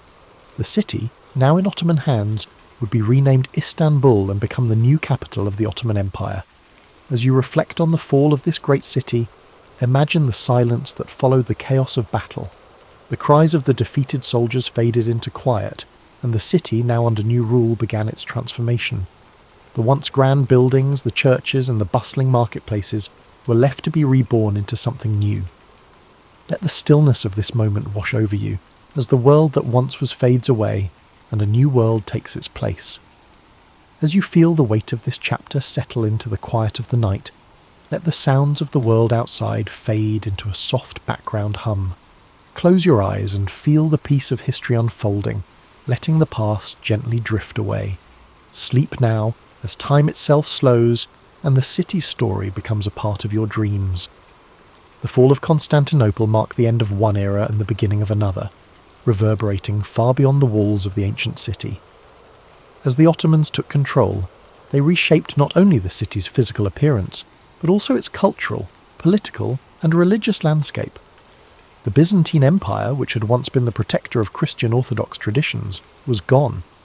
The city of Constantinople, now Istanbul, would become the heart of a new empire, the Ottoman Empire, bringing with it a wave of change that would echo through history for centuries. The fall of Constantinople was a pivotal moment for Europe, signalling the end of the medieval period and the start of the Renaissance. With the loss of one of the most important Christian cities, scholars, artisans, and intellectuals fled to the west, carrying with them priceless knowledge and manuscripts. The Greeks, who had lived under Byzantine rule for generations, brought their learning to places like Florence, Venice, and Rome. The rediscovery of classical texts and ancient Greek philosophy fueled the Renaissance, sparking a new era of intellectual and artistic flourishing. But the impact of the city's fall was not just felt in the West. For the Ottomans, capturing Constantinople was a moment of immense pride and significance. Sultan Mehmed II, now known as the Conqueror, solidified his legacy and the Ottoman Empire's power. He established a new capital that would rival all other cities in the world, renaming it Istanbul, and began transforming it into a thriving metropolis. The Hagia Sophia, once a Christian cathedral and a symbol of Byzantine glory, was converted into a mosque, and the city's skyline would be dominated by the grand minarets of Ottoman mosques. The Ottomans also began to expand their empire, pushing further into Europe, Asia, and Africa. Constantinople's fall opened up new trade routes and positioned the Ottomans as the dominant force in the eastern Mediterranean. The city's strategic location between Europe and Asia gave the Ottomans control of crucial land and sea trade routes, further strengthening their empire.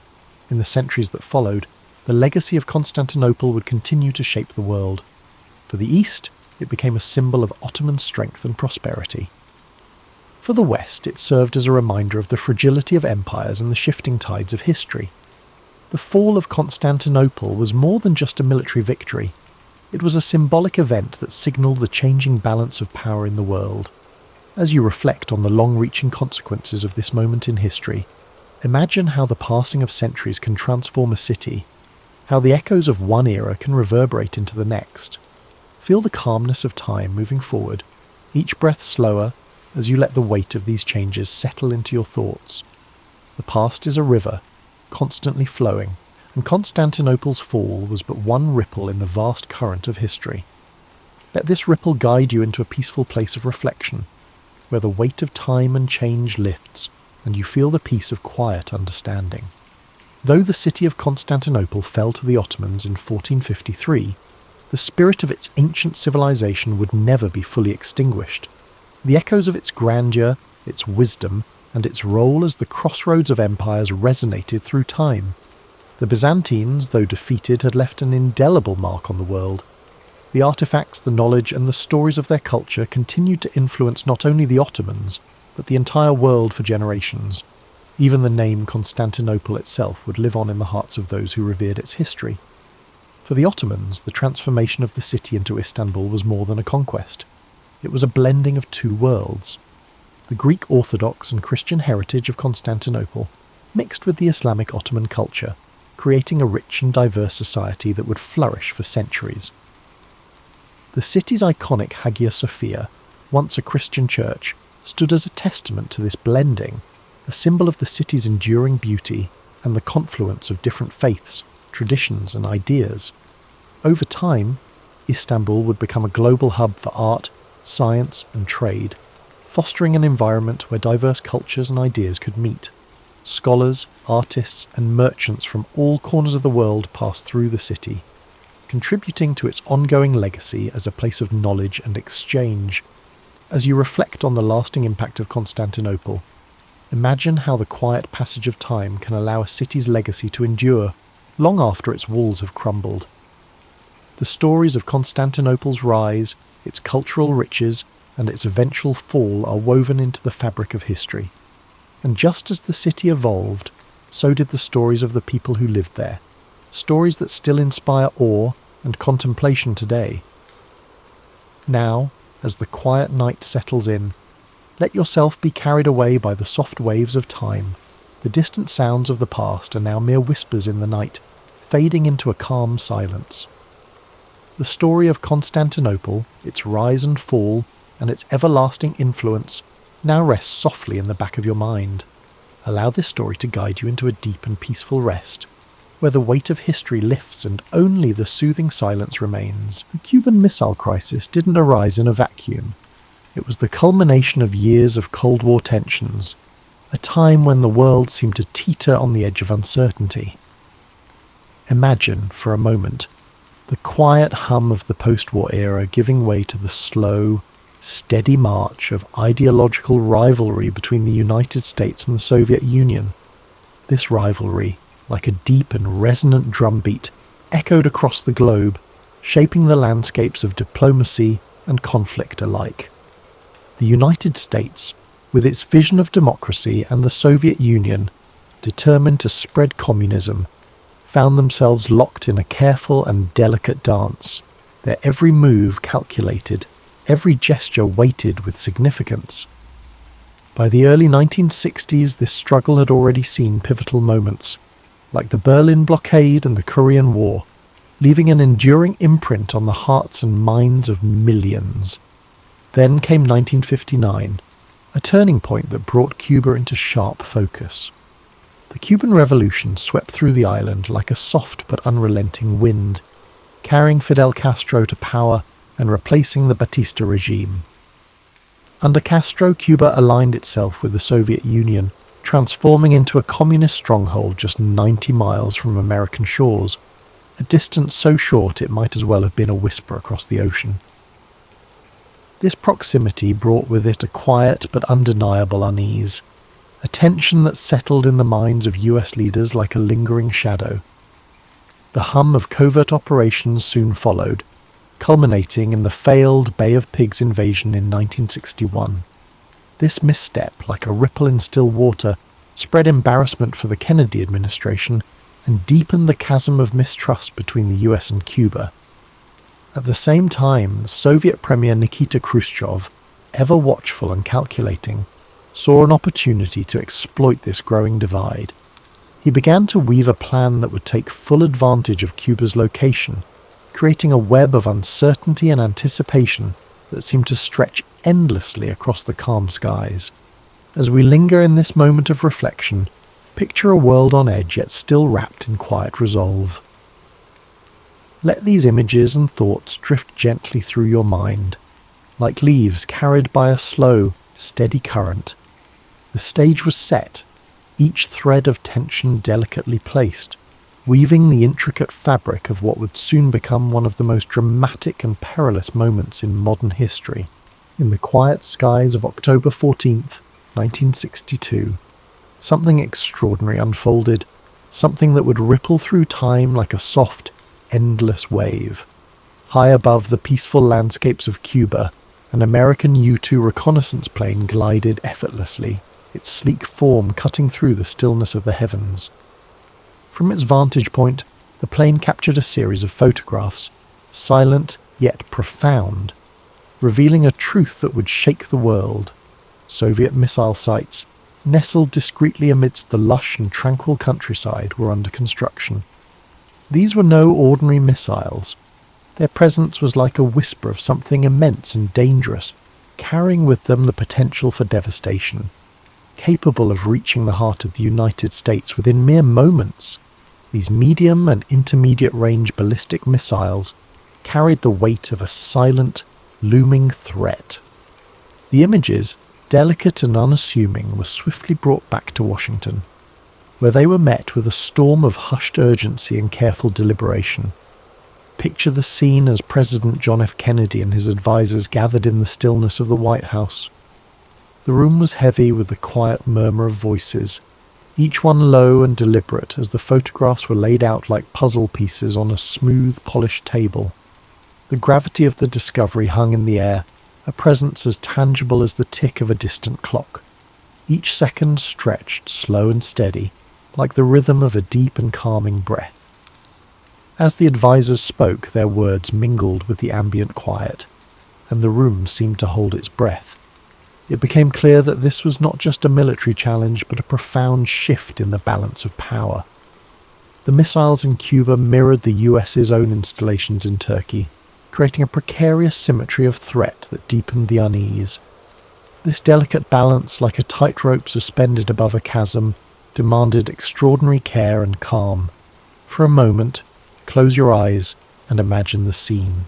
The soft rustle of papers, the distant hum of voices, and the unspoken tension that lingers in the air like a gentle mist.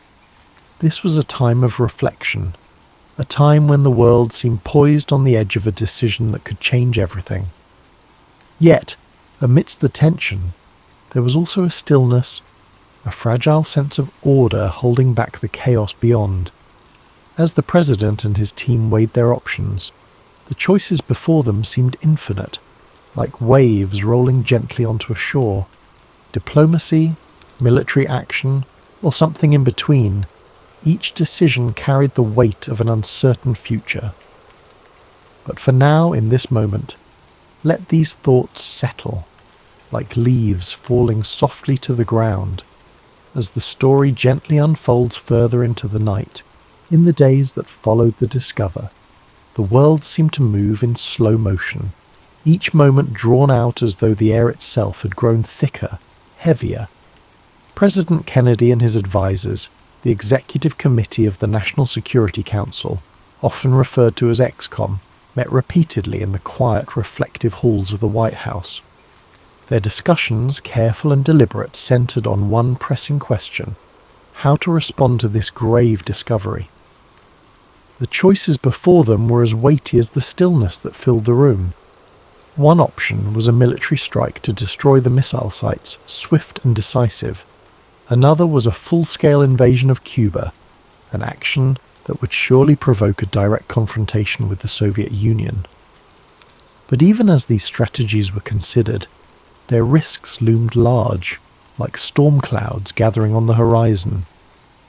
A misstep could spark the very thing they all feared: a nuclear war that might engulf the world in unimaginable devastation. Amid the tense deliberations, a third option emerged, one that seemed to offer a chance for resolution without immediate violence: a naval quarantine of Cuba. This option, though less aggressive, was no less bold. By establishing a blockade to prevent further delivery of Soviet missiles and military equipment to the island, the United States could demonstrate its resolve while leaving room for diplomacy to take hold. The term quarantine was chosen carefully, softer than blockade, to avoid the suggestion of an act of war. Picture, if you will, the long pauses between words as the advisors weighed this plan. Their voices, low and measured, filled the space like the gentle lapping of waves against a shore. The room, dimly lit and hushed, seemed to hold its breath as the implications of the quarantine began to crystallize. Would it be enough to deter the Soviets, or would it provoke them into escalating the conflict further? The question lingered, unanswered, like a faint echo in the stillness.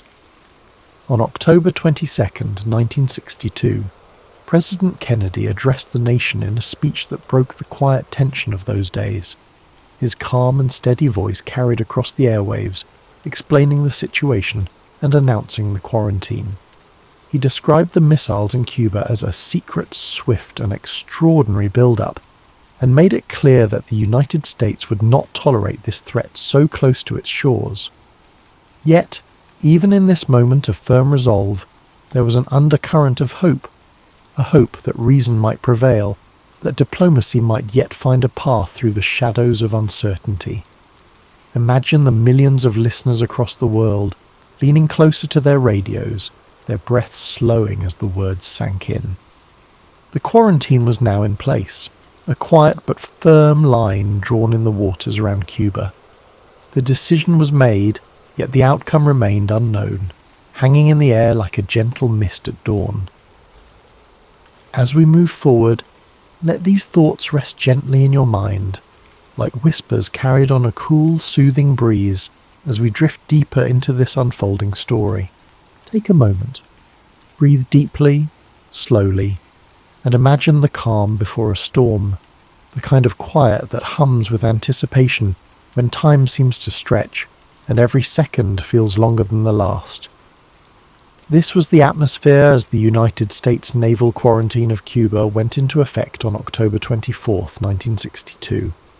The blockade was not just a line drawn in the water, it was a test of wills between two superpowers.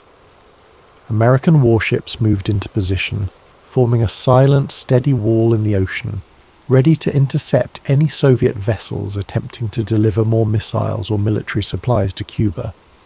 These ships, though distant from the shorelines, carried with them the weight of a global audience's gaze as the world watched and waited, holding its collective breath. Far away in the stillness of the Kremlin, Premier Khrushchev faced his own moment of reflection. Soviet ships were already en route to Cuba, some carrying cargo that would challenge the blockade directly. Would they stop or press on? To retreat might signal weakness. To advance might spark open conflict. The tension was palpable, an invisible thread pulling tighter with each passing hour. Imagine the seas, vast and unyielding, their surface calm but concealing a profound sense of unease beneath. The American ships floated silently, their crews ready but motionless, listening to the soft rhythm of the waves and the low hum of the engines. Across the Atlantic, the Soviet vessels continued their approach, the space between them shrinking slowly, steadily, like the narrowing of a great and ominous gulf. Back in Washington, the ExComm held near-constant meetings, their discussions now carrying the gravity of the quarantine's first test. Reports from the blockade zone came in, each one met with careful deliberation. The tension in those rooms was thick, almost tangible, as though it might spill out into the world beyond. Every voice was measured, every pause significant, as the weight of their decisions pressed down like a blanket of still and heavy air. Then, on October the 25th, an eerie moment of calm arrived. The Soviet ships stopped just short of the blockade line. This pause, this single moment of restraint, was both a relief and a reminder of how precariously balanced the situation remained. Khrushchev sent a message proposing negotiations, a glimmer of light breaking through the clouds of uncertainty. For a moment, let your mind linger on this fragile quiet.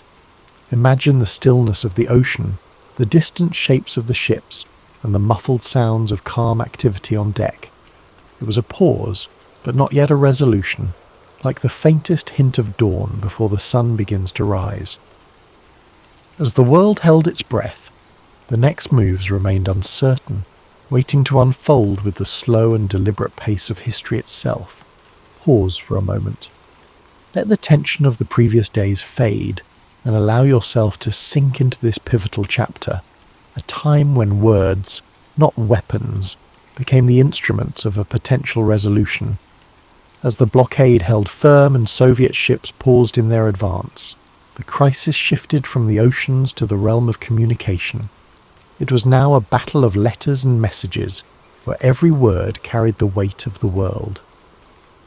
On October 26th, Premier Khrushchev sent the first of 2 letters to President Kennedy. It was a message of emotion and urgency, filled with words that seemed almost pleading, like whispers carried on a breeze. Khrushchev proposed a resolution. The Soviet Union would withdraw its missiles from Cuba if the United States would promise not to invade the island. The tone was personal, almost vulnerable, as if Khrushchev sought to reach Kennedy not as an adversary, but as a fellow human standing on the precipice of disaster. The next day, however, brought a second letter, different in tone, harsher, more calculated. This one demanded that the United States also remove its Jupiter missiles from Turkey, an escalation that added a new layer of complexity to the already delicate negotiations. These letters, arriving like waves in succession, left Kennedy and his advisers navigating treacherous waters. Which message represented Khrushchev's true intent? Was this a sincere offer or a ploy to gain an upper hand? In the stillness of the White House, Kennedy and the ex-com deliberated late into the night. Their discussions were careful, deliberate, each word spoken slowly, as if to avoid disturbing the fragile balance they were trying to maintain. The question lingered in the air like the soft echo of distant footsteps. How could they accept the first offer without appearing weak, while also avoiding a direct confrontation that might spiral into war? Imagine the quiet of those rooms, filled only with the faint rustling of papers and the low hum of thought. It was a moment of immense pressure, but also one of profound restraint, as though the weight of their decisions was held aloft by a delicate and invisible thread. Finally, Kennedy made his choice. He responded to Khrushchev's first letter, agreeing to the proposal of a non-invasion pledge in exchange for the removal of the missiles from Cuba. The Jupiter missiles in Turkey were not mentioned in this reply, a deliberate omission meant to simplify the path to resolution. At the same time, Robert Kennedy, the President's brother and Attorney General, quietly met with Soviet Ambassador Anatoly Dobrynin to discuss the removal of the Turkish missiles as a separate, unofficial arrangement. As the letters were exchanged, the world waited in silence. Imagine millions of hearts beating slowly, steadily, as the fate of humanity seemed to hang in the balance. This was diplomacy at its most fragile, like a fine thread spun across an open void. And yet, in that fragility, there was also hope, a faint but growing light at the end of a long and shadowed tunnel. Let this, though, drift gently through your mind as we move toward the final chapter of this remarkable story, where the crisis finds its resolution and the world begins to exhale. As the sun rose on October 28, 1962, the world awoke to a glimmer of relief. Premier Khrushchev announced that the Soviet Union would dismantle and remove its missiles from Cuba. His decision, conveyed in a public radio broadcast, marked the end of the 13-day standoff that had brought humanity to the brink of nuclear war. The missiles, he declared, would be taken apart and the weaponry returned to the Soviet Union under United Nations supervision. For President Kennedy, this was a moment of cautious triumph. The US quarantine had succeeded in forcing a peaceful resolution without resorting to violence. The secret agreement to remove the American Jupiter missiles from Turkey added a layer of complexity but remained undisclosed to the public, allowing both nations to save face in the eyes of the world. In the following days, work began to de-escalate the situation. Soviet personnel in Cuba started dismantling the missile sites, and American reconnaissance planes confirmed the progress. Meanwhile, the US ships maintained their positions until the removal was complete, standing as quiet sentinels of the fragile peace that now settled over the Caribbean. The resolution of the Cuban Missile Crisis was hailed as a victory for diplomacy, but it left an enduring impact on both nations. In the United States, Kennedy emerged as a skilled leader who had successfully navigated the most dangerous crisis of the Cold War. For Khrushchev, the crisis was a humbling moment that exposed the limits of Soviet power and, in part, contributed to his eventual removal from office. Yet, the aftermath also brought reflection. The sheer proximity to disaster prompted both superpowers to reconsider their approach to conflict and diplomacy. In 1963, the two nations established the Moscow-Washington Hotline, a direct communication link designed to prevent misunderstandings and delays in future crises. It was a small but significant step toward reducing the risk of nuclear confrontation. Imagine the stillness of those post-crisis days. The world, so recently shadowed by the threat of annihilation, now seemed quieter, calmer, as if holding its breath in gratitude. The Cuban Missile Crisis had shown how close humanity could come to its own destruction, and how essential it was to step back from the edge.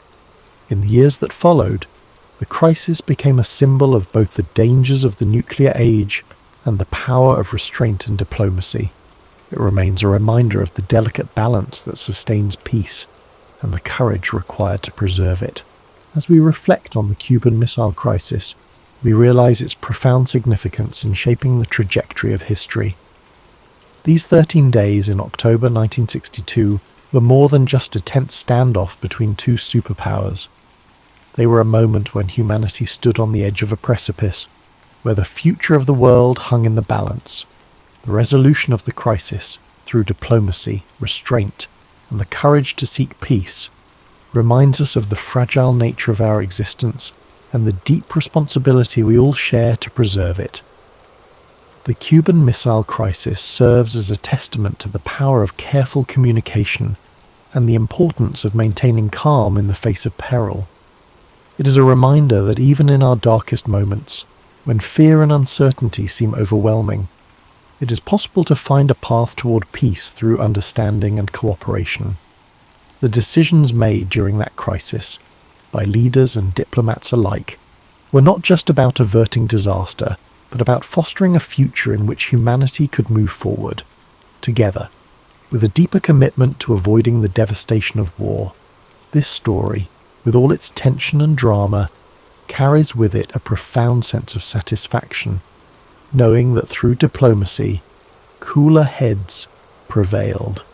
The crisis could have led to a catastrophe, but instead, it ended with the restoration of a delicate peace, and as we find comfort in that resolution, we can allow ourselves to drift into a space of tranquility, knowing that even in the most tumultuous times, peace is always within our reach if we dare to reach for it.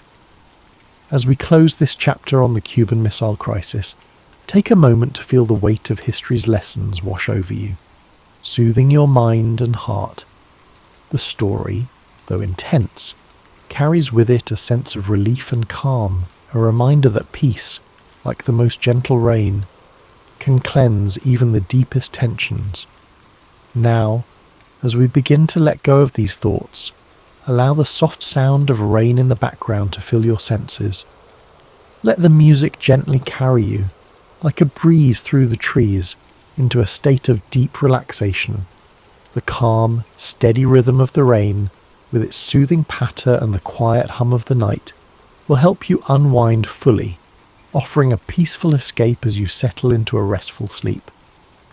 Aristotle's story begins over 2,000 years ago, in 384 BCE, in the ancient city of Stagira, located in northern Greece.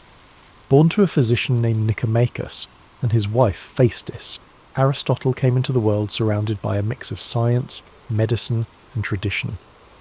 His father's role as the physician to the royal court of Macedon meant that Aristotle grew up in an environment deeply rooted in observation, inquiry, and the natural sciences. Even as a child, he showed a curious and inquisitive nature, traits that would come to define his life and work. However, Aristotle's early life was not without hardship. His parents passed away when he was still a boy, leaving him orphaned at a young age. Despite this loss, he was taken in by a guardian and received an education that emphasized both discipline and exploration. His early exposure to the workings of the natural world, combined with the structured environment of his upbringing, set the stage for his intellectual journey. At the age of 17, Aristotle travelled to Athens, the intellectual and cultural centre of the ancient world. There, he enrolled in Plato's Academy, a prestigious school founded by the renowned philosopher Plato.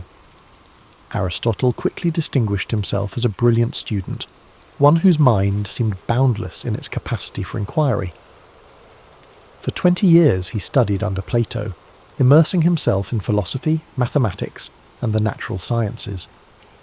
Though Aristotle greatly admired Plato, he did not always agree with his teacher's ideas. While Plato focused on the realm of ideal forms, Aristotle's mind was drawn to the tangible, the observable, and the concrete. He believed that understanding the world required examining it directly, through observation and experience. This difference in approach would later define Aristotle's own philosophy, setting it apart from that of his mentor. After Plato's death, Aristotle left Athens and began a period of travel and teaching.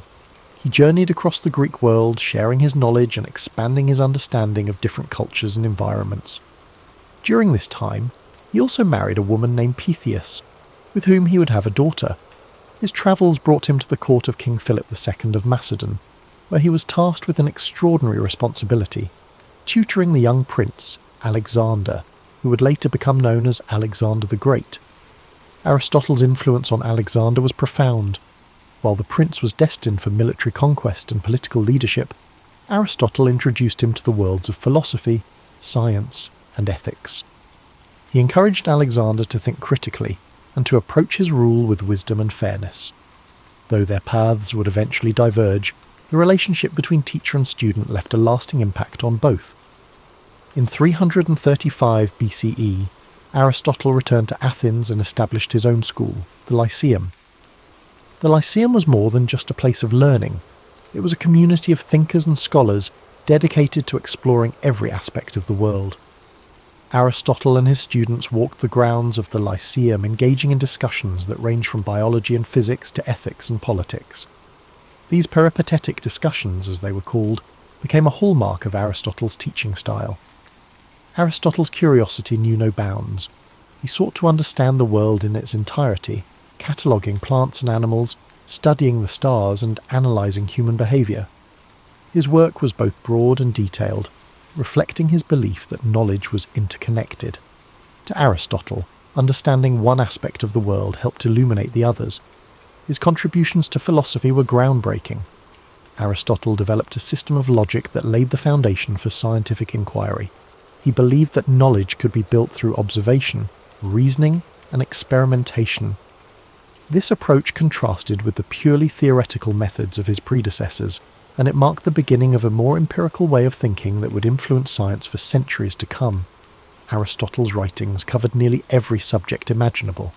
He explored metaphysics, examining the nature of existence and reality. He wrote extensively on ethics, proposing that the goal of life was to achieve eudaimonia, or flourishing through the cultivation of virtue. In politics, he analysed the structures of government and society, emphasising the importance of balance and justice. Yet, Aristotle was not infallible. Like all thinkers of his time, his work was shaped by the cultural and historical context in which he lived. Some of his ideas, particularly those on natural hierarchy and gender roles, reflected the limitations of his era. Even so, his methods of inquiry and his commitment to understanding the world continue to resonate. As Aristotle's influence grew, so too did the challenges he faced. In his later years, political tensions in Athens made his position increasingly precarious. Following the death of Alexander the Great, anti-Macedonian sentiment in the city put Aristotle, with his ties to the Macedonian court, under scrutiny. Accused of impiety, he chose to leave Athens, reportedly saying that he would not allow the city to sin twice against philosophy, a reference to the execution of Socrates decades earlier. Aristotle spent his final years in the city of Chalcis, where he continued to write and reflect. He passed away in 322 BCE at the age of 62, leaving behind a legacy that would endure for millennia. His works, preserved and studied over the centuries, became a cornerstone of Western thought, influencing fields as diverse as science, ethics, politics, and art. As you reflect on Aristotle's life, let the calm rhythm of his story guide you into a peaceful state of relaxation. His journey reminds us of the power of curiosity, the value of inquiry, and the interconnectedness of all knowledge. Aristotle's life was not just about answers, it was about asking the right questions and seeking understanding in all things.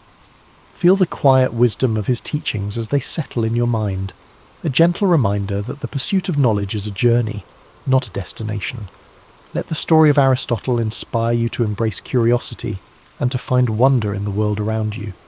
Now, as you drift off to sleep, imagine the serene halls of the Lyceum, the soft murmurs of philosophical discussions, and the gentle rustling of leaves as Aristotle and his students walk under the shade of ancient trees. Let these images carry you into restful dreams, where the wisdom of the past illuminates the infinite possibilities of tomorrow. As you continue to relax, let the profound legacy of Aristotle's life unfold in your mind. His dedication to understanding the world wasn't just about acquiring knowledge. It was about seeking harmony, balance, and truth in everything around him. Aristotle believed that knowledge was interconnected, and through his teachings, he encouraged others to see the unity between the natural world, human behaviour, and the cosmos itself. Imagine Aristotle walking through the Lyceum, the warm sun filtering through the trees as he engaged in thoughtful discussions with his students. His words carried a sense of purpose, guiding those who followed him to think critically and observe the world with care. These walks, known as peripatetic lectures, were not just a means of sharing knowledge, they were a journey of discovery, where every step brought new insights and understanding. Aristotle's influence reached far beyond his own lifetime. His writings were preserved and studied by scholars throughout history, shaping the foundations of many disciplines. In the Middle Ages, his works became central to both Islamic and European philosophy, earning him the title of the philosopher among medieval scholars. His contributions to logic, ethics, and the natural sciences provided a framework for future thinkers, from Thomas Aquinas to Galileo Galilei. In the realm of ethics, Aristotle's concept of virtue remains timeless. He believed that the key to a fulfilling life was finding the balance between extremes, a concept he called the golden mean. For Aristotle, courage lay between recklessness and cowardice, generosity between stinginess and extravagance. This philosophy of moderation offers a calming and thoughtful perspective, reminding us that harmony often lies in balance. As you reflect on these teachings, let their wisdom bring a sense of calm and clarity. The idea that life's challenges can be approached with balance and thoughtfulness is a comforting reminder that, even in times of uncertainty, there is a path forward that brings peace and understanding. Aristotle's work on the natural sciences was equally revolutionary. He believed that observation and experience were the keys to understanding the world. He meticulously studied plants, animals, and celestial phenomena, striving to uncover the principles that governed their existence. His efforts to categorize and explain the natural world laid the groundwork for modern scientific inquiry, inspiring countless generations of researchers to follow in his footsteps. Picture Aristotle seated in quiet contemplation, surrounded by scrolls and diagrams, his mind alight with questions about the universe. The gentle hum of the world around him, the rustling of leaves and the distant chirping of birds served as the backdrop to his endless curiosity. This serene image reminds us of the beauty of learning and the quiet joy of discovery. In his exploration of politics, Aristotle emphasized the importance of community and the role of government in promoting the common good. He studied different forms of governance, analyzing their strengths and weaknesses. His belief that humans are political animals underscores our innate desire for connection and cooperation. Aristotle's insights into the nature of society encourage us to think deeply about the ways we interact with one another and the systems we create to support our collective well-being. As the rain falls gently outside your window, imagine the ancient world Aristotle inhabited, a world filled with wonder, where the mysteries of existence invited exploration and understanding. Let his story remind you that curiosity is a gift, one that opens the door to endless possibilities. Now, as you drift deeper into relaxation, picture the stars shining above the Lyceum, their light guiding Aristotle and his students as they pondered the mysteries of life. The gentle rhythm of their footsteps, the soft murmur of their voices, and the stillness of the night create a peaceful atmosphere, one that invites you to find rest and serenity in your own journey. Aristotle's life was a testament to the power of inquiry, the joy of discovery, and the interconnectedness of all things. His teachings remind us that knowledge is not just about understanding the world, it's about finding our place within it and striving to live in harmony with ourselves and others. Let the quiet wisdom of Aristotle's journey settle into your thoughts as you rest. His legacy is not just one of intellectual brilliance, but of a life deeply dedicated to understanding the beauty and complexity of existence. Aristotle saw the world not as a collection of separate pieces, but as an intricate tapestry, where each thread is connected to the others in profound and meaningful ways. Imagine the calm serenity of ancient Greece, the golden sunlight cascading over the white stone columns of the Lyceum as Aristotle strolled its pathways, surrounded by students eager to learn. They debated, questioned, and explored every aspect of life, from the nature of the stars above to the behaviour of the animals in the fields nearby. Their conversations were filled with curiosity and wonder, a reflection of Aristotle's belief that every question, no matter how simple or complex, was worth pursuing. Aristotle's ability to bridge different disciplines was one of his greatest strengths. He saw no boundary between science and philosophy, ethics and politics, or art and nature. To him, everything was interconnected, part of a greater whole that deserved to be studied and understood. This holistic view of the world is a reminder of the beauty that lies in seeing the bigger picture, in understanding that each small piece contributes to something far greater than itself. As you drift further into relaxation, let the harmony of Aristotle's teachings bring you peace. His philosophy of balance and moderation encourages us to find calm in the chaos, to seek the middle ground where we can flourish. The idea of the golden mean is not just a guide for making choices, it is an invitation to live with grace and intention, to approach life with a steady and thoughtful heart. Picture Aristotle at his desk, surrounded by scrolls and notes, the flickering light of a lantern illuminating his work. The quiet hum of the night provides the perfect backdrop for his thoughts, as he meticulously records his observations and ideas. Each stroke of his pen represents a step forward in humanity's understanding of the world. This image is a reminder that even the grandest achievements begin with quiet moments of reflection and dedication. Aristotle's life was also a testament to resilience. Despite the challenges he faced, from personal loss to political exile, he never stopped asking questions, never stopped seeking to understand. His commitment to learning and teaching, even in the face of adversity, is a powerful reminder that knowledge and curiosity are forces that can overcome even the greatest obstacles. Now, as you relax and prepare to drift into sleep, imagine the gentle sound of waves lapping against the shores of ancient Greece, the rhythmic flow of the sea echoing the timeless nature of Aristotle's wisdom. His story reminds us that the search for knowledge is an endless journey, one that brings us closer not only to the world around us, but also to ourselves. Let your breathing slow as you picture the peaceful gardens of the Lyceum, where Aristotle's students gathered to learn and grow. The rustling of leaves in the wind and the soft murmur of philosophical discussions create a tranquil atmosphere, one that invites you to rest and reflect. As the calm of the night surrounds you, let the echoes of Aristotle's wisdom carry you further into a restful state. His life's journey reminds us of the power of patience and persistence, the idea that true understanding unfolds slowly, like the petals of a flower opening to the morning sun. Each step he took, each question he asked, was a step toward unravelling the mysteries of life. Imagine the gentle rhythm of Aristotle's daily routines at the Lyceum, the sun casting soft shadows over the gardens, where he and his students would walk and talk. The air would have been filled with the scent of blooming flowers and the distant sound of birds singing, creating a serene environment for thought and reflection. It was in these simple, unhurried moments that some of the most profound ideas in human history were born. Aristotle's approach to life and learning reminds us that it's okay to take our time, to explore the world with curiosity and wonder. He understood that knowledge is not something to be rushed. It is a lifelong journey, one that unfolds gradually and beautifully. This philosophy of patience and exploration is one we can carry with us, a gentle reminder to approach our own lives with care and intention. Aristotle often turned his gaze upward, marvelling at the vastness of the universe and pondering the mysteries it held. To him, the stars were not just distant points of light.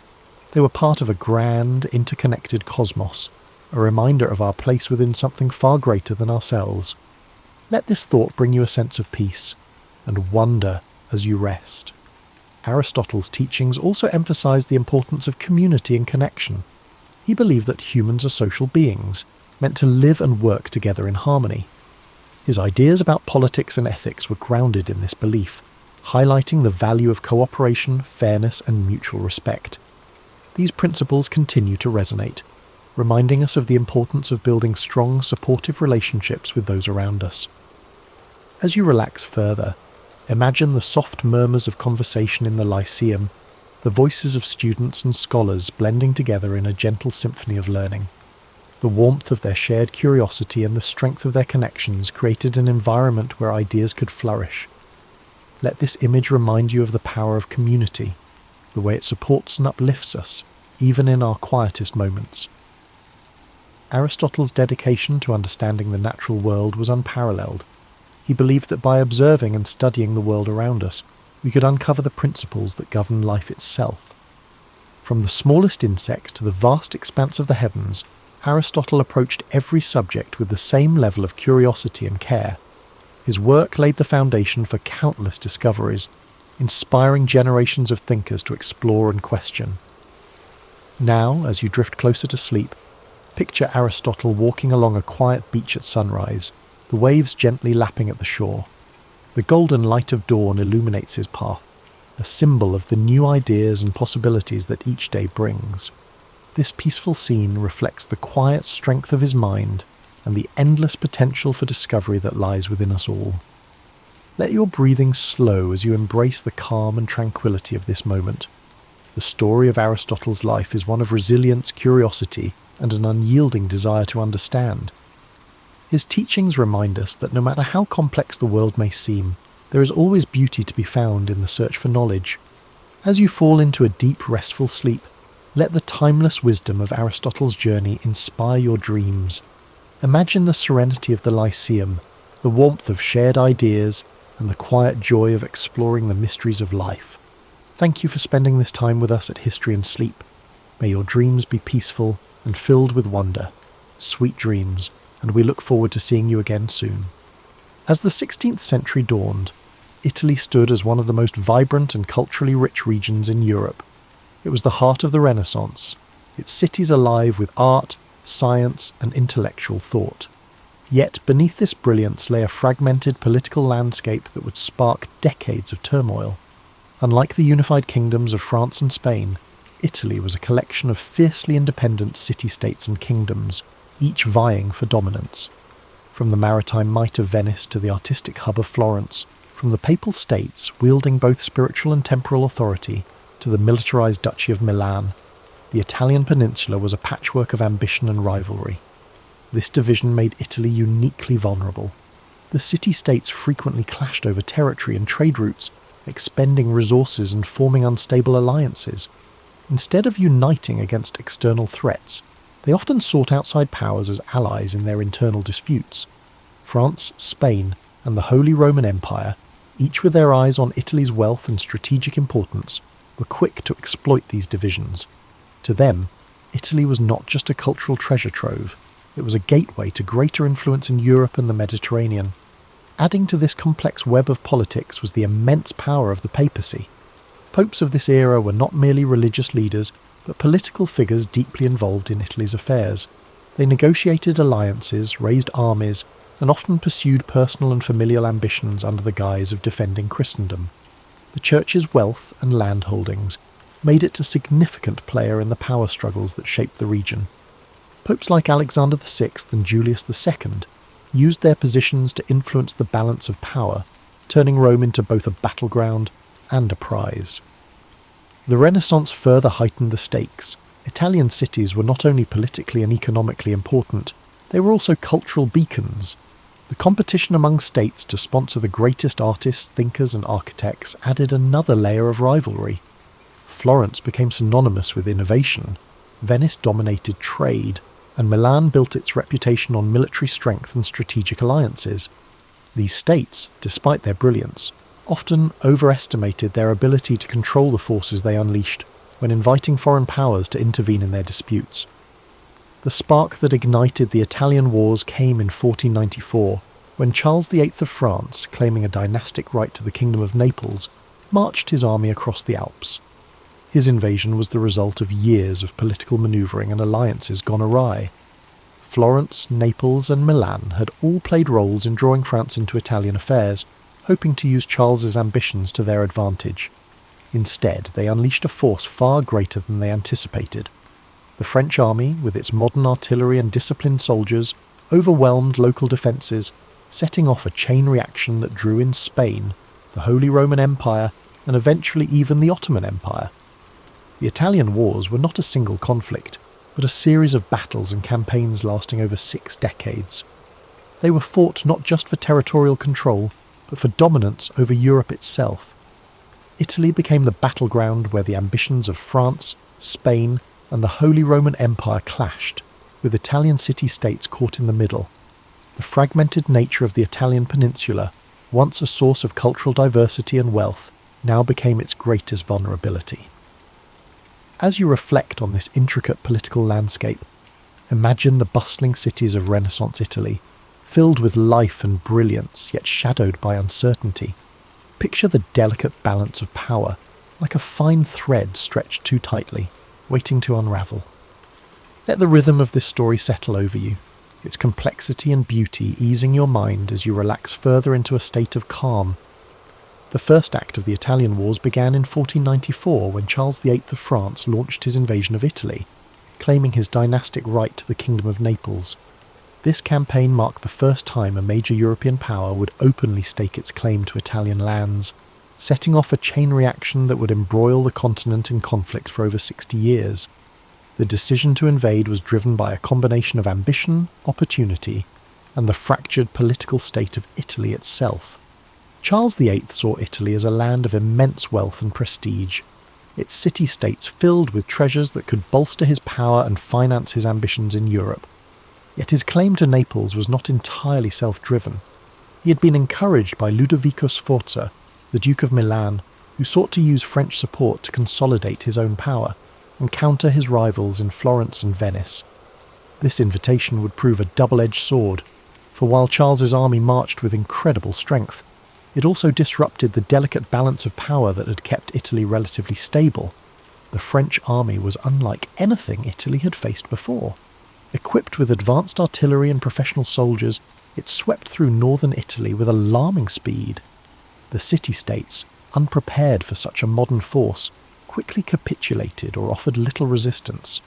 Florence, long a hub of Renaissance brilliance, was forced to submit to Charles's demands, its leader Piero de' Medici attempting to placate the French with territorial concessions. This sparked outrage among the Florentine people, leading to the ousting of the Medici family and a period of tumult in the city. As Charles pressed southward, his campaign continued to unsettle Italy. The Papal States, under Pope Alexander VI, faced immense pressure to negotiate with the French king, who posed a direct threat to Rome itself. Ultimately, Alexander chose diplomacy over confrontation, allowing Charles to pass unimpeded. The French army reached Naples in 1495, capturing the city with relative ease. Yet the ease of their victories belied the challenges that lay ahead. The rapid success of the French invasion alarmed the rest of Europe. Ferdinand II of Aragon, whose Spanish crown had claims to Naples, saw the French presence as a direct threat to his interests. He joined forces with the Holy Roman Empire, Venice and Milan in the formation of the League of Venice, a coalition designed to expel the French and restore balance to Italy.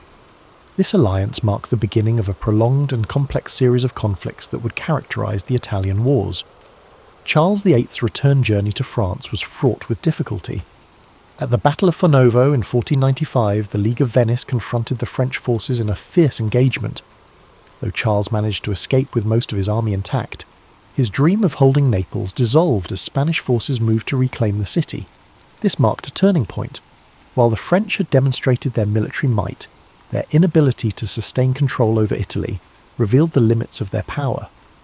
The first invasion set the tone for the Italian Wars, a conflict defined by shifting alliances, brutal battles, and the constant interference of foreign powers in Italian affairs.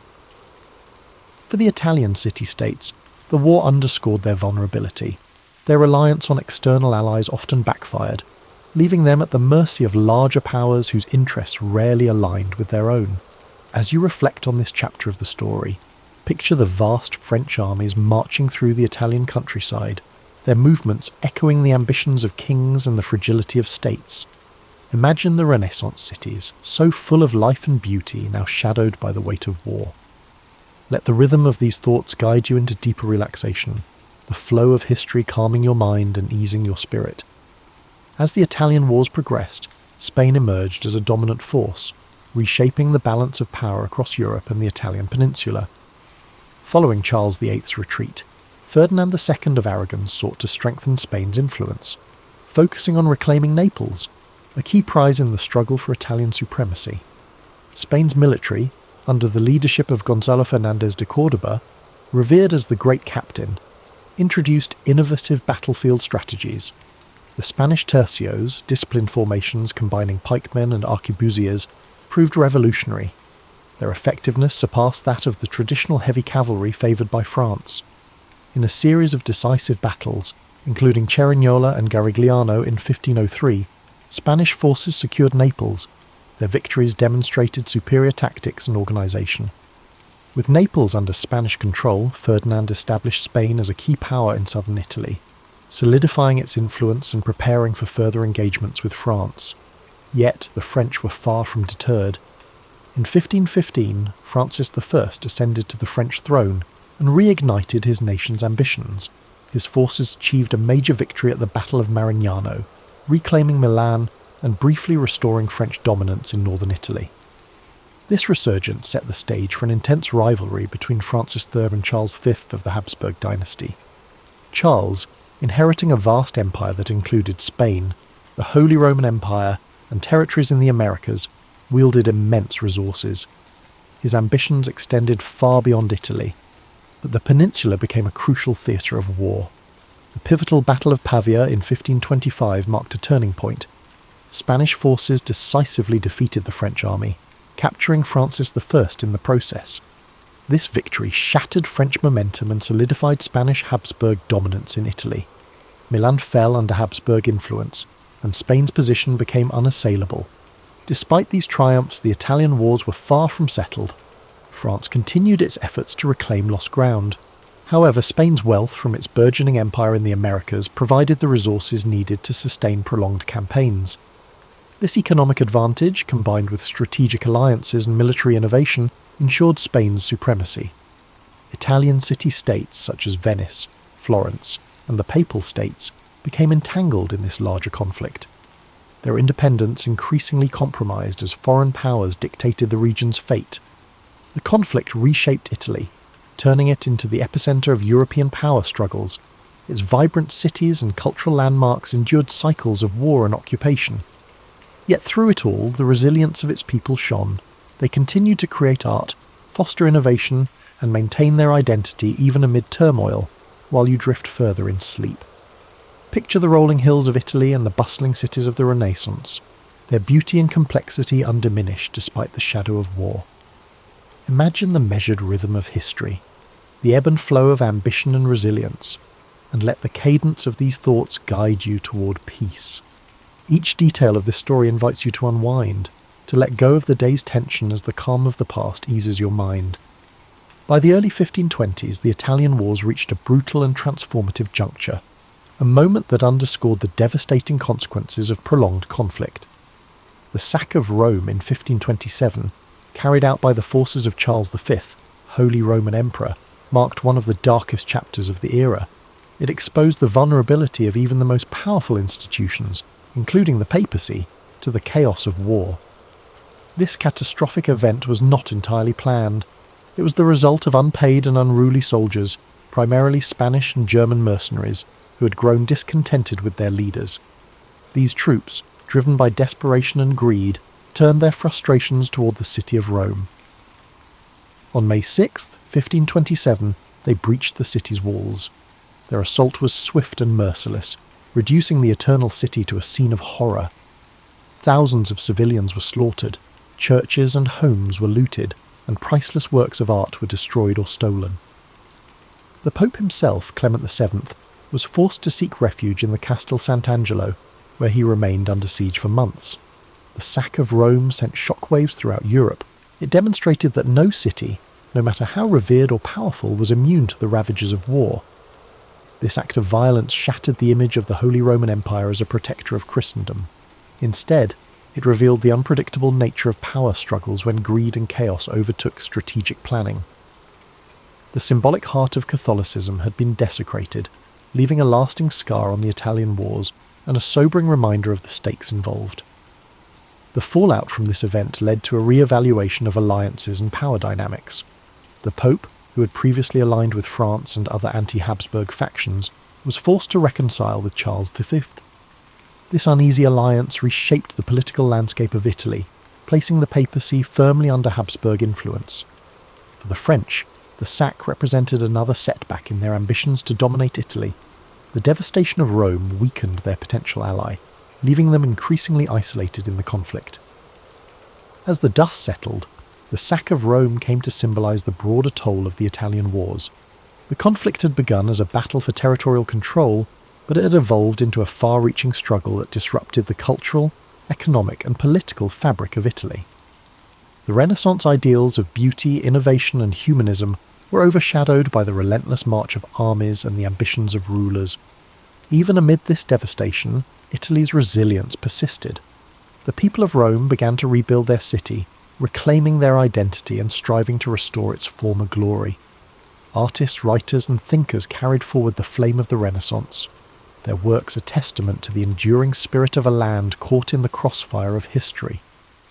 As you look back on this pivotal moment, imagine the quiet streets of Rome after the storm, the strength of its people as they turned chaos into renewal.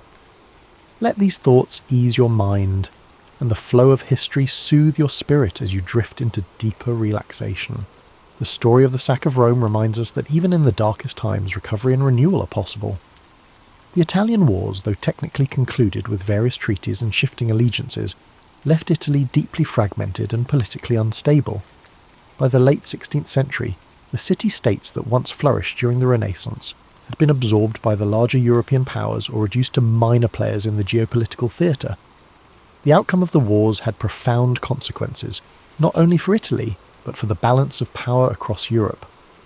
After the sack of Rome in 1527, the political situation in Italy grew more complicated. The papacy, weakened and diminished in prestige, was now firmly under Habsburg influence. Pope Clement VII, despite his earlier resistance, was forced to sign a peace treaty with Emperor Charles V, marking the start of a period of Habsburg dominance in Italy. The French, now dealing with internal turmoil and an empire stretched thin, were no longer able to exert as much influence over Italian affairs. Milan, once a powerful independent duchy, had fallen under Habsburg control following the French defeat at Pavia and the subsequent Treaty of Madrid. Similarly, Naples and other southern Italian regions were now under Spanish rule.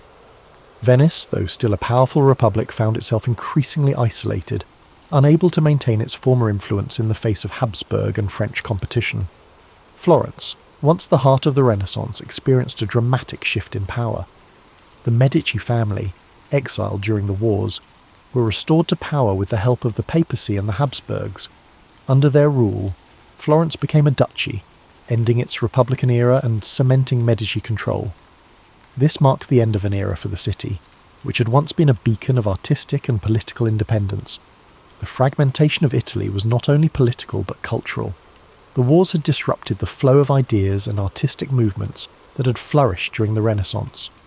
Many of Italy's greatest artists, including Leonardo da Vinci and Raphael, had already passed, and those who remained found themselves working under foreign rulers who had little interest in maintaining the cultural vibrancy that had once defined the peninsula. The wars also set the stage for future conflicts. The power vacuum left in Italy, coupled with the continuing rivalry between France and Spain, ensured that Italy would remain a battleground for European ambitions well into the 17th century. The Italian states, once autonomous and rich in their diversity, had been transformed into pawns in a larger game of European politics. Yet, even in the aftermath of destruction and division, Italy's identity remained intact. The Renaissance had planted seeds of intellectual, artistic and scientific achievement that would continue to influence the world long after the wars had ended. Italy's cities, though scarred by years of warfare, would eventually rise again, fueled by the legacy of those who had once shaped the course of history. As you reflect on this final phase of the Italian wars, picture Italy, its cities, landscapes and people, rebuilding in the wake of centuries of conflict. Let these thoughts soothe your mind, the quiet endurance of a nation marked by the passage of time. Feel the ebb and flow of history calm your spirit as the struggles of the past slowly fade into the background, leaving only peace. As we bring this story to a close, it's important to summarise the deep legacy left behind by the Italian wars. Though the wars themselves were marked by conflict, power struggles and shifting allegiances, Italy's resilience and cultural spirit endured beyond the violence. The wars may have fragmented the peninsula politically. However, the intellectual, artistic and cultural achievements that flourished during the Renaissance would continue to shape the world for generations to come. The devastating toll of the wars, especially the sack of Rome and the subsequent political upheavals, left visible scars on Italy's landscape.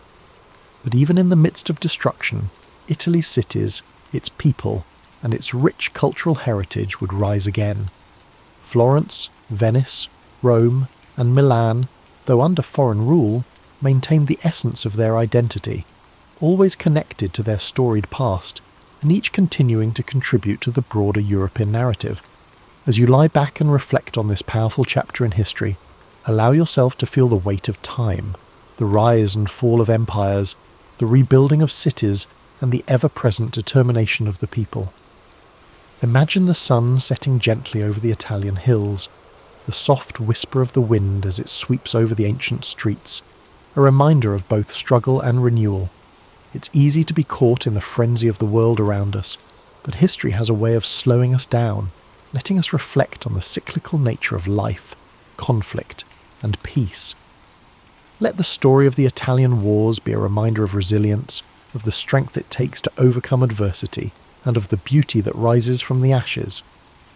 Now, as we transition to the peaceful sounds of rain and soft melodies, let your mind settle into the rhythm of nature, allowing the soothing sounds to wash over you, easing you into a deep and restful sleep. She was born in Frankfurt in 1929, entering a world already trembling beneath financial hardship and political acrimony.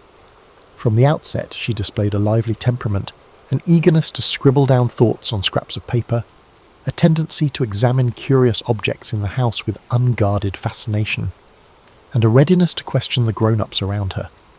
Yet before she truly got to know the city of her birth, before she could form a bond with the rhythms of German streets, her family decided to leave. A gathering storm which transformed from sporadic political slogans into a monstrous force dictating who deserved to exist freely and who did not, compelled them to leave. Her father, Otto Frank, was a thoughtful man, by turns reserved and quietly determined. He had no taste for radical politics. His mind was anchored to the practical. Otto recognised that Germany was changing. He had once pictured it as a place of vibrant culture, his homeland, a nation that championed arts, literature, and philosophy. But by the time Anne was 4, it had become a place that turned hateful eyes toward Jewish families like his.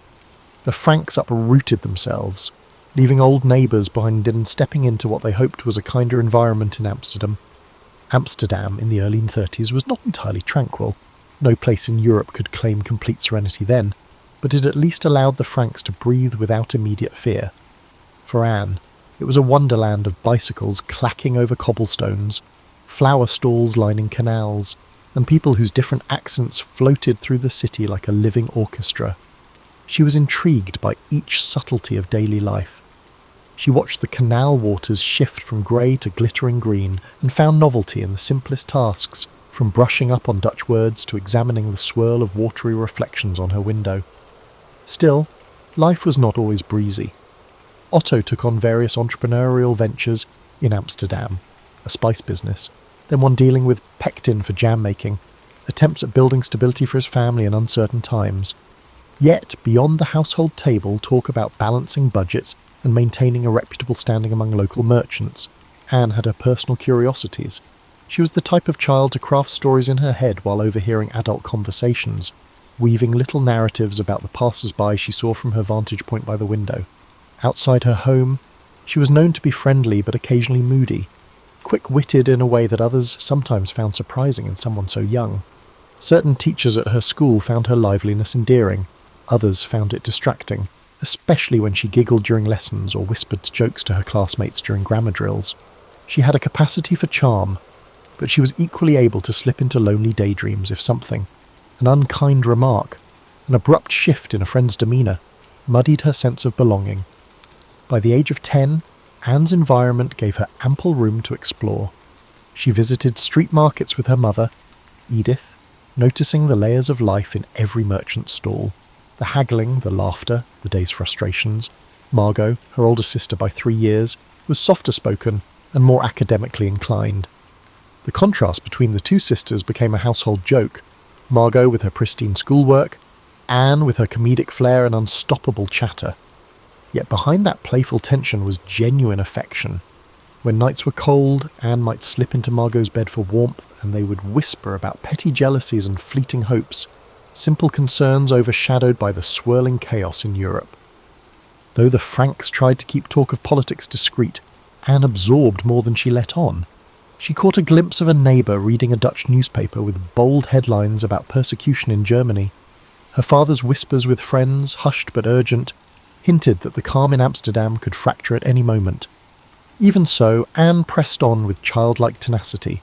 She was growing, she wanted fresh notebooks and new friends. She wanted experiences beyond her parents' experiences, and if the world was threatening to shape her future in frightening ways, she was determined to keep her own sense of curiosity intact.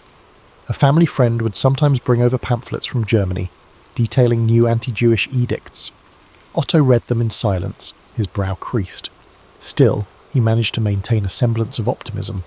Perhaps the Netherlands would stay safe, he reasoned. Perhaps all of this ugliness would remain confined to distant borders. But the dread was difficult to fully conceal. Anne sensed it in the way her mother's voice caught when asked about the future. She felt it in the hush that settled over her father's face when he listened to the radio in the evening, straining to hear news of the next ominous shift in Europe. In the meantime, she grew comfortable in her new city, walking canals with that open-hearted stare reserved for the young. The promise of tomorrow still excited her. The possibility of a new friend, a new game, or a new rumour swirling at school. She was, after all, still just a child, not entirely conscious of the forces that were about to tighten their grip on her life. The curtains were only just beginning to draw shut on a chapter she had barely started writing. During the late 1930s, Amsterdam's charm still glowed, though a sense of caution dimmed the edges of daily life for Jewish families. Anne learned the city through her own lens, a mixture of innocence and growing awareness. She observed the chattering customers in small cafes, the varied dialects of dock workers, and the clatter of trams. She found it all mesmerising. Yet, she was not naive. At school, she overheard quiet discussions among older classmates, unpleasant changes in neighbouring countries. She would sidle close, gleaning half-facts about hatred and unbridled authority. In many ways, her mother, Edith, served as a shield. Edith believed in preserving a sense of normalcy. She insisted on routines, Sunday lunches, bedtime reading, and making sure the girls wrote in neat cursive. Anne, perched beside her mother on the sofa, would sometimes stare at the ticking clock, listening to the seconds slip by as Edith talked about personal values, about compassion, and about keeping one's dignity. The words might have sounded old-fashioned to some, but Anne found comfort in them. She saw her mother as gentle yet quietly sturdy. Meanwhile, Margot was forging her path in academics. Teachers often praised her discipline and intelligence. Anne sometimes bristled at the comparisons. She recognised the familial pride. Margot was considered the reliable one, but she also wanted to make her own mark. So, while Margot was off reading textbooks, Anne would roam corners of Amsterdam with a friend, giggling about inconsequential details, the shape of a dog's ears, a funny hat worn by a passerby, or the new marquee outside the local cinema. Beneath the laughter, though, she felt the silent undercurrent of war creeping into everyday conversation. As the political climate worsened, the Franks took more precautions. They heard stories of relatives in Germany who had lost businesses, homes, or worse, vanished altogether. Although Otto and Edith tried to spare their daughters the details, Anne was discerning. She began to grasp that some people viewed families like hers with malice that defied logic. She noticed fewer carefree outings, fewer times her father returned from work wearing that small, confident smile. Even so, she clung to humour, scribbling short stories in notebooks. They were full of lively characters, sometimes overshadowed by moral dilemmas she overheard adults discussing. In her own fictionals, she rearranged reality to make sense of it. At school, Anne forged relationships that were both superficial and meaningful. Some classmates were simply partners for projects. Others were confidants who exchanged hushed confessions about shifting alliances in Europe. The teachers seemed increasingly tense.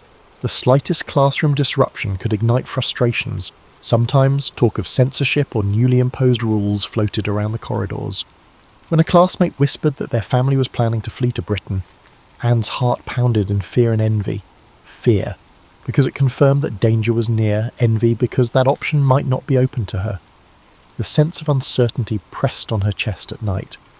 In those months, she developed a small yet persistent habit of journaling, practiced daily self-reflection as a child before she gained notoriety for her diaries and wrote about food shortages, about a favourite candy no longer in stock, about the annoyance of wearing an armband with a Star of David if it ever came to that in the Netherlands, about the disapproval she sensed when walking around certain parts of the city. She wrote about hoping to see a film star in the streets, about admiring the carefree swirl of a dancer's skirt she once glimpsed. She wrote because it let her feelings breathe beyond the hush of fear. Tension turned to reality when German forces invaded the Netherlands in May 1940. The swiftness of that invasion left the Dutch reeling. For Anne, the city she had come to love was transformed overnight. Buildings still stood, shops were still open, but there was an unshakable sense of foreboding. Soldiers marched along roads she used to find friendly. The radio blared unfamiliar proclamations. Suddenly, daily freedoms were chipped away. Jewish children like Anne were restricted from certain playgrounds, certain schools. The weight of each new rule encroached on her sense of self, as if invisible hands were reconfiguring her place in the world. Still, the Franks tried to maintain a semblance of ordinariness. They participated in subdued gatherings with other Jewish families, exchanging nervous jokes to lighten the mood. Anne noticed the flickers of worry in adult conversations. How does one navigate forced restrictions? Could one travel safely? The men discussed forging connections to get visas or find safe houses, while the women lamented about rationing or the difficulty of obtaining essential supplies. For Anne, these evenings often ended with her retreating to her bedroom, mind swarming with 1,000 questions. She tried to keep her voice steady, telling Margot ridiculous jokes to break the tension. The jokes often fell flat, but they were attempts to cling to normalcy. Increasingly, day-to-day activities felt like illusions. An insurmountable occupying force muffled the city's vibrant pulse. Anne would watch from her window as uniformed men passed by, hearing the slow crunch of boots on cobblestone. A sense of dread would seep into the depths of her stomach. She yearned for the old city, the one still alive in her memories, a place of swirling canal reflections and laughter among street vendors. She missed the version of life where she could imagine any future she wanted, without the weight of a designated identity forced upon her by prejudice. And yet, even in these shadows, she held on to a spark of hope, perhaps borrowed from her father's quiet optimism, that a better day would come if they could only outlast the madness. The year 1942 arrived with a more oppressive atmosphere. Anne could feel it in the stiffening posture of her teachers and the solemn hush that fell whenever an official notice was posted in the neighbourhood. She turned 13 that June, though the celebrations were muted. Her family still managed a birthday cake, scrounging for ingredients wherever they could. And it was in that flickering moment of normality that Anne received a checkered diary. She had always enjoyed writing, but this diary felt different. It had a lock, symbolic in ways she did not yet understand. It promised a private domain for her expanding thoughts. Shortly after, life changed abruptly. Orders circulated that Jewish families might be relocated, or worse, taken away. When Margot received a summons to a labour camp in Germany, Otto recognised the writing on the wall. He had already prepared a secret hiding place, a concealed section of the office building where he ran his business. The plan had been set for some time, but the final push to execute it came with terrifying immediacy. The family packed their things hurriedly. leaving behind large pieces of furniture, personal belongings, and cherished objects that would have signalled a life in progress. Anne's head spun that day. She tucked her new diary under her arm, while her mother insisted on bringing a few personal mementos. The ordinarily chatty Anne found herself tongue-tied as they walked through the dim streets early in the morning, wearing several layers of clothing to avoid carrying suitcases. She was scared to look at anyone's face. She feared the disapproval or suspicion that might lurk in a passerby's eyes. When they finally reached the annex, slipping into its hidden corridors, she felt an odd mixture of relief and dread. She felt a mixture of relief at having found a temporary shelter and dread at what isolation would do to them all. The secret annex was cramped, made up of several small rooms behind a movable bookcase. The Franks were joined by another family, the Van Pels, whom Anne would later label Van Daen in her diary, and a dentist named Fritz Pfeffer, Albert Dussel. The arrangement was necessary for survival, but hardly conducive to comfort. Thin walls meant little privacy. Often, someone would be in the makeshift kitchen at odd hours, rustling through meagre supplies. The single bathroom demanded coordination and patience, especially in the mornings when personal space was at its premium. At 13, Anne chafed under these conditions. She missed the outdoors, the swirl of city life, and her friends. In her diary, she spilled raw honesty onto the pages, frustration with the grown-up scoldings, her disagreements with Mrs. Van Pels, her feelings of being misunderstood by her mother. She felt stifled by the incessant reminder that she must remain quiet during certain hours so the workers downstairs wouldn't suspect their presence. She discovered how footsteps on creaky floorboards could set her pulse racing. Every muffled noise became a potential danger. The annex was a fortress made not of stone but of secrecy, where any slip in vigilance might lead to catastrophe. Yet, amid the tension, there were flickers of hope. Helpers on the outside, trusted employees like Miep Gears, risked their safety to provide supplies and updates. Through them, Anne kept a tenuous link to the world beyond. She heard rumours of Allied forces pushing against Nazi lines, gleaned stories of neighbours who had managed to flee. The news was not always comforting, often it relayed more horrors, but it was a reminder that life existed beyond the walls she now inhabited. Anne's emotional world became increasingly complex. She found that her diary was the sole outlet where she could shed the mask she wore around the annex's cramped quarters. She named the diary Kitty, personifying it as her confidant. Each page was a story on which she could vent her teenage frustrations, the pangs of budding romance she harboured for Peter Van Pels, the sense of inadequacy she felt when compared to Margot, and the longing to be recognised as more than a chatterbox. She craved independence, yet her entire existence now depended on the group's collective ability to stay invisible. The mental strain of living in tight confinement tested everyone. Small disagreements ballooned into thunderous standoffs. Someone's cooking style became a proxy for deeper resentments. A snore at night might provoke laughter one day, and fury the next. Anne, perceptive as she was, noted these shifts. She saw how fear chipped away at adult composure. Even the calm, steady Otto lost some of his cheerful veneer. He worked painstakingly on ledgers and accounts, trying to help manage the business from afar. But it was an odd charade, acting as though life was normal while concealed behind a bookshelf. As weeks turned into months, the outside world receded. The war raged on beyond their concealed perch. Occasionally, Anne glanced out a hidden window at the church tower that loomed above the city. Its bells reminded her that life still ticked forward, unstoppable. Every ring was a brief invitation to imagine the bustle of a free world. And yet, each ring was also a reminder of her entrapment, that the clock was running in a timeline she could not fully join. Every day, she wrote. She poured her observations into lines that tried to reconcile the tension of living with hope in the midst of imminent danger. The confines pressed in on her, forging a young mind's determination to remain spirited even when shadows lengthened. As summer gave way to autumn in 1942, the secret annex adopted its own patterns, stilted ones, but patterns nonetheless. Office workers rustled in the building below, hushed in the mornings. The inhabitants tiptoed through daily chores, mindful that a dropped spoon or a raised voice might shatter the fragile illusion of an empty space overhead. Afternoons brought slight relief. The offices would close, allowing more freedom of movement and the chance to whisper with fewer constraints. Anne's self-awareness deepened in this seclusion. She dissected every glance, every offhand remark exchanged among the annex residents. She noticed subtle changes in her mother's eyes, sadness marinated with resignation.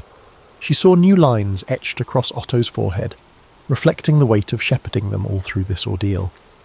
And she recognised reflections of her own changing emotions mirrored in Peter Van Pel's, who retreated into corners of the annex to escape the watchful gaze of adults. Peter fascinated her. He was different from the boys she used to know of at school, who laughed loudly and chased one another through the streets. He was awkward, uncertain, often caught in the crossfire of his parents' arguments. In that environment, Anne began seeing him as more than a housemate. There were fleeting moments in the attic space, rummaging for a jar of beans or a quiet place to think, when their eyes met. It was a wordless connection, the electric hum of adolescence overshadowed by the hum of approaching warplanes. She continued filling her diary, now with an emphasis on self-examination. She asked why she often argued with her mother, why she felt overshadowed by Margot, and how she could nurture a sense of individual identity in a place that demanded conformity for survival. At times, she was startled by her introspections. She was discovering corners of her mind she never would have explored in a free-flowing world. The enforced stillness gave her time to question everything. This internal blossoming did not come without friction. Anne's spirited nature grated on others. Mrs. Van Pel's found her chatter too bold, her opinions too insistent. Fritz Pfeffer, a meticulous man accustomed to his own routines, complained that Anne's nighttime writing disturbed his need for rest. Yet, the more they tried to rein her in, the stronger her resolve grew. She believed that if external freedoms were stripped away, her internal world was the one realm she could still shape. She would not allow that final sanctuary to be censored. Meanwhile, the war pressed closer. Occasionally, they heard about neighbourhood raids or saw glimpses of uniformed soldiers carrying out arrests in the distance. Every time they heard knocks or footsteps near the bookcase, their hearts raced. The fear of discovery gnawed at them daily. Anne was learning how easily terror could become normal, how one could adapt to a constant state of near panic, eventually folding it into the fabric of everyday existence. Food shortages became a pressing concern, meals grew monotonous. Potatoes, once a staple, became a treasure when they could get them. Dried beans and cabbage soup rotated through their limited menu. These hardships kindled resentment. It was simple to blame each other for miscounted rations or mistakes in planning. In public, families might declare unity. In reality, stuck in tight quarters, small tensions could erupt into lasting grudges. Anne documented this. She wrote about overhearing whispered accusations, about the tension swirling in the cramped kitchen when an extra morsel of bread was unaccounted for. Yet even in these fractious moments, an undercurrent of mutual dependence bound them. They knew they either survived together or fell together. Anne's diary entries also captured flickers of humour that glimmered amid the gloom. Once, Mr. Van Pel's tried to fix a faulty lampshade using a contraption of wire and tape. It collapsed spectacularly, prompting exasperated shouts that devolved into communal laughter. Another time, Anne found an old board game that had lost half its pieces and improvised rules for a clumsy new version. They played, and for an hour, life felt almost ordinary, a tiny triumph in a sea of anxiety. Week by week, Anne underwent a quiet evolution. She was still a teenager, prone to exasperation and mood swings, yet her words, penned by candlelight, revealed a maturity shaped by adversity. She reflected on the nature of good and evil, on the question of whether people were basically kind or fundamentally cruel. She tried to make sense of the paradox, how she could still believe in the potential for goodness while the world outside raged with violence and persecution. In those fleeting moments before sleep, when she heard others breathing softly in the next room, she yearned for a future full of colour and open skies. She wondered if she'd ever again ride a bicycle along Amsterdam's canals, feel the wind against her cheeks, and choose her path without fear. That longing for normal life coexisted with a newfound realization. She was growing into a person who did not just see but felt profoundly. She was forging a philosophy, an unspoken pact with herself to cling to hope and introspection, no matter how ominous the nights became. In the interplay between her hidden existence and her unquenchable curiosity, Anne was crafting a voice that would, in time, resonate far beyond the confines of a secret annex. Winter blanketed Amsterdam in a drab light, the city's chill seeping into the annex. Darkness fell earlier, which meant longer hours of hushed existence. The building's wooden beams groaned in the cold, a haunting reminder of how fragile and temporary their refuge was. Inside, the residents braced for gloom, not just meteorological but emotional. With each passing day, the outside world carried rumours of intensifying conflict, deeper atrocities, and diminishing hope for those targeted by Nazi decrees. During these months, Anne's reflections took on a more poetic bent. She wrote about the shapes of clouds beyond the attic window, about missing the sun on her cheeks. Whenever she managed a glimpse outside, a pang of loss coursed through her. She grieved not just for the restrictions placed on her life, but for the uncountable stories unfolding in the city below. Stories of neighbours, acquaintances, entire families being torn from their homes. She yearned to capture that heartbreak in words, as if writing could stitch together the frayed edges of collective suffering. Inside the annex, relationships continued to evolve. Anne's dynamic with Peter became deeper and more complicated. In half-lit corners, they spoke in halting whispers, sometimes about trivial things, childhood pranks or favourite foods, but increasingly about the future. Each conversation was tinged with a sense of borrowed time. They didn't declare romance in any grand way. In fact, their connection felt more like a quest for solace. Two adolescents drawing warmth from each other's company, while surrounded by a menacing void. However, it was impossible to suppress teenage impulses. Occasional jealousy flared. Anne sometimes felt overshadowed by Margot's studious composure. Meanwhile, Peter felt claustrophobic under the constant watch of his parents. The push-pull of adolescence, typically played out in schoolyards and social gatherings, was compressed into this hidden space. A single harsh word could unravel hours of unspoken camaraderie. They each grappled with the realization that they were forced to grow up faster than they'd ever wanted.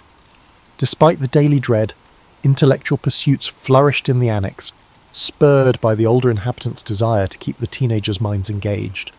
Otto and Mrs. Van Pels quizzed Margot and Anne on geography, history, languages. Pfeffer, for all his quirks, had moments of generosity, sharing knowledge about dentistry or discussing foreign literature he'd read in his younger days. Books, smuggled in by helpers, were as precious as any ration.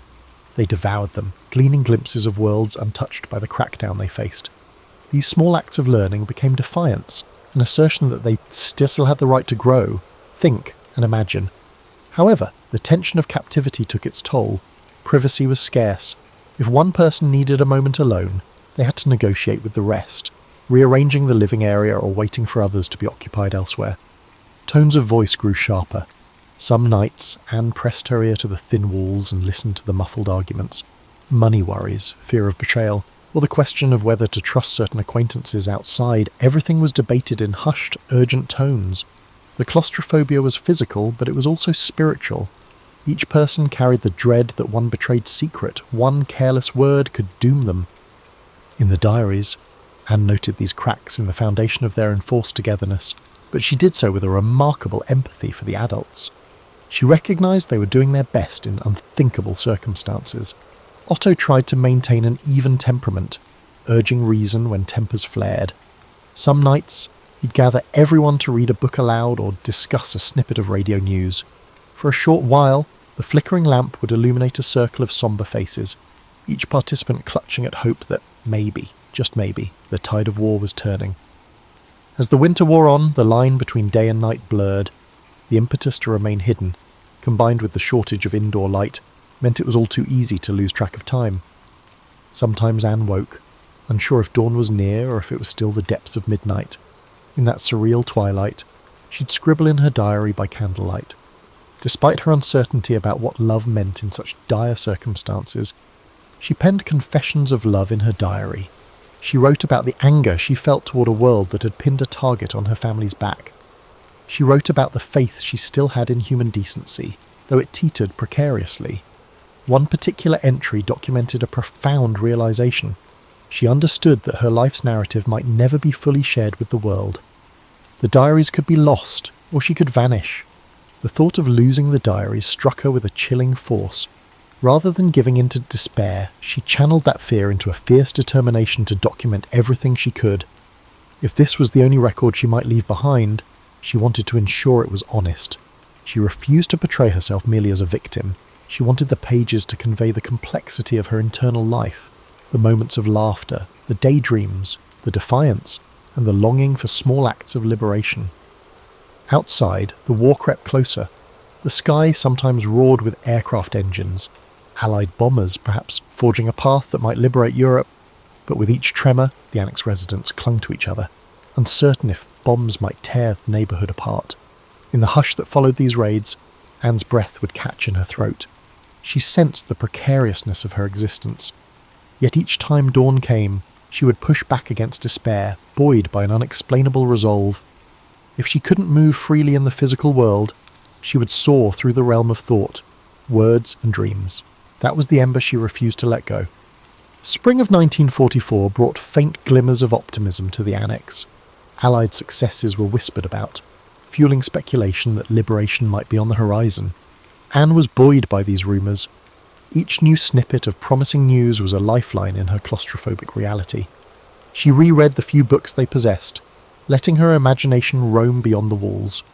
She allowed herself to imagine post-war life, returning to school, travelling through open roads, carving out a future in journalism or literature. In her diary, she poured these fantasies into paragraphs bursting with yearning. Each page was a testament to her growing confidence as a writer. She refined her style, grappling with bigger questions about humanity and morality. If the outside world discovered her words, she wanted them to see a teenager who had wrestled with life's rawness under extraordinary pressures. She revised entries, polishing them like a craftsman, seeking clarity and expression. It was a bid for self-determination in a sphere she could control, however small. Yet behind the buoyancy of hope, tension still simmered. The Annex had endured nearly 2 years of confinement, and patience was wearing thin. Arguments erupted over trivial issues, how to budget dwindling resources, who neglected to wash dishes properly, or whose footsteps had been too loud during office hours. Sometimes these disputes opened deeper wounds, releasing anxieties about betrayal, or doubts about whether the helpers could continue risking their own safety indefinitely. Anne found these blow-ups both draining and strangely fascinating, as if she were watching an intricate play in which everyone was an unwilling actor. By midsummer, the atmosphere in Amsterdam felt expectant. Air raids became more frequent, indicating that the war front was shifting. Rumours circulated about a possible Allied invasion. Anne's heart soared each time she heard the drones of planes overhead. It meant the Nazis might soon lose their grip on the Netherlands. She pictured soldiers marching in to free them, imagined stepping out of the Annex and blinking in the bright sunlight of an Amsterdam street. The daydream was so vivid she could almost taste it. Then one August afternoon, the unthinkable happened. In a flurry of panic, their hideout was discovered. The exact circumstances remain debated. Some suspect a tip from an informant, others blame an accidental slip of information. For Anne, all that mattered was the sudden pounding on the door, the heavy boots on the stairs, the abrupt intrusion into their concealed world. Fear seized her body, a terror so stark it made her eyes blur. It was as if everything slowed. The look of shock on Otto's face, the trembling hands of Mrs. Van Pels, the hush that fell over them as uniformed officers burst in. In the aftermath, they were taken into custody, forced to surrender personal belongings, including Anne's beloved diary. She had no time to secure it, no chance to salvage her carefully honed words. She felt as though part of her identity was wrenched away. Together with her family and the others, she was hustled into the trucks, then trains, herded alongside strangers wearing the same bewildered, hollow expressions. The transit led to the Westerbork transit camp first, a grim holding station for those awaiting transport to concentration camps deeper in Nazi-occupied territory. There, Anne confronted the mass scale of the persecution she had only heard about in bits and pieces. Sleep was fitful, marred by the wails of children separated from parents, by the unrelenting stench of overcrowded barracks. She clung to her family, though even that solace felt tenuous in the face of so many horrors. From Westerbork, they were crammed into freight cars bound for Auschwitz. It was a journey of unimaginable discomfort, with little food or water, suffocating air, and a brutal sense of finality. In the corners of the car, she glimpsed people too weak to stand, while others, gripped by despair, rocked back and forth silently. Anne's mind reeled with her questions. How could humanity reach such cruelty? Where was the justice for all these souls packed like cargo? She tried to recall lines from her diary, from the future she had once envisioned. She thought of passing them on by word of mouth if she couldn't write them anymore. But words no longer felt adequate. Auschwitz was a kaleidoscope of fear. Barking guards, snaking barbed wire, towering chimneys, family members were separated upon arrival. Otto was taken away from the women. Anne, Margot, and Edith stayed together initially, although conditions were beyond dreadful. Stripped of personal belongings, forced to endure roll calls in the cold, they found themselves in a world that tested every last shred of hope. Still, Anne clutched the memory of her father's reassuring voice and the faint possibility that they might all survive. Before long, she and Margot were transferred to Bergen-Belsen, a camp in northern Germany. There, disease and starvation raged. As the winter of 1944 to 1945 bore down, the camp devolved into an even harsher nightmare. Food was scarce, sanitation non-existent, and each day more prisoners vanished from the makeshift huts, succumbing to typhus and other illnesses. Amid this grim reality, Anne's own strength ebbed. She coughed through the nights, feverish, her body worn thin, yet to her last conscious moments, she reportedly still clung to the slender thread of hope that she might one day see a world free of these torments. The flame in her eyes flickered, but it never entirely died. She had believed in something better. The weeks leading to Anne's death in early 1945 at Bergen-Belsen remained partially shrouded in uncertainty. Accounts from survivors mentioned that she was frail, afflicted by the rampant disease that haunted the camp. Margot was similarly weakened. Both sisters, once so distinct, Margot the studious one, Anne the outspoken dreamer, were reduced to gaunt silhouettes in the chaos of camp life. Starvation, exhaustion, and illness conspired to steal away their final reserves of energy. Their mother, Edith, had died in Auschwitz months earlier, and the separation from their father was complete. Neither sister knew that Otto Frank was still alive. Otto would be the only member of the immediate Frank family to survive the Holocaust. Liberated by the Soviet forces at Auschwitz, he began the agonizing search for his wife and daughters once the war ended. Hopes were cruelly dashed as he confirmed, step by step, that Edith had not made it, and that Anne and Margot had perished in Bergen-Belsen just weeks before British troops arrived to free the camp. In that painful discovery, Otto lost more than his family. He lost the future he had fought so hard to protect during their years in hiding. Amid the staggering grief, a slender thread of continuity emerged. Anne's writings, Miep Gies, one of the faithful helpers who had risked her own life to hide the Franks, had discovered Anne's diary left behind in the annex. She protected it, unaware of its full significance, hoping one day to return it to Anne herself. When Otto came back, broken and haunted, Miep handed him the papers, the notebooks, and the loose pages. In those delicate stacks lay Anne's words, raw, insightful, and at times painfully honest. Reading them was an ordeal for Otto. Each sentence bore the imprint of a daughter who no longer existed. Yet, as he ventured further, he recognized that Anne had transcended the limitations of her dire situation. Her diary was not just a record of fear, but also a testament to a young soul's will to dream and make sense of a senseless world. Otto saw that this wasn't a private chronicle of self-pity. Instead, it was a clarion call from a teenage girl who kept her mind vibrant under unimaginable constraints. She had turned introspection into a shield, and her pen had become a voice that soared beyond the annex walls. Gradually, Otto decided to share Anne's writings with a wider audience. He believed the world needed to hear her story, not to sensationalize tragedy, but to bear witness to the quiet heroism in a teenager's reflections. Initially, publishers hesitated. War memoirs were abundant, and some feared there was no appetite for yet another. Yet once the diary was finally printed in 1947, under the title Het Achterhuis, The Secret Annex, its resonance was immediate. Readers recognized Anne's vivid humanity. Her teenage worries, yearnings, and insight struck a chord that transcended the specifics of time and place. Her words made the Holocaust personal, one voice speaking for millions who could no longer speak. Over the subsequent decades, Anne Frank's diary was translated into dozens of languages, staged as plays, adapted into films, and included in curricula around the globe. Some commentators questioned the sanctification of a single story when so many lives had been lost. Others worried that her universal appeal risked diluting the brutal realities of the Holocaust. Yet few disputed the authenticity and power of her diary. which offered a profound glimpse into how hatred warps society and how an individual spirit can remain defiant. The annex itself became a museum, a tangible space where visitors could experience the cramped rooms and steep staircases that shaped Anne's daily existence. People from every corner of the world filed through, imagining the silent dread that once enveloped that hidden sanctuary. In those quiet rooms, Anne's voice still seemed to hover, urging reflection, on the precarious balance between survival and betrayal, on the nature of hope amid despair, on the vulnerability that defines our shared humanity. For readers in the 21st century, indeed for any era, Anne's writing remains startling in its intimacy and relevance.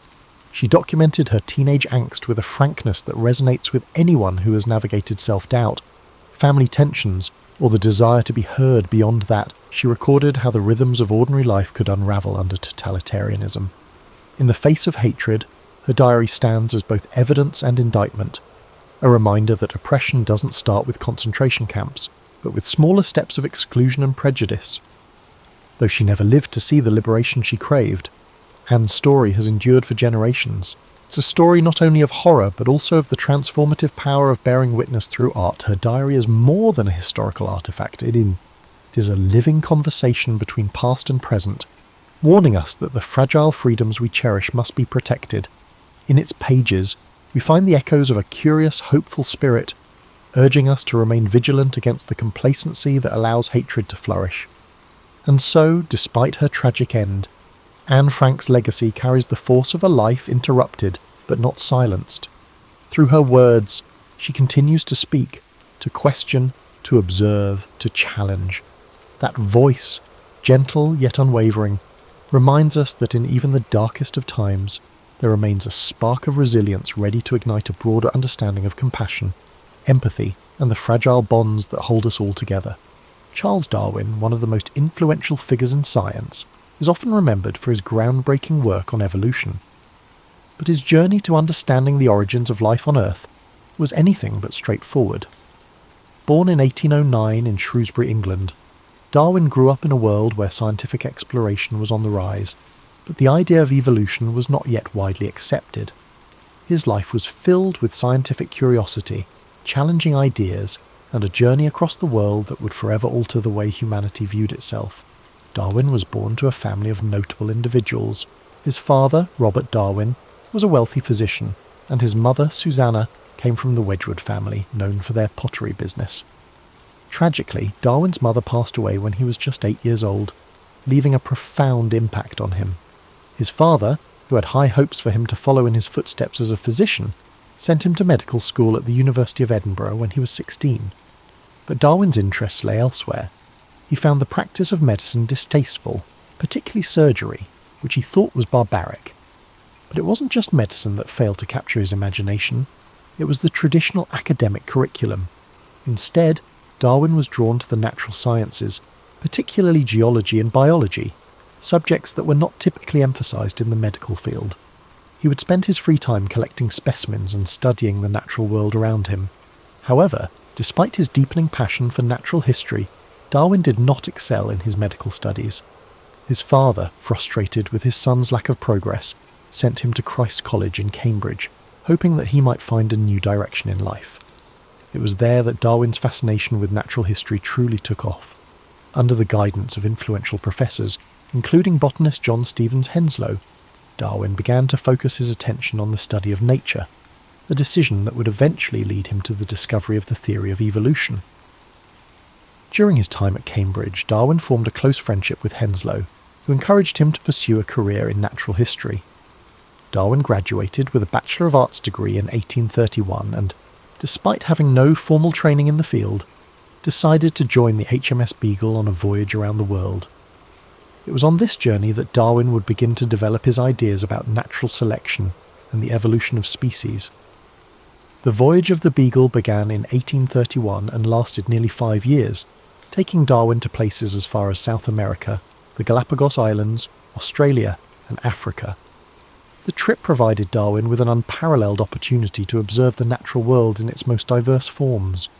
He meticulously collected specimens of plants, animals, and fossils, and took detailed notes on his observations. It was during his time in the Galapagos Islands, however, that Darwin made a discovery that would change everything. He noticed that the finches on the islands were all similar, but had distinct variations in their beaks depending on the type of food available.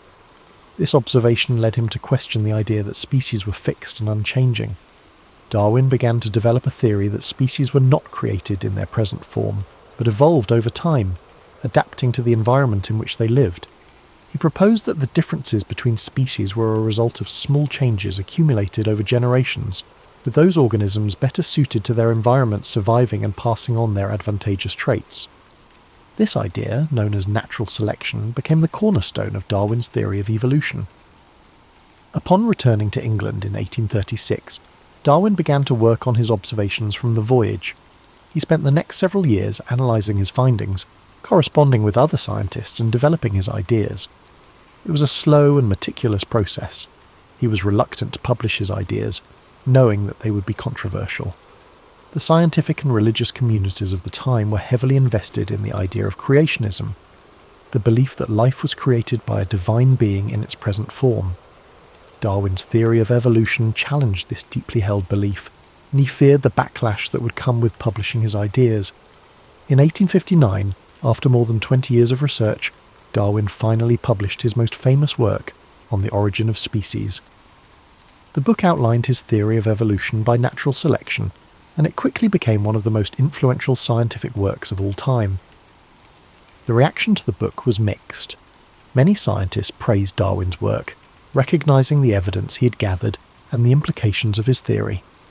However, the religious community was outraged, and the book sparked a fierce debate that continues to this day.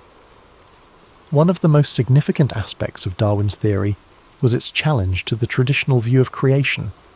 Prior to Darwin, the widely accepted belief was that species were fixed and immutable, created by God.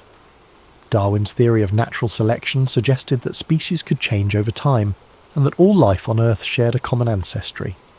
This idea was revolutionary, and it provided a scientific explanation for the diversity of life on Earth that did not rely on divine intervention. Despite the controversy surrounding his work, Darwin continued to defend his theory and expand upon it throughout his life. In addition to his work on evolution, he made important contributions to fields such as geology, biology, and anthropology. He was also a vocal advocate for the importance of scientific inquiry and the need to question established beliefs.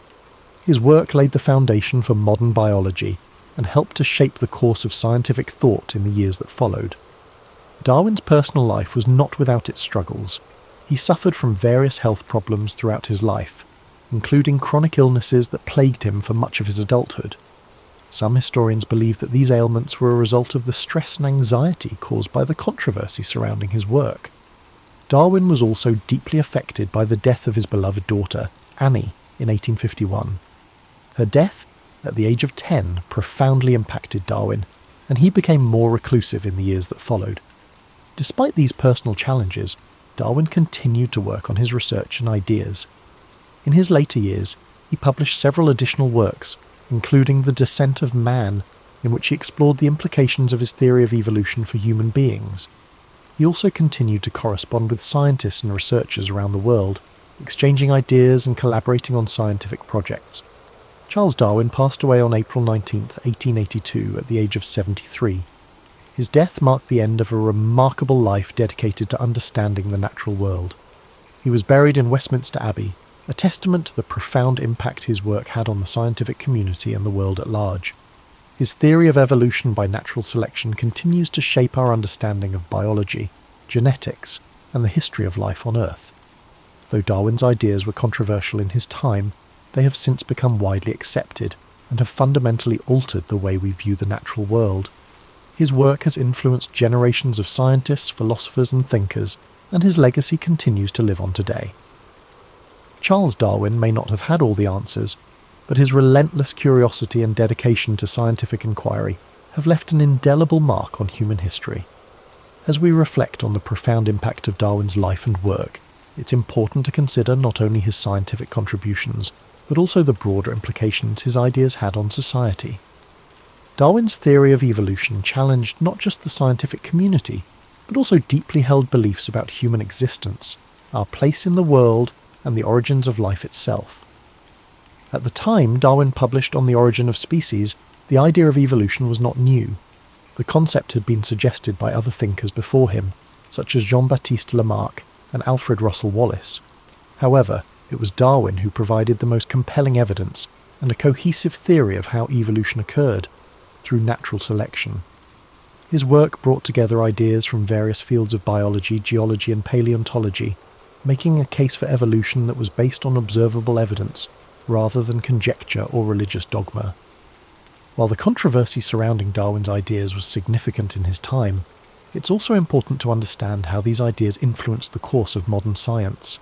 Today, the theory of evolution is a cornerstone of biology, and its principles apply to everything from genetics and genetics-based medicine to the study of animal behavior and the environment. Evolution has shaped how scientists understand the relationships between species, the mechanisms of genetic inheritance, and the patterns of life on Earth. But Darwin's influence extends far beyond biology. His ideas have left an indelible mark on philosophy, ethics, and even social sciences. For instance, Darwin's theory of natural selection has had a significant impact on discussions around human nature and society. His ideas were taken up by social theorists like Herbert Spencer, who coined the term survival of the fittest, though it's important to note that Darwin himself never used this term in relation to human society. In the years following the publication of On the Origin of Species, Darwin's ideas became increasingly important in various fields. The study of genetics, which would come to prominence in the early 20th century, provided further support for Darwin's ideas as it became clear that inheritance patterns followed the principles of evolution. Additionally, the study of fossils and ancient life forms revealed a more complex and nuanced picture of the history of life on Earth, further validating Darwin's theory. However, despite the acceptance of Darwin's theory among the scientific community, challenges to his work have remained. One of the most enduring debates centres on the concept of human evolution. While the evidence for evolution among animals is overwhelming, questions about the specifics of human evolution, particularly the origins of human consciousness, continue to be explored and debated by scientists. While Darwin may never have fully anticipated the extent of his impact, his work laid the groundwork for numerous scientific advancements in the 19th, 20th and 21st centuries. His life serves as a reminder of the power of curiosity and the importance of asking bold questions, no matter how challenging the answers may be. As we continue to advance our understanding of life on Earth, Darwin's legacy continues to inspire new generations of scientists to think critically, explore deeply, and challenge established norms. Darwin's work was not without its personal struggles, as we have mentioned. His health issues, combined with the weight of the controversies surrounding his ideas, made his life difficult at times. Yet, his perseverance in the face of these challenges is something that stands as a testament to his dedication to science. Darwin's story reminds us that even in the face of opposition, persistence and a commitment to truth can lead to monumental discoveries that change the world. Looking at Darwin's life, it's clear that scientific discovery is not a lone pursuit. While Darwin's genius played a pivotal role in shaping his ideas, he was not working in isolation. He exchanged ideas with other thinkers, and his work was built upon the contributions of countless others, from the fossil discoveries of Georges Cuvier to the evolutionary ideas of Lamarck and Wallace. Darwin's theory of evolution by natural selection was a product of collaboration and cumulative knowledge. His ability to synthesize diverse information into a comprehensive theory is part of what makes his work so enduring. As we think about the life of Charles Darwin, it's helpful to consider how his legacy continues to shape the way we view the world. The theory of evolution is more than just a scientific idea. It's a lens through which we can understand the complexity and interconnectedness of life. From the smallest microbes to the most complex animals, the principles of evolution offer us insight into the forces that have shaped life on Earth. And as we relax, letting these thoughts wash over us, it's also worth remembering that Darwin's journey was not just about intellectual achievement. It was also about a lifelong pursuit of understanding the natural world, a curiosity that led him to travel to remote corners of the world, observe the diversity of life, and contemplate the profound questions about existence that we all share. In the end, Charles Darwin's story is a reminder that the quest for knowledge is a never-ending journey, and that even the most revolutionary ideas come from a deep sense of wonder and exploration. His life encourages us to question, to observe, and to appreciate the mysteries of the natural world, all while being open to new ideas that challenge the status quo. It's important to consider not only his revolutionary scientific theories, but also the broader context in which his work unfolded. Darwin lived in a time of significant social, political, and intellectual change, and his ideas both reflected and contributed to these shifts. The 19th century was a period marked by advances in industrialization, the expansion of the British Empire, and the rise of new scientific disciplines. It was also a time when traditional beliefs about the natural world were increasingly being challenged, as new discoveries in fields such as geology, astronomy, and biology began to question the long-held notions of creation. In the years leading up to Darwin's voyage on the HMS Beagle, Europe was undergoing a scientific revolution. Scientists were increasingly looking beyond religious explanations for natural phenomena and seeking empirical evidence to understand the world. The work of figures like Sir Isaac Newton, who had established the laws of physics, and James Hutton, who had developed the theory of uniformitarianism in geology, set the stage for Darwin's own discoveries. Hutton's idea that the Earth was shaped by slow, gradual processes over time influenced Darwin's thinking on the gradual nature of evolution. Darwin's voyage aboard the Beagle in the 1830s was not just a scientific expedition. It was an intellectual journey that would shape his worldview. The places he visited, from the volcanic islands of the Galapagos to the diverse ecosystems of South America, provided him with a rich tapestry of evidence that would help him piece together the theory of evolution. However, Darwin's observations were not just about collecting data, they were about questioning the nature of life itself. As he witnessed the diversity of species and the variations within them, he began to realize that the differences were not merely superficial, but were the result of deep, underlying processes that could be understood through science. One of the most striking aspects of Darwin's work is the way he combined observation, experimentation, and theory. His meticulous attention to detail, and his ability to synthesize information from various fields, botany, geology, zoology, and more, allowed him to develop a comprehensive theory of evolution. This interdisciplinary approach set Darwin apart from many of his contemporaries and paved the way for future scientific exploration. Yet, despite his groundbreaking ideas, Darwin was deeply aware of the potential repercussions of his work. He knew that the implications of his theory would challenge not only the scientific community, but also the broader cultural and religious views of the time. Darwin was not the first to suggest that species might evolve over time. Lamarck had proposed an early theory of evolution, and Wallace had arrived at similar conclusions independently.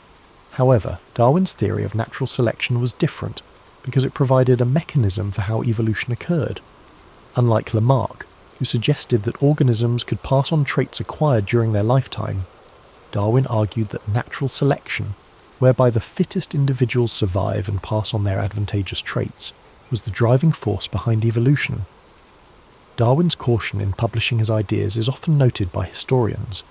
He spent more than 2 decades refining his theory before releasing On the Origin of Species, in part due to the anticipated backlash. When the book was finally published in 1859, it created a storm of controversy. While many scientists, particularly those in the emerging fields of genetics and paleontology, quickly embraced Darwin's ideas, the religious community vehemently opposed them. The idea that humans were not created in the image of God, but were instead the result of a long process of natural selection was, and still is, a deeply contentious issue. This opposition did not deter Darwin, though. He continued to defend his ideas and engage in public debates, ultimately cementing his place as one of the most influential scientists in history. One of the reasons Darwin's theory has remained so influential is its ability to explain the complexity of life in a coherent and scientifically rigorous manner. Today, with the advent of modern genetics and molecular biology, Darwin's theory has been supported and expanded upon in ways he could not have imagined. The discovery of DNA and the understanding of genetic inheritance have provided a detailed mechanism for how traits are passed down through generations, supporting the concept of natural selection. In this way, Darwin's ideas have stood the test of time, evolving alongside new discoveries and technologies. Yet, despite the overwhelming evidence supporting Darwin's theory, there are still those who continue to reject it. The debate over evolution remains one of the most contentious issues in modern society, particularly in the United States, where creationism and intelligent design are still promoted by some as alternatives to the theory of evolution. This ongoing debate highlights the intersection of science, religion, and education, and underscores the enduring power of Darwin's ideas to spark discussion and challenge existing beliefs. As we consider Darwin's impact, it's also important to recognise the personal sacrifices he made for his work. His health, which had always been fragile, deteriorated further in the years following his publication of On the Origin of Species. Some historians suggest that Darwin's chronic illnesses were exacerbated by the stress of the intense public scrutiny and the isolation he felt from his scientific peers. In addition, the death of his daughter Annie, whom he was very close to, left him devastated and further deepened his reclusiveness. Darwin spent the remaining years of his life largely withdrawn from public life, focusing on his research and writing. Yet even in his seclusion, he continued to contribute to the scientific community, publishing additional works, including The Descent of Man, which applied his theory of evolution to human beings. Darwin's contributions to science were not limited to his work on evolution. He also made important discoveries in the fields of geology, plant biology, and zoology. His observations on the geology of the Beagle's voyage contributed to the development of uniformitarianism, the idea that the Earth's features were shaped by slow, continuous processes. His studies of barnacles and the fertilization of orchids also provided valuable insights into the world of natural history. Today, Charles Darwin is regarded as one of the most important figures in the history of science. His work has influenced fields ranging from biology and genetics to psychology, anthropology, and even philosophy. His legacy extends beyond his scientific contributions. However, Darwin's life is a testament to the power of curiosity, persistence, and critical thinking. It reminds us that even in the face of doubt and controversy, it is often the most challenging questions that lead to the greatest discoveries. As we close the story of Charles Darwin, we can take a moment to reflect on his journey, not just as a scientist, but as a person who dedicated his life to understanding the mysteries of the natural world. His work has changed the way we view life on Earth, and has opened up new avenues of inquiry that continue to shape our understanding of the world around us. The story begins on a chilly, fog-laden night in early 20th century France, along the western front of World War I, where the air hangs heavy with the anticipation of dawn.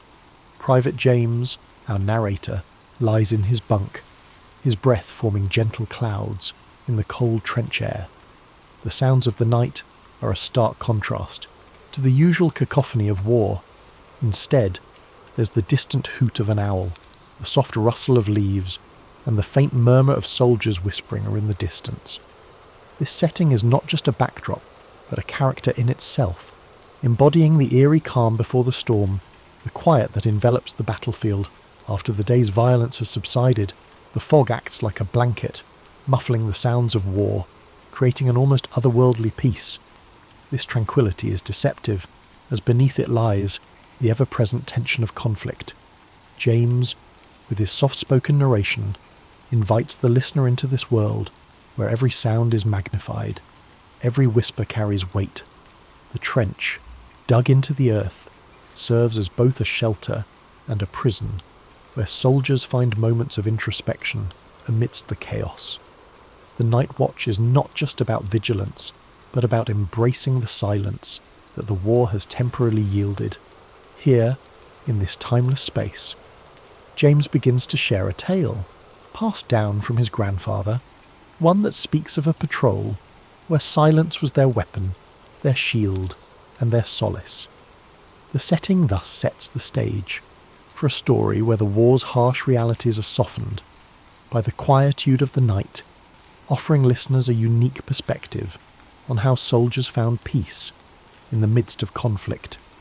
The concept of the whispered patrol introduces listeners to a unique facet of warfare. During World War I, where stealth and silence were paramount, James explains how his grandfather was part of a specialised unit, trained not in the art of combat, but in the art of listening, observing, and moving undetected. These patrols were not about confronting the enemy, but about gathering intelligence through the subtlest means possible. In the silent, fog-shrouded no man's land, every whisper, every soft footstep could reveal more than any battle could.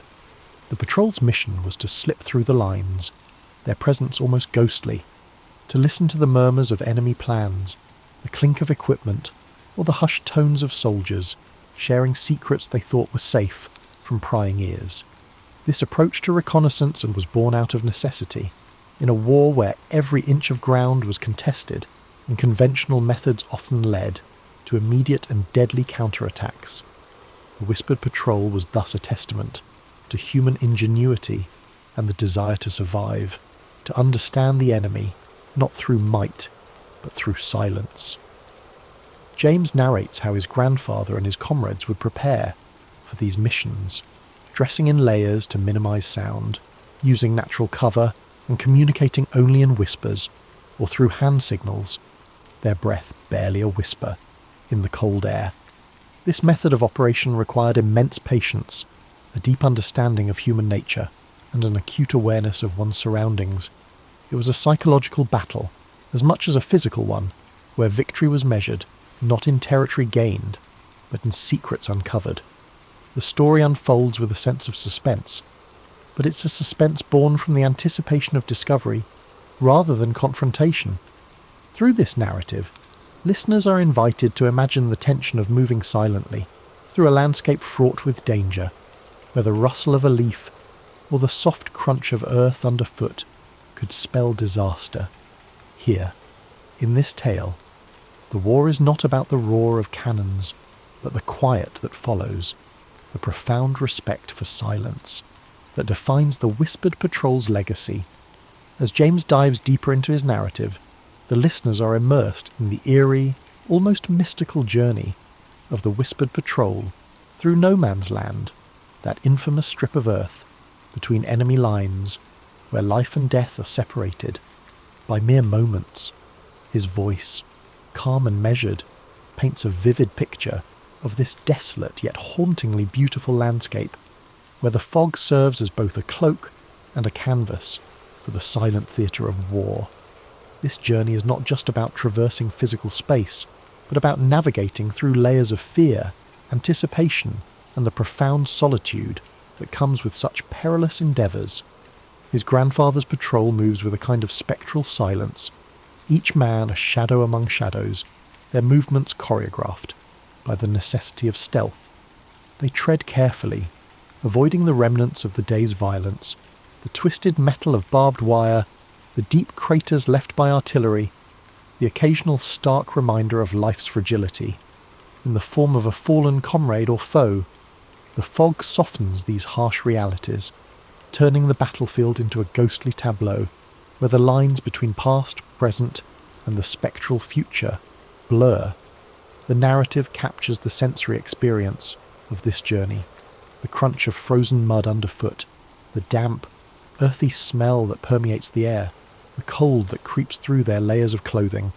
Each step is deliberate, each pause filled with the intent listening for signs of life or danger from the opposing side. James describes how his grandfather would sometimes stop, kneeling to the earth, ear pressed against the ground, trying to catch the vibrations of enemy movements, or perhaps the distant, muted sounds of a camp stirring. This part of the story is rich, with the tension of the unknown, where every rustle or whisper could signify the end, or a chance for survival. The patrol navigates by the stars, their only light sources, which twinkle indifferently above this silent war. The journey through no man's land becomes a metaphor for the soldier's own internal battles, the struggle to remain silent, to keep fear at bay, to maintain that thread of humanity in a place where death is an ever-looming presence. The emotional landscape is as challenging as the physical one. The men share a bond, forged in the silence, where words are unnecessary. An understanding is communicated through glances, through the shared weight of their mission. Here, in this no man's land, the war's brutality is momentarily eclipsed by the profound stillness, offering rare moments where one could almost forget the violence that awaits at dawn. Each man confronts his solitude, his fear, and yet There's a peculiar peace in this silence, a peace that comes from knowing they are part of something larger, something that transcends the immediate horrors of war. This patrol, this journey, is a testament to human resilience, to the ability to find beauty and quietude amidst chaos, to engage in a silent dance with death, where every step is a choice between survival and surrender. James continues his tale, his voice low and steady, recounting the night when his grandfather's whispered patrol came upon an unexpected presence in the fog-shrouded no-man's land. He explains how, as they moved with the silence of the night, they suddenly became aware of another soldier, an enemy, not through sight, but through the faintest of sounds, a breath, the soft rustle of movement. The patrol stopped, and his grandfather, leading the way, stood still, listening intently. They could hear the enemy's presence, perhaps as startled by them as they were by him. In this tale, James shares how there was no immediate action, no drawing of weapons, just a profound moment of stillness, where both sides acknowledged each other's existence without aggression. His grandfather would later describe how they all stood there, in the thick, eerie silence, understanding that they were not just enemies, but soldiers, men with families, hopes, and fears, all caught in the same terrible dance of war.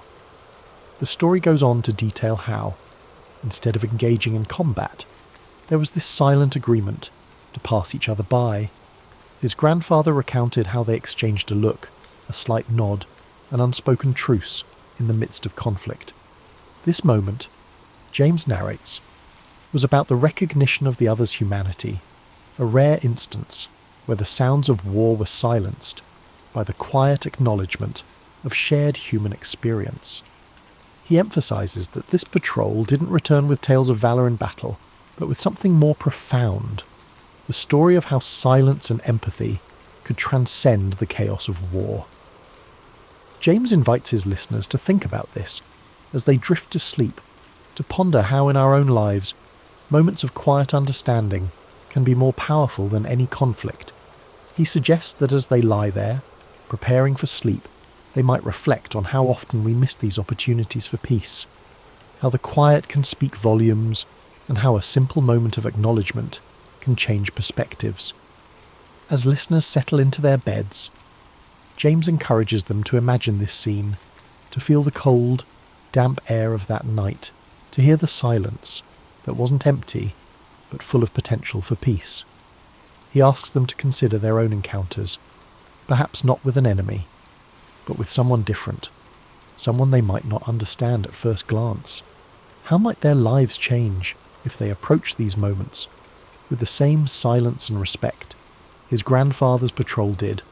This story, James concludes, isn't just about war, it's about the power of silence, of listening, and how these can lead to understanding in our daily lives, even as we seek the peace of sleep. James goes on to describe how his grandfather and his patrol made their way back after the silent encounter in no man's land. They moved with the same caution as before, but now there was a different weight to their steps, a quiet reflection on what had just transpired. He narrates how they navigated back through the fog, past the same barbed wire and craters, but this time the journey felt different. There was an unspoken understanding among them, a shared experience that would bind them beyond the confines of their mission. As they approached their own lines, the sounds of their own camp began to seep into their awareness. The soft murmurs of men, the occasional clink of metal, the distant, comforting sound of a harmonica playing a melancholic tune.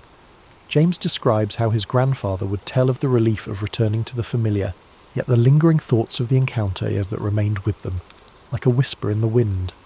Back in the trench, they reported their findings, but the true story, the one about the silent pact with the enemy, was kept among themselves. A silent bond that they felt was too sacred to share with those who hadn't experienced the night's profound silence. James shares how his grandfather would often sit, looking out into the night, pondering over that moment where war paused for peace, where humanity was acknowledged in the darkness. He suggests to his listeners that, as they lay in their beds, perhaps in the quiet of their own night, they might think of this return. How often do we come back from our own patrols, from our daily encounters with the world, carrying stories or moments of understanding that we keep close, not because they are secrets, but because they are profound. James invites his audience to reflect on how these moments shape us, how they might change the way we see the world, even in the silence before sleep. He asks them to consider what they bring back from their day, what silent agreements they might have made, with life's enemies or challenges, and how these shape their dreams. This part of the story is an invitation to introspection, to consider the journey back from our own battles, physical or metaphorical, and how the quiet, reflective moments can be as impactful as the loud, obvious ones as sleep approaches. James encourages his listeners to embrace these quiet returns, to let them inform their rest, their dreams, and perhaps their waking life. James concludes his story by speaking about the legacy that the whispered patrol left behind, not just for his grandfather, but for all who hear this tale. He explains how his grandfather would share this story, not as a tale of heroism, but as a lesson in the power of silence and understanding. The story, passed down through generations, became a reminder of how even in the darkest times, moments of quiet could lead to profound insights about humanity. He shares how this story influenced his grandfather's life long after the war, shaping his philosophy towards conflict, towards listening rather than speaking, towards understanding rather than judging. James reflects on how this legacy of silence taught his family the value of empathy, of taking the time to listen to the world around them, and how these lessons could apply to anyone's life. In the narrative, James invites his listeners to think about this legacy as they prepare for sleep. He asks them to consider how often in their own lives they rush to fill silence with noise, with words, with action, when perhaps the most profound connections or solutions come from simply listening, from allowing silence to speak. He suggests that as they drift off, they might carry this lesson into their dreams, into their subconscious, where the quiet can work its magic, healing, teaching, and connecting in ways that the day's noise cannot. James ends by encouraging his listeners to embrace the silence of the night, to let it be a teacher, a healer, a connector. He posits that just as his grandfather's patrol found peace in silence amidst war, we too can find our peace in the quiet moments of our lives, in the pauses between our actions, in the spaces where we allow ourselves to truly hear. He invites them to ponder on how this story might influence their approach to life, to conflict, to understanding others, and to find in their own silence a legacy of peace and empathy. As his voice fades, leaving the listeners to the sounds of their own breathing and the gentle ambience of the night, Paris in the 1920s was alive, champagne corks popping, jazz clubs buzzing, and fashionable Art Deco lights twinkling. To astute visitors, Paris offered endless possibilities. Travellers flocked to the Seine at night, British tourists with their pastel-coloured suits, American expatriates, and European industrialists with fat wallets. It was perfect for a resourceful con man with a convincing story to sell. For Victor Le Renard Le Maire, the city vibrated with cigarette smoke and colourful posters. He was not always Le Renard or in Paris. Born in a small village on the Austrian border, he was captivated by the world beyond the mountains. While other boys herded sheep, Victor watched travellers in their streamlined car. He saw that the most persuasive could sell peasants anything, from worthless medicines to bewildering life insurance. Young Victor discovered that a good tale was worth more than gold. That's when locals dubbed him Le Renard, the fox, after he exchanged worthless trinkets for a prized hunting rifle. In a village of rumours, that tale spread quickly. As a boy, he learned to shape people's perceptions to see what he wanted. By adulthood, his skill was sharp. He mastered languages, studied psychology, and honed his sophisticated demeanour. He'd earned a tidy fortune from his swindles across Europe, letter forgery, impersonating nobility at social events, and selling near-new antiques. Each time he was being investigated by the authorities, he'd vanish, reappearing in Vienna, Milan, or Berlin, a step ahead. Victor arrived in Paris following the Great War with a suitcase and a shy smile. He had settled in within a month after reading an article about the cost of keeping the Eiffel Tower standing. It was built for the World's Fair in 1889. It was costly to maintain, and some people did not appreciate its appearance. There were strong protests against its demolition, despite the fact that it was popular among visitors. Victor learned of this news. He spent days in Champs-Élysées cafes hearing conversations on city projects. He learned that bureaucratic decisions were bogged down by red tape and that the city lacked money. He considered if he persuaded someone that the government of Paris was planning to dismantle the Eiffel Tower to sell it as scrap, he could become rich. It was a wild scheme. Failure would turn him into a laughingstock. But a success was possible. Victor considered it for a night. He figured the more ridiculous the scam, the more people might be made to believe it. Who would fake the sale of France's most iconic landmark? He thought it needed high bureaucratic flair, like forged papers and stamps. Rumour and secrecy would be at his side. If he succeeded, he'd vanish, rich and legendary. He spent the next few days poring over the engineering wonder, absorbing facts such as its metal mass, elevator upkeep, and the way the tower accommodated activities ranging from tourism to radio reception. With these details, he was able to address prospective buyers with authority. He took a lavish suite at the Hôtel de Crillon, pretending to be a high-ranking official.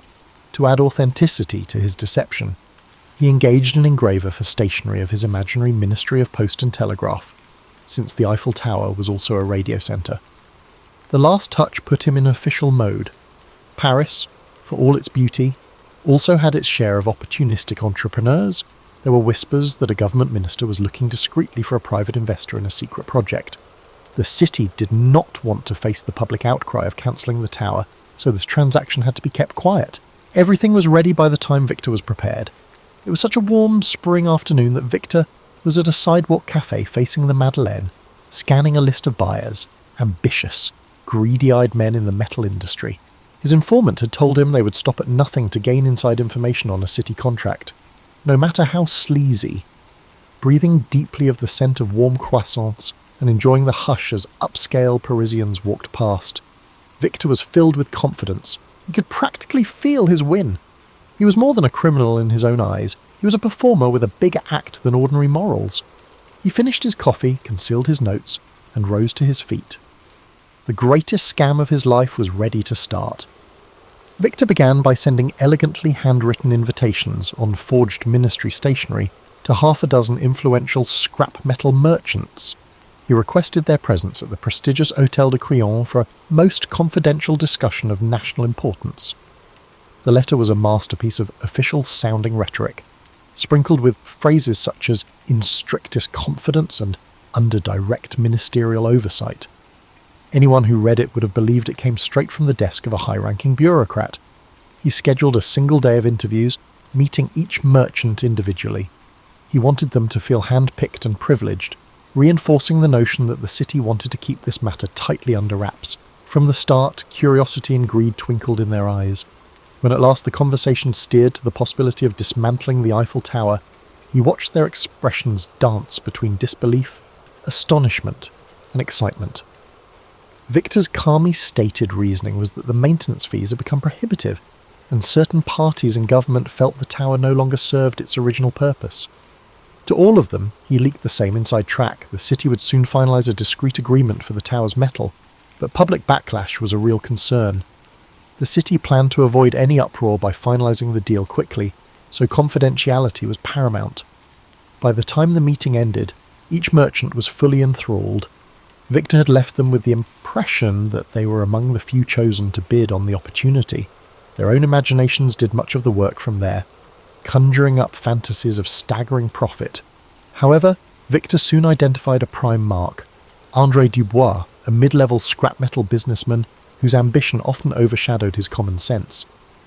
Dubois was known to be insecure about his place among the big players in the industry. If he could land a deal that secured him exclusive rights to the Eiffel Tower's metal, he believed he'd rise overnight into an elite echelon. Victor noticed how Dubois always asked breathlessly about the possibility of special consideration, a subtle hint that he might pay extra for preferential treatment. That was precisely the attitude Victor needed. After a few days of tantalising phone calls and cryptic notes, Victor invited Dubois to tour the Eiffel Tower with him in person. For added realism, Victor booked a chauffeur-driven car to pick up Dubois. Both men sat in the back seat, forging an atmosphere of clandestine camaraderie. As they approached the landmark, Victor gestured toward it as if it were an aging beast about to be put down. "It's quite costly to keep it painted and structurally sound," he remarked, with a faint sadness in his voice, as though he truly lamented the tower's impending fate. Dubois nodded solemnly, but his eyes gleamed with hunger. Ascending the tower's first deck, they observed the city sprawling in every direction, evidence, as Victor noted, that progress required sacrifice. He recited maintenance figures he'd gleaned from newspaper archives and from subtle bribes given to minor city clerks. This data-laden performance impressed Dubois. Victor then produced a sheaf of official-looking papers, a forged contract awarding the successful bidder exclusive salvage rights. Dubois skimmed them, mouth agape, as if he held a golden ticket to instant wealth. Finally, on the cusp of sealing the deal, Victor paused dramatically, then leaned closer. "I must admit," he said quietly, "we're under tremendous pressure to finalise this swiftly, but some officials are, shall we say, open to persuasion." With one eyebrow raised in subtle suggestion, Victor let that phrase linger in the air. Dubois took the bait. He understood that a bribe would secure him the contract, an illegal but... Weeks later, Victor found himself in Vienna, living luxuriously at a grand hotel. He enjoyed idle afternoons at the imperial cafes, reading about the flurry of rumours swirling in Paris. A few tabloids speculated that a conman had fleeced a businessman out of a fortune. Official statements from City Hall denied any plans to dismantle the Eiffel Tower. Yet the press never got hold of Dubois's name, and no one had identified Victor. The story, swirling with half-truths, soon faded from public discourse. For Victor, that was a green light. His scheme had left no significant ripples, no public scandal, no humiliating trial. It was as though the entire episode had slipped into an urban legend. While sipping a particularly fine espresso one morning, he found himself flipping through a Parisian newspaper. In the business section, there was a fresh wave of articles on the tower's upkeep expenses. Costs were climbing yet again. The debates that raged a few years prior were resurfacing, with critics continuing to ask if the monument had outlived its usefulness. Reading that, Victor felt a surge of déjà vu, accompanied by a mischievous grin. If the city itself remained unconvinced of the tower's permanent place in its skyline, then the seed of plausibility was still there. The more he mulled it over, the more irresistible the idea became. Selling the Eiffel Tower once was bold. Selling it twice, that would be legendary. Of course, every repeat performance carries an elevated risk. Con artistry thrives on the unexpected. Victor was no stranger to the concept that lightning rarely strikes the same place twice. And yet, as he weighed his options, he recognised one key advantage. The first victim, Dubois, never went public. The scheme was still cloaked in rumour. Furthermore, the ephemeral nature of public memory in a bustling city like Paris worked in his favour. People had moved on to the next scandal. Victor decided that with a few adjustments, the plan could work again. He returned to Paris incognito, adopting the persona of a minor diplomat from a small Eastern European country. He took a suite at a different upscale hotel near the Opéra Garnier, careful not to retrace his steps exactly. He updated his forged documents, upgrading his fictitious role to an intergovernmental liaison dealing with municipal real estate transitions. This time, his approach would be more polished, more exclusive. He planned to target even wealthier players, men with deeper pockets and even greater appetites for risk. The second attempt began with the same formula. Elegantly worded letters on official-looking stationery, discreet appointments scheduled in lavish hotel lounges, and hushed talk of a sensitive government project. Yet the potential buyers this time were fewer, and Victor was more selective. At one meeting in a private parlour, he addressed 3 men together, an unusual choice for him. The trio included a well-known industrialist rumoured to have close ties to the city's political figures, a second man who managed a large shipping enterprise, and a third, a foreign investor looking to break into European markets. Victor carefully balanced the discussion, letting just enough details slip to convince them that the city's patience with the Eiffel Tower was running thin. But if the first sale had gone astonishingly smooth, The second was fraught with unexpected snags. One of the potential buyers was far more astute than Victor anticipated. This man, Claude Fournier, had a reputation for sniffing out underhanded deals. At the meeting, Fournier didn't flinch when Victor presented the rationale for dismantling the tower. Instead, he politely asked for references and official documentation. There was a certain sharpness in his eyes that made Victor uneasy. Still, Victor handed over his forged credentials without hesitation, offering carefully rehearsed explanations. Fournier accepted them with a practiced smile that revealed nothing. A day later, however, Victor discovered that Fournier had asked around about him, discreetly inquiring among local bureaucrats to confirm the authenticity of the liaison role. None of them, of course, recognized the name. A city clerk, already suspicious about a foreigner asking pointed questions, apparently alerted a friend in the police. Victor learned of this through his network of informants, petty forgers, streetwise doormen, and an occasional mistress or two. The rumour suggested that the police had begun quietly investigating a man posing as a city official peddling a contract tied to the Eiffel Tower. For the first time in his career, Victor felt the heat close in. The con was in motion, but the authorities were no longer ignorant. With a mixture of dread and exhilaration, he realised he had no choice but to accelerate the plan. He zeroed in on the second potential mark, an overly ambitious shipping magnate named Marcus Weissman, who had a penchant for shady dealings. Over dinner at a private club, Victor dangled the tower's contract before him as if it were a rare gem. Weissman, too enticed by the prospect of beating out his competitors, took the bait. Still, the tension was palpable, even as Weissman scribbled out a cheque big enough to make Victor's heart flutter. There was a persistent, nagging awareness that time was short. He needed to vanish before Fournier's inquiries led the police to his door. So he chose to skip the bribe angle that had worked so well with Dubois. Instead, he accepted a lump sum payment that covered everything, the purchase of the tower's scrap plus a discreet administrative fee. Weissman assumed that the simpler the transaction, the less likely it would be detected. Late that night, under the cover of darkness, Victor slipped out of his hotel. He carried a small valise stuffed with his ill-gotten gains, heading straight to the Gare de Lyon. By dawn, Victor fled to Monte Carlo, a glittering haven of high rollers and exile aristocrats. Initially, he relished the sweet satisfaction of having bested not just one, but two gullible buyers. He told himself he had achieved what no other conman in history had dared. Alone in a lavish suite overlooking the Mediterranean, he replayed the final moments in Paris, the anxious hurry to collect Weissman's cheque, the furtive glances at the station, and the first sunrise that found him safely out of reach. Now, with the sea breeze caressing his face, he figured it was only a matter of time before rumours of the second sale caught up to him. For a few months, he maintained a low profile. He frequented the Monte Carlo casino under a false identity, staying clear of any large wagers that might draw attention. He used coded telegrams to stay in touch with his forgers and informants back in Paris. From them, he learned that Fournier had indeed pressed the police for an investigation. Weissman, facing public humiliation and potential legal woes, tried to keep the matter as quiet as possible, hoping to recover his money through any means short of a public scandal. Still, the police smelled something big. They had never heard of such an audacious swindle, and that alone piqued their interest enough to keep them digging. Eventually, investigators uncovered the faint tracks Victor left behind, receipts at the hotel, witnesses who recalled a confident, well-dressed man with a foreign accent. They pieced together the timeline of his meetings, even found traces of his forged stationery.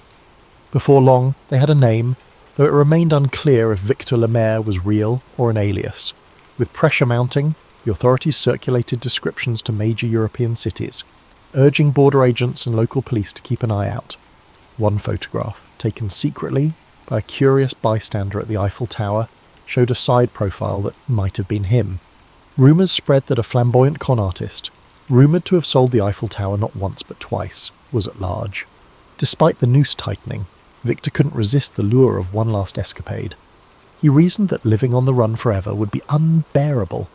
Why not gamble big while he still had some measure of control? So, one evening at the casino, dressed in a crisp dinner jacket, swirling a glass of fine cognac, he sat at a roulette table. In a dramatic flourish, he placed a small fortune on a single bet. It was uncharacteristic of him to risk real money on chance. He usually preferred to rig the odds through manipulation. But something inside him craved the adrenaline rush. The wheel spun, heart pounding. He watched the tiny ball bounce from slot to slot. When it finally settled, it landed on red, a loss for Victor's black bet. Though it was only a fraction of his earnings, the defeat seemed like an omen. For a moment, he stared at the chipped green felt of the table, the croupier's polite nod indicating the end of the bet. In that instant, a seed of doubt sprouted in Victor's mind. Was his luck running out? He excused himself, stepping away from the table, ignoring the curious glances of other patrons who recognised him, by one of his many aliases, presumably. That night, as he strolled the moonlit promenade along the coast, he tried to shake off the feeling that everything was about to catch up with him. He told himself he was a master of illusions. He could reinvent himself anywhere, America, South America, or a quiet corner of Asia. Yet the persistent thought nagged at him. How long can any fox outrun the hounds? He had always believed in the artistry of his craft, but sooner or later, every performance comes to a close. Sure enough, his downfall arrived abruptly. While stepping out of a Monte Carlo cafe one morning, he was discreetly approached by a man who introduced himself as a private detective from Paris, hired by none other than Claude Fournier.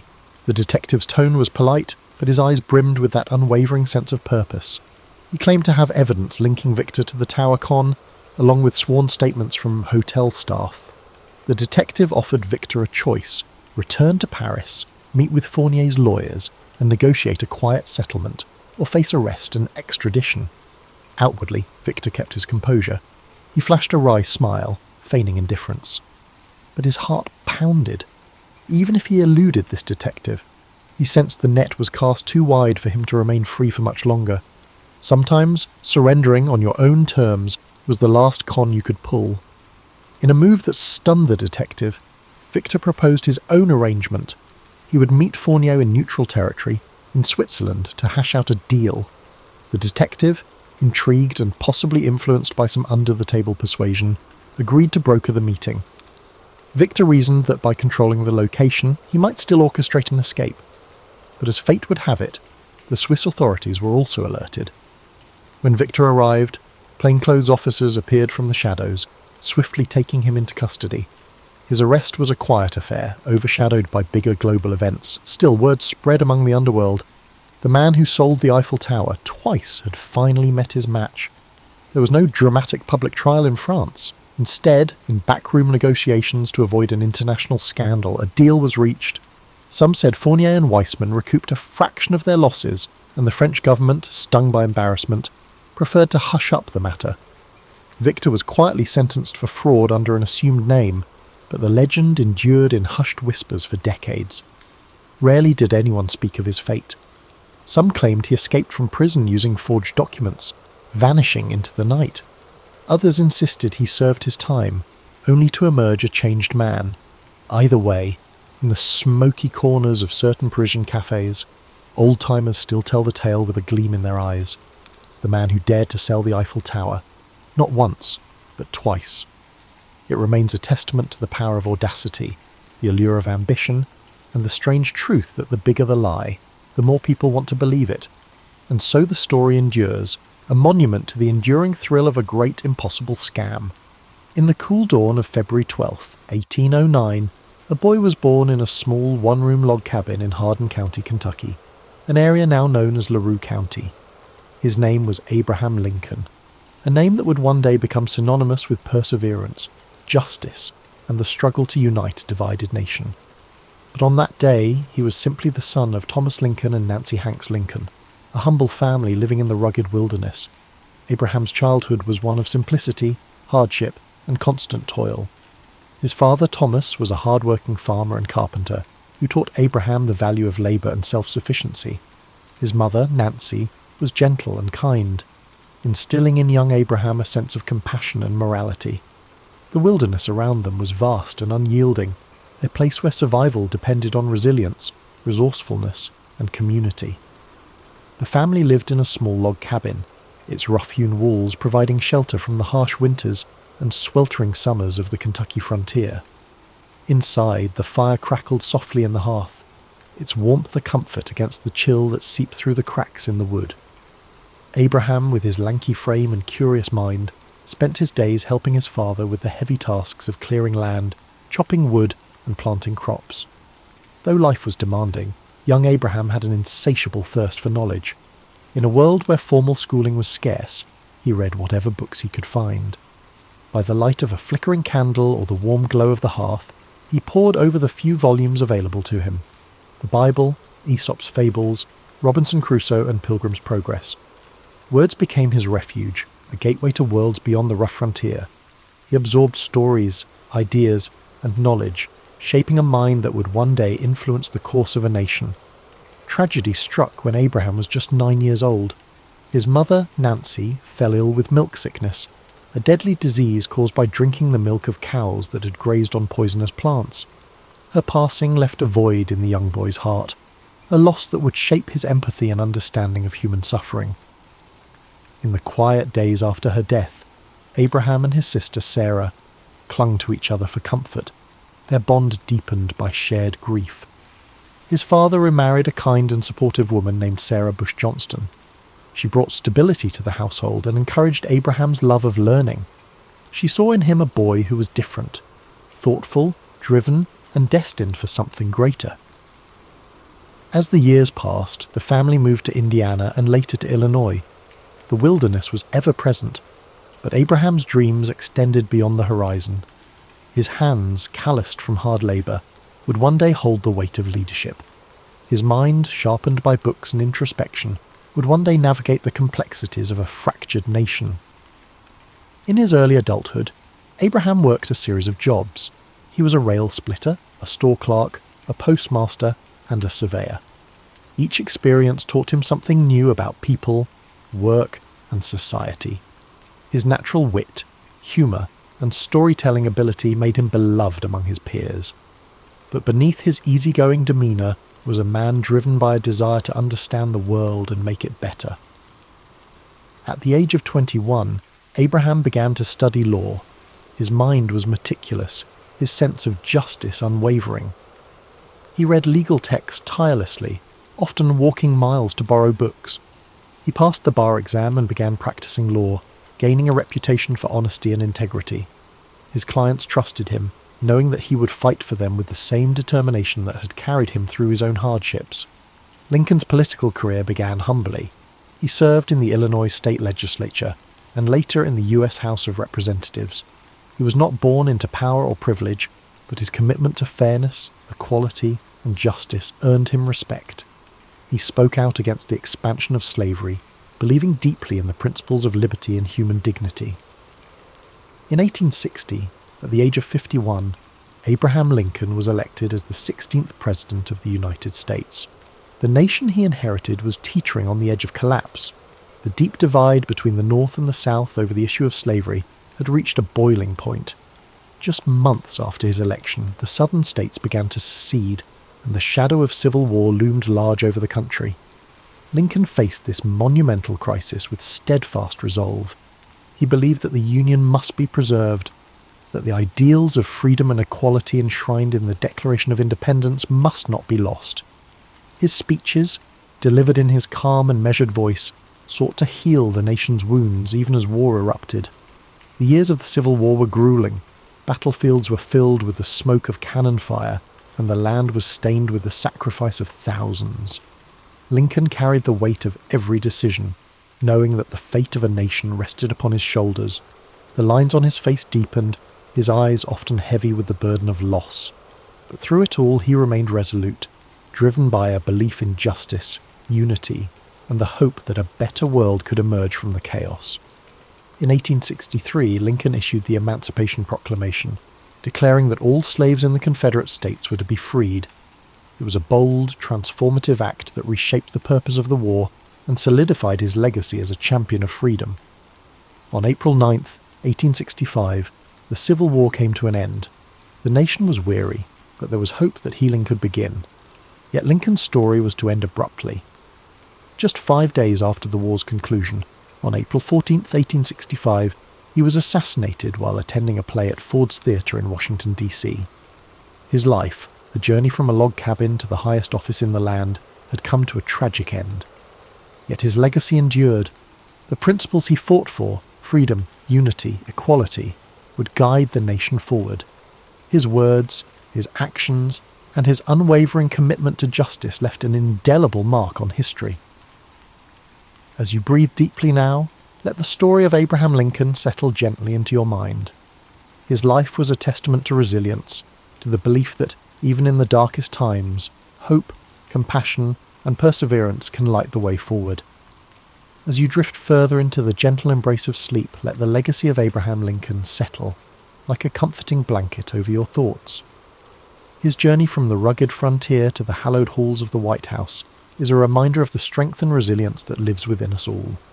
His life teaches us that even in times of struggle, compassion, and perseverance can lead to hope, unity, and transformation. Picture the quiet landscape of the American frontier, the wide open plains stretching endlessly beneath a star-filled sky.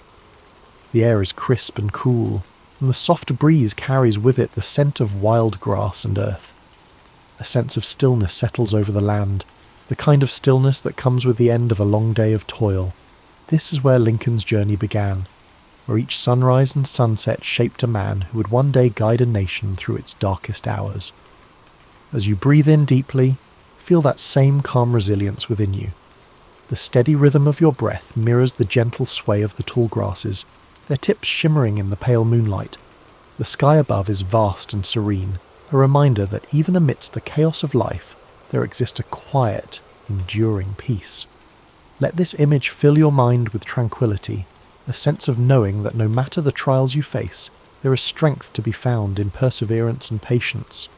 Imagine the crackling of a campfire in the distance, its warm glow a beacon of comfort in the darkness. The flames dance softly, casting flickering shadows that sway and twist. This fire represents the warmth of human connection, the bonds of unity that Lincoln so passionately fought to protect. Even when the world was divided, he held firm to the belief that a nation could heal, that people could come together despite their differences. Lincoln's story reminds us of the quiet power of humility, empathy, and integrity.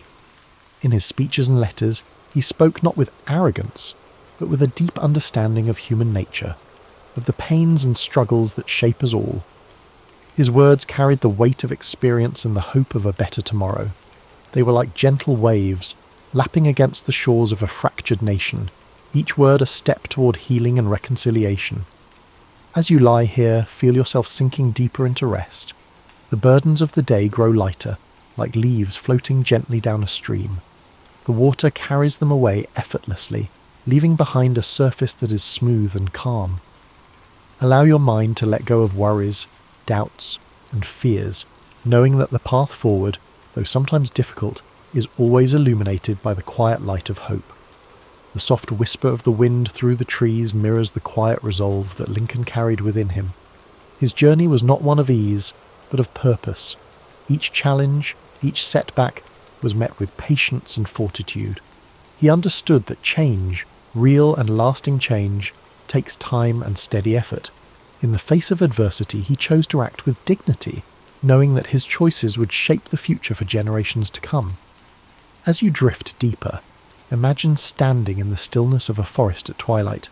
The world is hushed, the last rays of sunlight filtering through the branches, casting long golden shadows on the ground.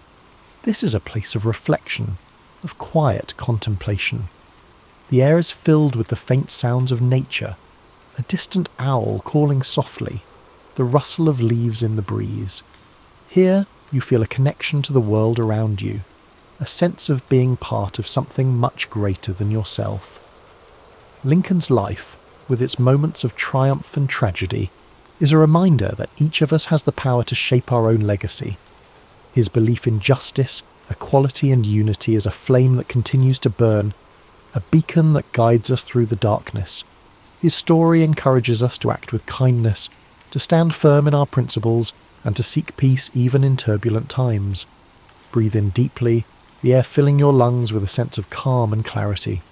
With each exhale, let go of any tension or unease. Feel your body relax further, each muscle softening, your mind becoming lighter. The steady rhythm of your heart is like a gentle drumbeat, grounding you in this peaceful moment. The night envelops you now, a cocoon of warmth and safety. The stars above shimmer softly, their light a reminder that even in the vastness of the universe you're not alone. You are part of a story that stretches across time and space, connected to the dreams, struggles and triumphs of those who came before you. As you continue to relax, let Lincoln's story inspire a sense of quiet resolve within you. His life is a testament to the idea that courage, empathy, and perseverance can overcome even the greatest challenges. His journey, though filled with hardship, ultimately brought hope and healing to a fractured world. You too carry that potential within you, the power to face challenges with grace and to find peace in the midst of uncertainty. Thank you for joining us tonight on History and Sleep. May the story of Abraham Lincoln fill your dreams with calm, strength, and the knowledge that you are capable of overcoming any obstacle. Remember to like, comment and subscribe for more soothing stories of history's greatest figures. Now, let go completely. The night holds you gently, the stars keep watch, and your dreams unfold like the quiet pages of a storybook. Sleep deeply, knowing that you are safe, that you are strong, and that tomorrow holds new possibilities, new paths to explore, and new moments of peace. As you drift even deeper into the comforting depths of sleep, let the quiet strength of Abraham Lincoln's story continue to guide you. His journey, one marked by perseverance, compassion, and unwavering resolve, reminds you that within every moment of stillness lies the potential for growth and healing. The night wraps around you like a warm, protective embrace, and your mind settles further into a place of deep relaxation. Imagine now a gentle breeze whispering through the fields of the American Midwest, where the tall grass sways like waves upon a sea of green and gold. The landscape is bathed in the silvery light of the moon, casting long shadows that dance across the open plains. This is the land where Lincoln grew up, where he learned the value of hard work, the weight of responsibility, and the simple joys of a life lived close to nature. The distant sound of a slow-moving river meanders through the air, its waters reflecting the soft light of the stars. Each ripple is like a thought, gentle and fluid, carrying away the worries of the day. You're standing on the banks of this tranquil river, feeling the cool, damp earth beneath your feet. The water flows endlessly, reminding you that life, with all its challenges and triumphs, moves forward in its own steady rhythm. In the distance, you see a campfire glowing softly, its flickering flames casting a warm, golden light. The warmth of the fire reaches out to you, offering comfort and reassurance. It represents the quiet resolve and inner strength that guided Lincoln throughout his life. The flames dance and sway, whispering stories of perseverance, courage, and the enduring power of hope. Lincoln's life, though filled with challenges and loss, was also a testament to the beauty of simple joys, the laughter of loved ones, the satisfaction of hard work, and the solace of quiet reflection. His humility and integrity, even in the face of great adversity, remind us that true strength is not always loud or forceful. Sometimes it is found in the quiet determination to do what is right. As you breathe in deeply, feel that same sense of quiet strength fill your being. Each breath brings with it a wave of calm, washing away tension and worry. With every exhale, you release the weight of the day, allowing your mind to sink further into the peaceful flow of the night. The world around you is hushed, the night filled with a serene stillness.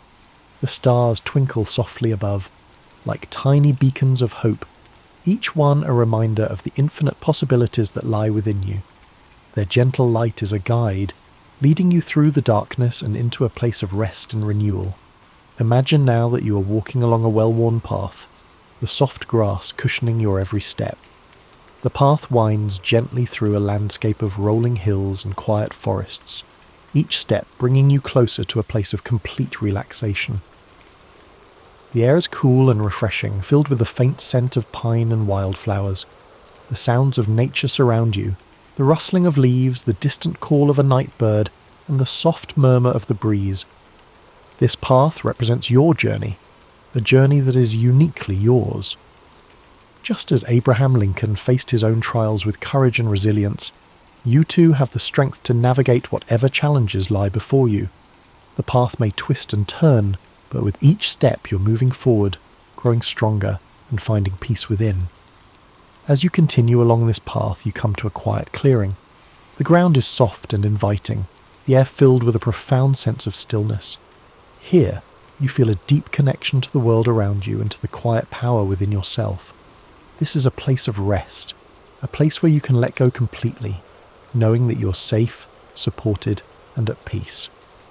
The night sky stretches above you, vast and endless, a reminder that you are part of something much greater than yourself. The gentle glow of the stars fills you with a sense of wonder and calm. You're exactly where you need to be, and in this moment, everything is as it should be. As you settle into this peaceful clearing, allow yourself to drift even further into the depths of sleep. Your breath is slow and steady, your body relaxed and weightless. The world fades away, leaving only the comforting darkness and the quiet rhythm of your heart. Its roots lie in the escalating tensions between the United States and Japan.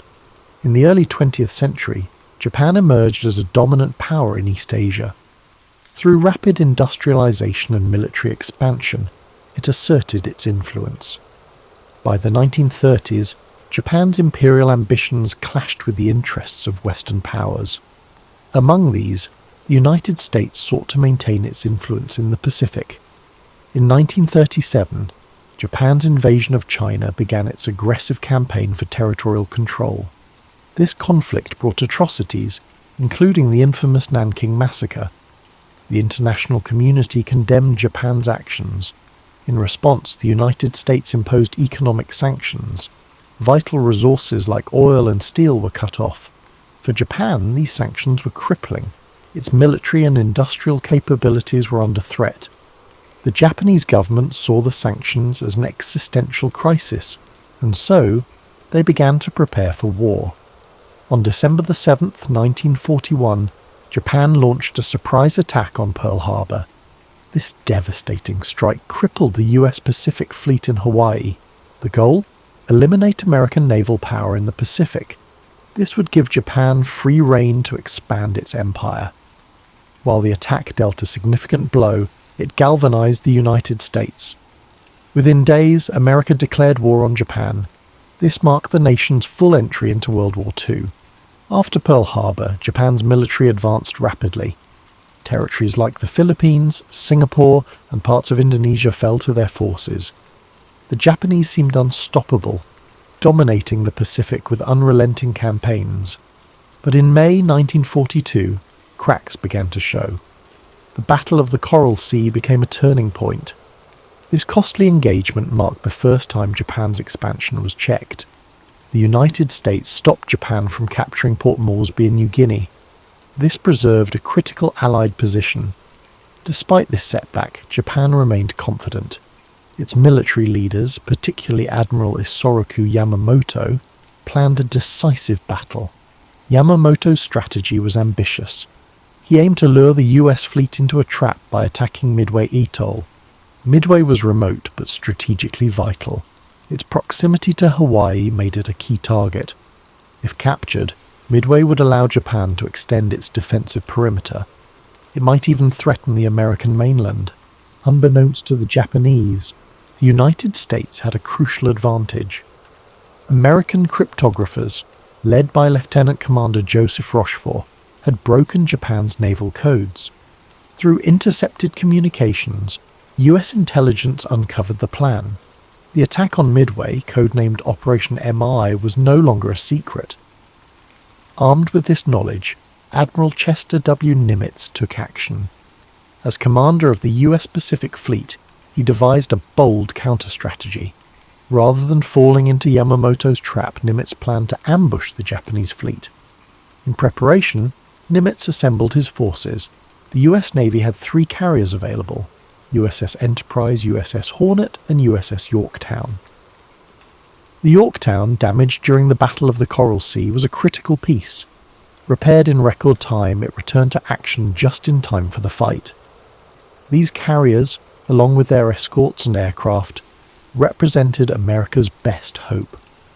This was their chance to turn the tide in the Pacific. On the morning of June 4th, 1942, the battle began. Japanese aircraft launched waves of attacks on Midway Atoll. Bombs rained down, targeting airstrips and defences. The defenders, though heavily outnumbered, fought valiantly. Anti-aircraft fire and fighter planes took a toll on the attackers. Yet Midway suffered significant damage. Even so, the Japanese failed to achieve their primary goal, neutralizing Midway's air power. As the Japanese prepared for a second wave, the Americans struck back. Carrier-based aircraft launched a bold counterattack. The first waves of US torpedo bombers faced devastating losses. Their slow, outdated planes were no match for the agile Japanese Zero fighters. Many brave crews were lost, but their sacrifice distracted the Japanese defences. This left the enemy fleet vulnerable. At a critical moment, American dive bombers arrived. They found the Japanese carriers, Akagi, Kaga and Soryu, completely exposed. The ships were refueling and rearming planes. Their decks were crowded with explosives. The American bombers struck with devastating precision. Direct hits ignited explosions and fires. Akagi, Kaga, and Soryu were consumed by flames. This was a catastrophic blow to Japan's naval power. The fourth Japanese carrier, Hiryu, launched a counterstrike. It managed to severely damage the USS Yorktown, but the Americans regrouped quickly. They launched a final attack, sinking Hiryu by the end of the day. All 4 Japanese carriers were destroyed. This marked a turning point, not just in the battle, but in the war itself. The fighting continued for several days. The Japanese attempted to regroup and retreat. By June 7th, it was over. The United States had achieved a decisive victory. Japan's primary carriers were sunk. Their ability to project power in the Pacific was crippled. The loss was catastrophic for Japan. Over 3,000 sailors and airmen were killed. Their fleet suffered irreparable damage. The Battle of Midway marked a turning point. Japan, once seemingly invincible, was now on the defensive. The United States began a bold campaign of island hopping. Strategic locations were captured one by one. Step by step, they pushed closer to Japan. Midway reshaped the nature of naval warfare. The battle proved the central role of aircraft carriers. It signaled the end of the battleship era. Beyond its strategic significance, Midway is remembered for its human cost. The courage of American pilots was extraordinary. They faced overwhelming odds with determination. The resilience of sailors aboard the Yorktown and other ships was inspiring. Their sacrifices showed the strength of the human spirit, even in the face of adversity. Today, Midway Atoll is a wildlife refuge. Its calm waters and quiet shores stand in contrast to the chaos it once endured. This peaceful place is a testament to those sacrifices. It reminds us of the price paid for peace. The story of Midway teaches us many things: the power of strategy, the importance of intelligence, and the unity needed to overcome the greatest challenges. As you rest tonight, reflect on this story. Picture the vast Pacific Ocean. Imagine its waves, now peaceful and still. Think of the bravery of those who fought for a brighter future. Let their sacrifices bring you calm and hope. The impact of Midway did not end with the sinking of Japan's carriers. Its effects echoed across the Pacific and beyond. For Japan, the loss was a strategic disaster. 4 carriers were destroyed: Akagi, Kaga, Soryu, and Hiryu. These ships were the core of the Imperial Japanese Navy's striking force. Their destruction ended Japan's ability to conduct large-scale offensives. The loss of experienced pilots and aircrew was another blow. Unlike the United States, Japan struggled to replace its forces. Its industrial capacity and training programs were limited. The expertise of the aviators lost at Midway was irreplaceable. This left the Japanese fleet at a growing disadvantage in later battles. For the United States, Midway was a game-changer. Victory allowed the US to shift from defense to offense. The Pacific, once dominated by Japan, began to change. American morale soared. The victory proved Japan's expansion could be halted and reversed. For the first time, the Allies had a clear path forward. The island-hopping strategy followed soon after. Allied forces targeted key Japanese-held islands. They bypassed heavily fortified positions, choosing strategic locations instead. Each island captured brought the Allies closer to Japan's home islands. Japanese supply lines were cut off, isolating their forces. One of the first campaigns to build on Midway's success was the Battle for Guadalcanal, which began in August 1942. This grueling 6-month campaign saw the United States gain its first major foothold in the Pacific. It marked the beginning of Japan's long retreat. The lessons learned at Midway, particularly the importance of air superiority and carrier-based operations, were applied repeatedly in the battles that followed. The psychological impact of Midway was equally profound. For Japan, the defeat shattered the aura of invincibility that had surrounded its navy. The loss of the carriers that had spearheaded the attack on Pearl Harbor was a blow. It was a blow not only to Japan's military capabilities, but also to its national pride. The morale of Japanese troops and citizens began to waver. The realization set in, victory might not be achievable. For the United States and its allies, Midway was a source of inspiration and determination. The victory demonstrated that careful planning, intelligence, and courage could overcome even the most formidable adversaries. It strengthened the resolve of Allied forces and galvanized the American public, who now saw a path to ultimate victory in the Pacific. The Battle of Midway also highlighted the evolving nature of naval warfare. The era of the battleship, long considered the dominant force in naval strategy, was over. Midway confirmed that aircraft carriers and their air groups were the new kings of the sea. Control of the skies became the determining factor in naval engagements. This shift would influence military doctrine for decades to come. The role of intelligence in the battle cannot be overstated. The work of American codebreakers, who deciphered Japan's naval plans, provided a critical advantage. This allowed the United States to prepare and execute its ambush. This achievement underscored the importance of information and communication in modern warfare. It set the stage for the development of sophisticated intelligence operations in future conflicts. As the war progressed, the impact of Midway became increasingly evident. The Japanese Navy, once a dominant force, found itself unable to mount large-scale operations. Meanwhile, the United States, with its unmatched industrial capacity, continued to build and deploy new carriers, planes, and ships. By 1944, the balance of power in the Pacific had shifted decisively in favor of the Allies. Today, the story of Midway is remembered not just as a battle. It is a testament to the resilience, ingenuity, and bravery of those who fought there. It serves as a reminder of the sacrifices made by the greatest generation, and the lessons of courage, strategy, and unity that shaped the outcome of the war. The site of the battle, Midway Atoll, is now a place of peace and reflection. Designated as a national wildlife refuge, it is home to a rich diversity of marine and bird life. A far cry from the chaos of war that once engulfed its waters, the atoll stands as a symbol of renewal and a tribute to the resilience of nature and humanity alike. As you reflect on the events of the Battle of Midway, imagine the vast, quiet expanse of the Pacific, its waters calm and still under a starry sky. Let the courage and determination of those who fought fill you with a sense of gratitude and inspiration. Their sacrifices remind us of the strength and resilience within each of us and the enduring hope for peace. After the decisive American victory at Midway, the Imperial Japanese Navy found itself in a precarious position.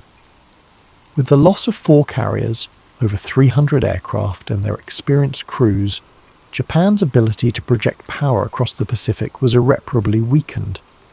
The battle also exposed critical flaws in Japan's strategic planning and overconfidence. Despite early successes in the war, the Japanese High Command underestimated the United States' industrial capacity, intelligence capabilities, and the sheer determination of its forces. Midway was a psychological blow to Japan. The once dominant Japanese Navy now faced a growing and increasingly confident American fleet. This loss of momentum had a cascading effect on Japanese strategy.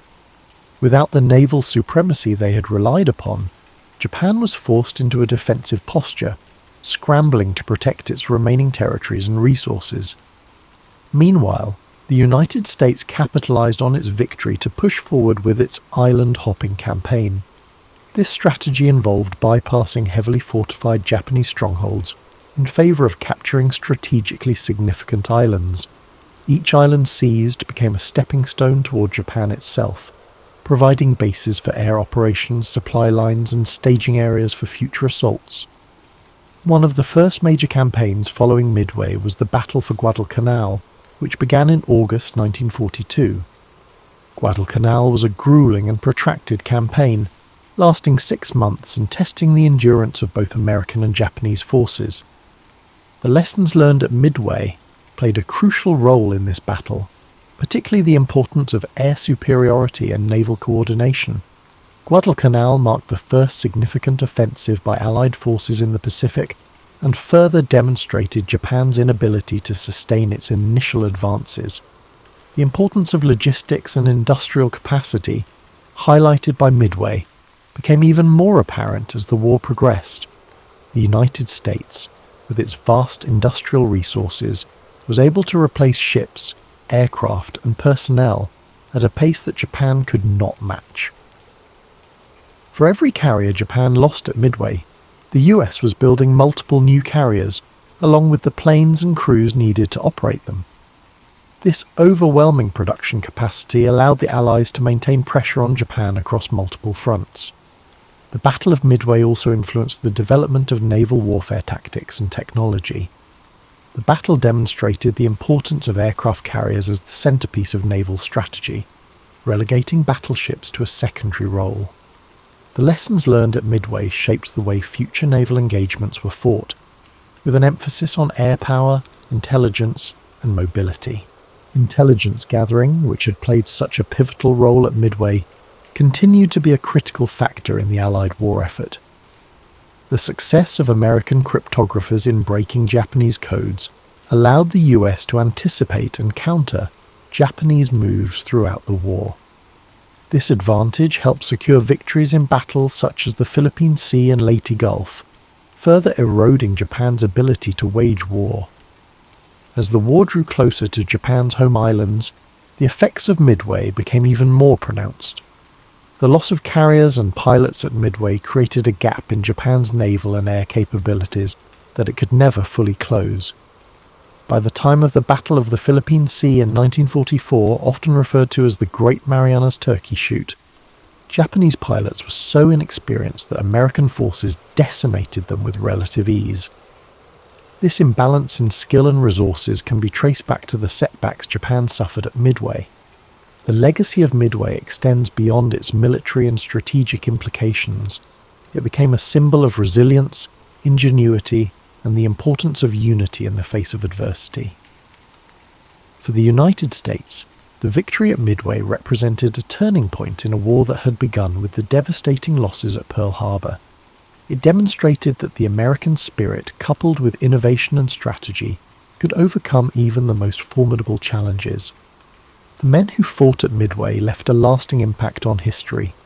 Their courage and sacrifice are remembered not just in the annals of military history, but also in the hearts of those who understand the profound cost of war. Many of the pilots, sailors, and officers who served in the battle went on to play key roles in subsequent campaigns, carrying with them the lessons and experiences of Midway. Today, the site of the battle remains a place of quiet reflection. Midway Atoll, now a national wildlife refuge, is home to diverse marine and bird life, a stark contrast to the chaos that once engulfed its waters. The peaceful serenity of the atoll serves as a poignant reminder of the cost of war and the enduring hope for peace. The story of Midway is one of triumph and tragedy, of strategy and sacrifice. It is a reminder of the resilience of the human spirit and the importance of standing firm in the face of adversity. As we reflect on this pivotal moment in history, let us remember the bravery of those who fought, the lessons they taught us, and the enduring legacy of their actions. Picture the calm waters of the Pacific, the waves gently lapping against the shores of the atoll. Imagine the bravery of those who took to the skies and seas, their sacrifices shaping the course of history. Let their legacy remind you of the strength and resilience within us all. Thank you for joining us tonight on History and Sleep. May the story of the Battle of Midway bring you reflection, perspective, and a deep sense of gratitude. Sleep well, and may your dreams be filled with the quiet strength of those who came before us, and the enduring hope for a better world. Sweet dreams, and drift off to sleep with rain.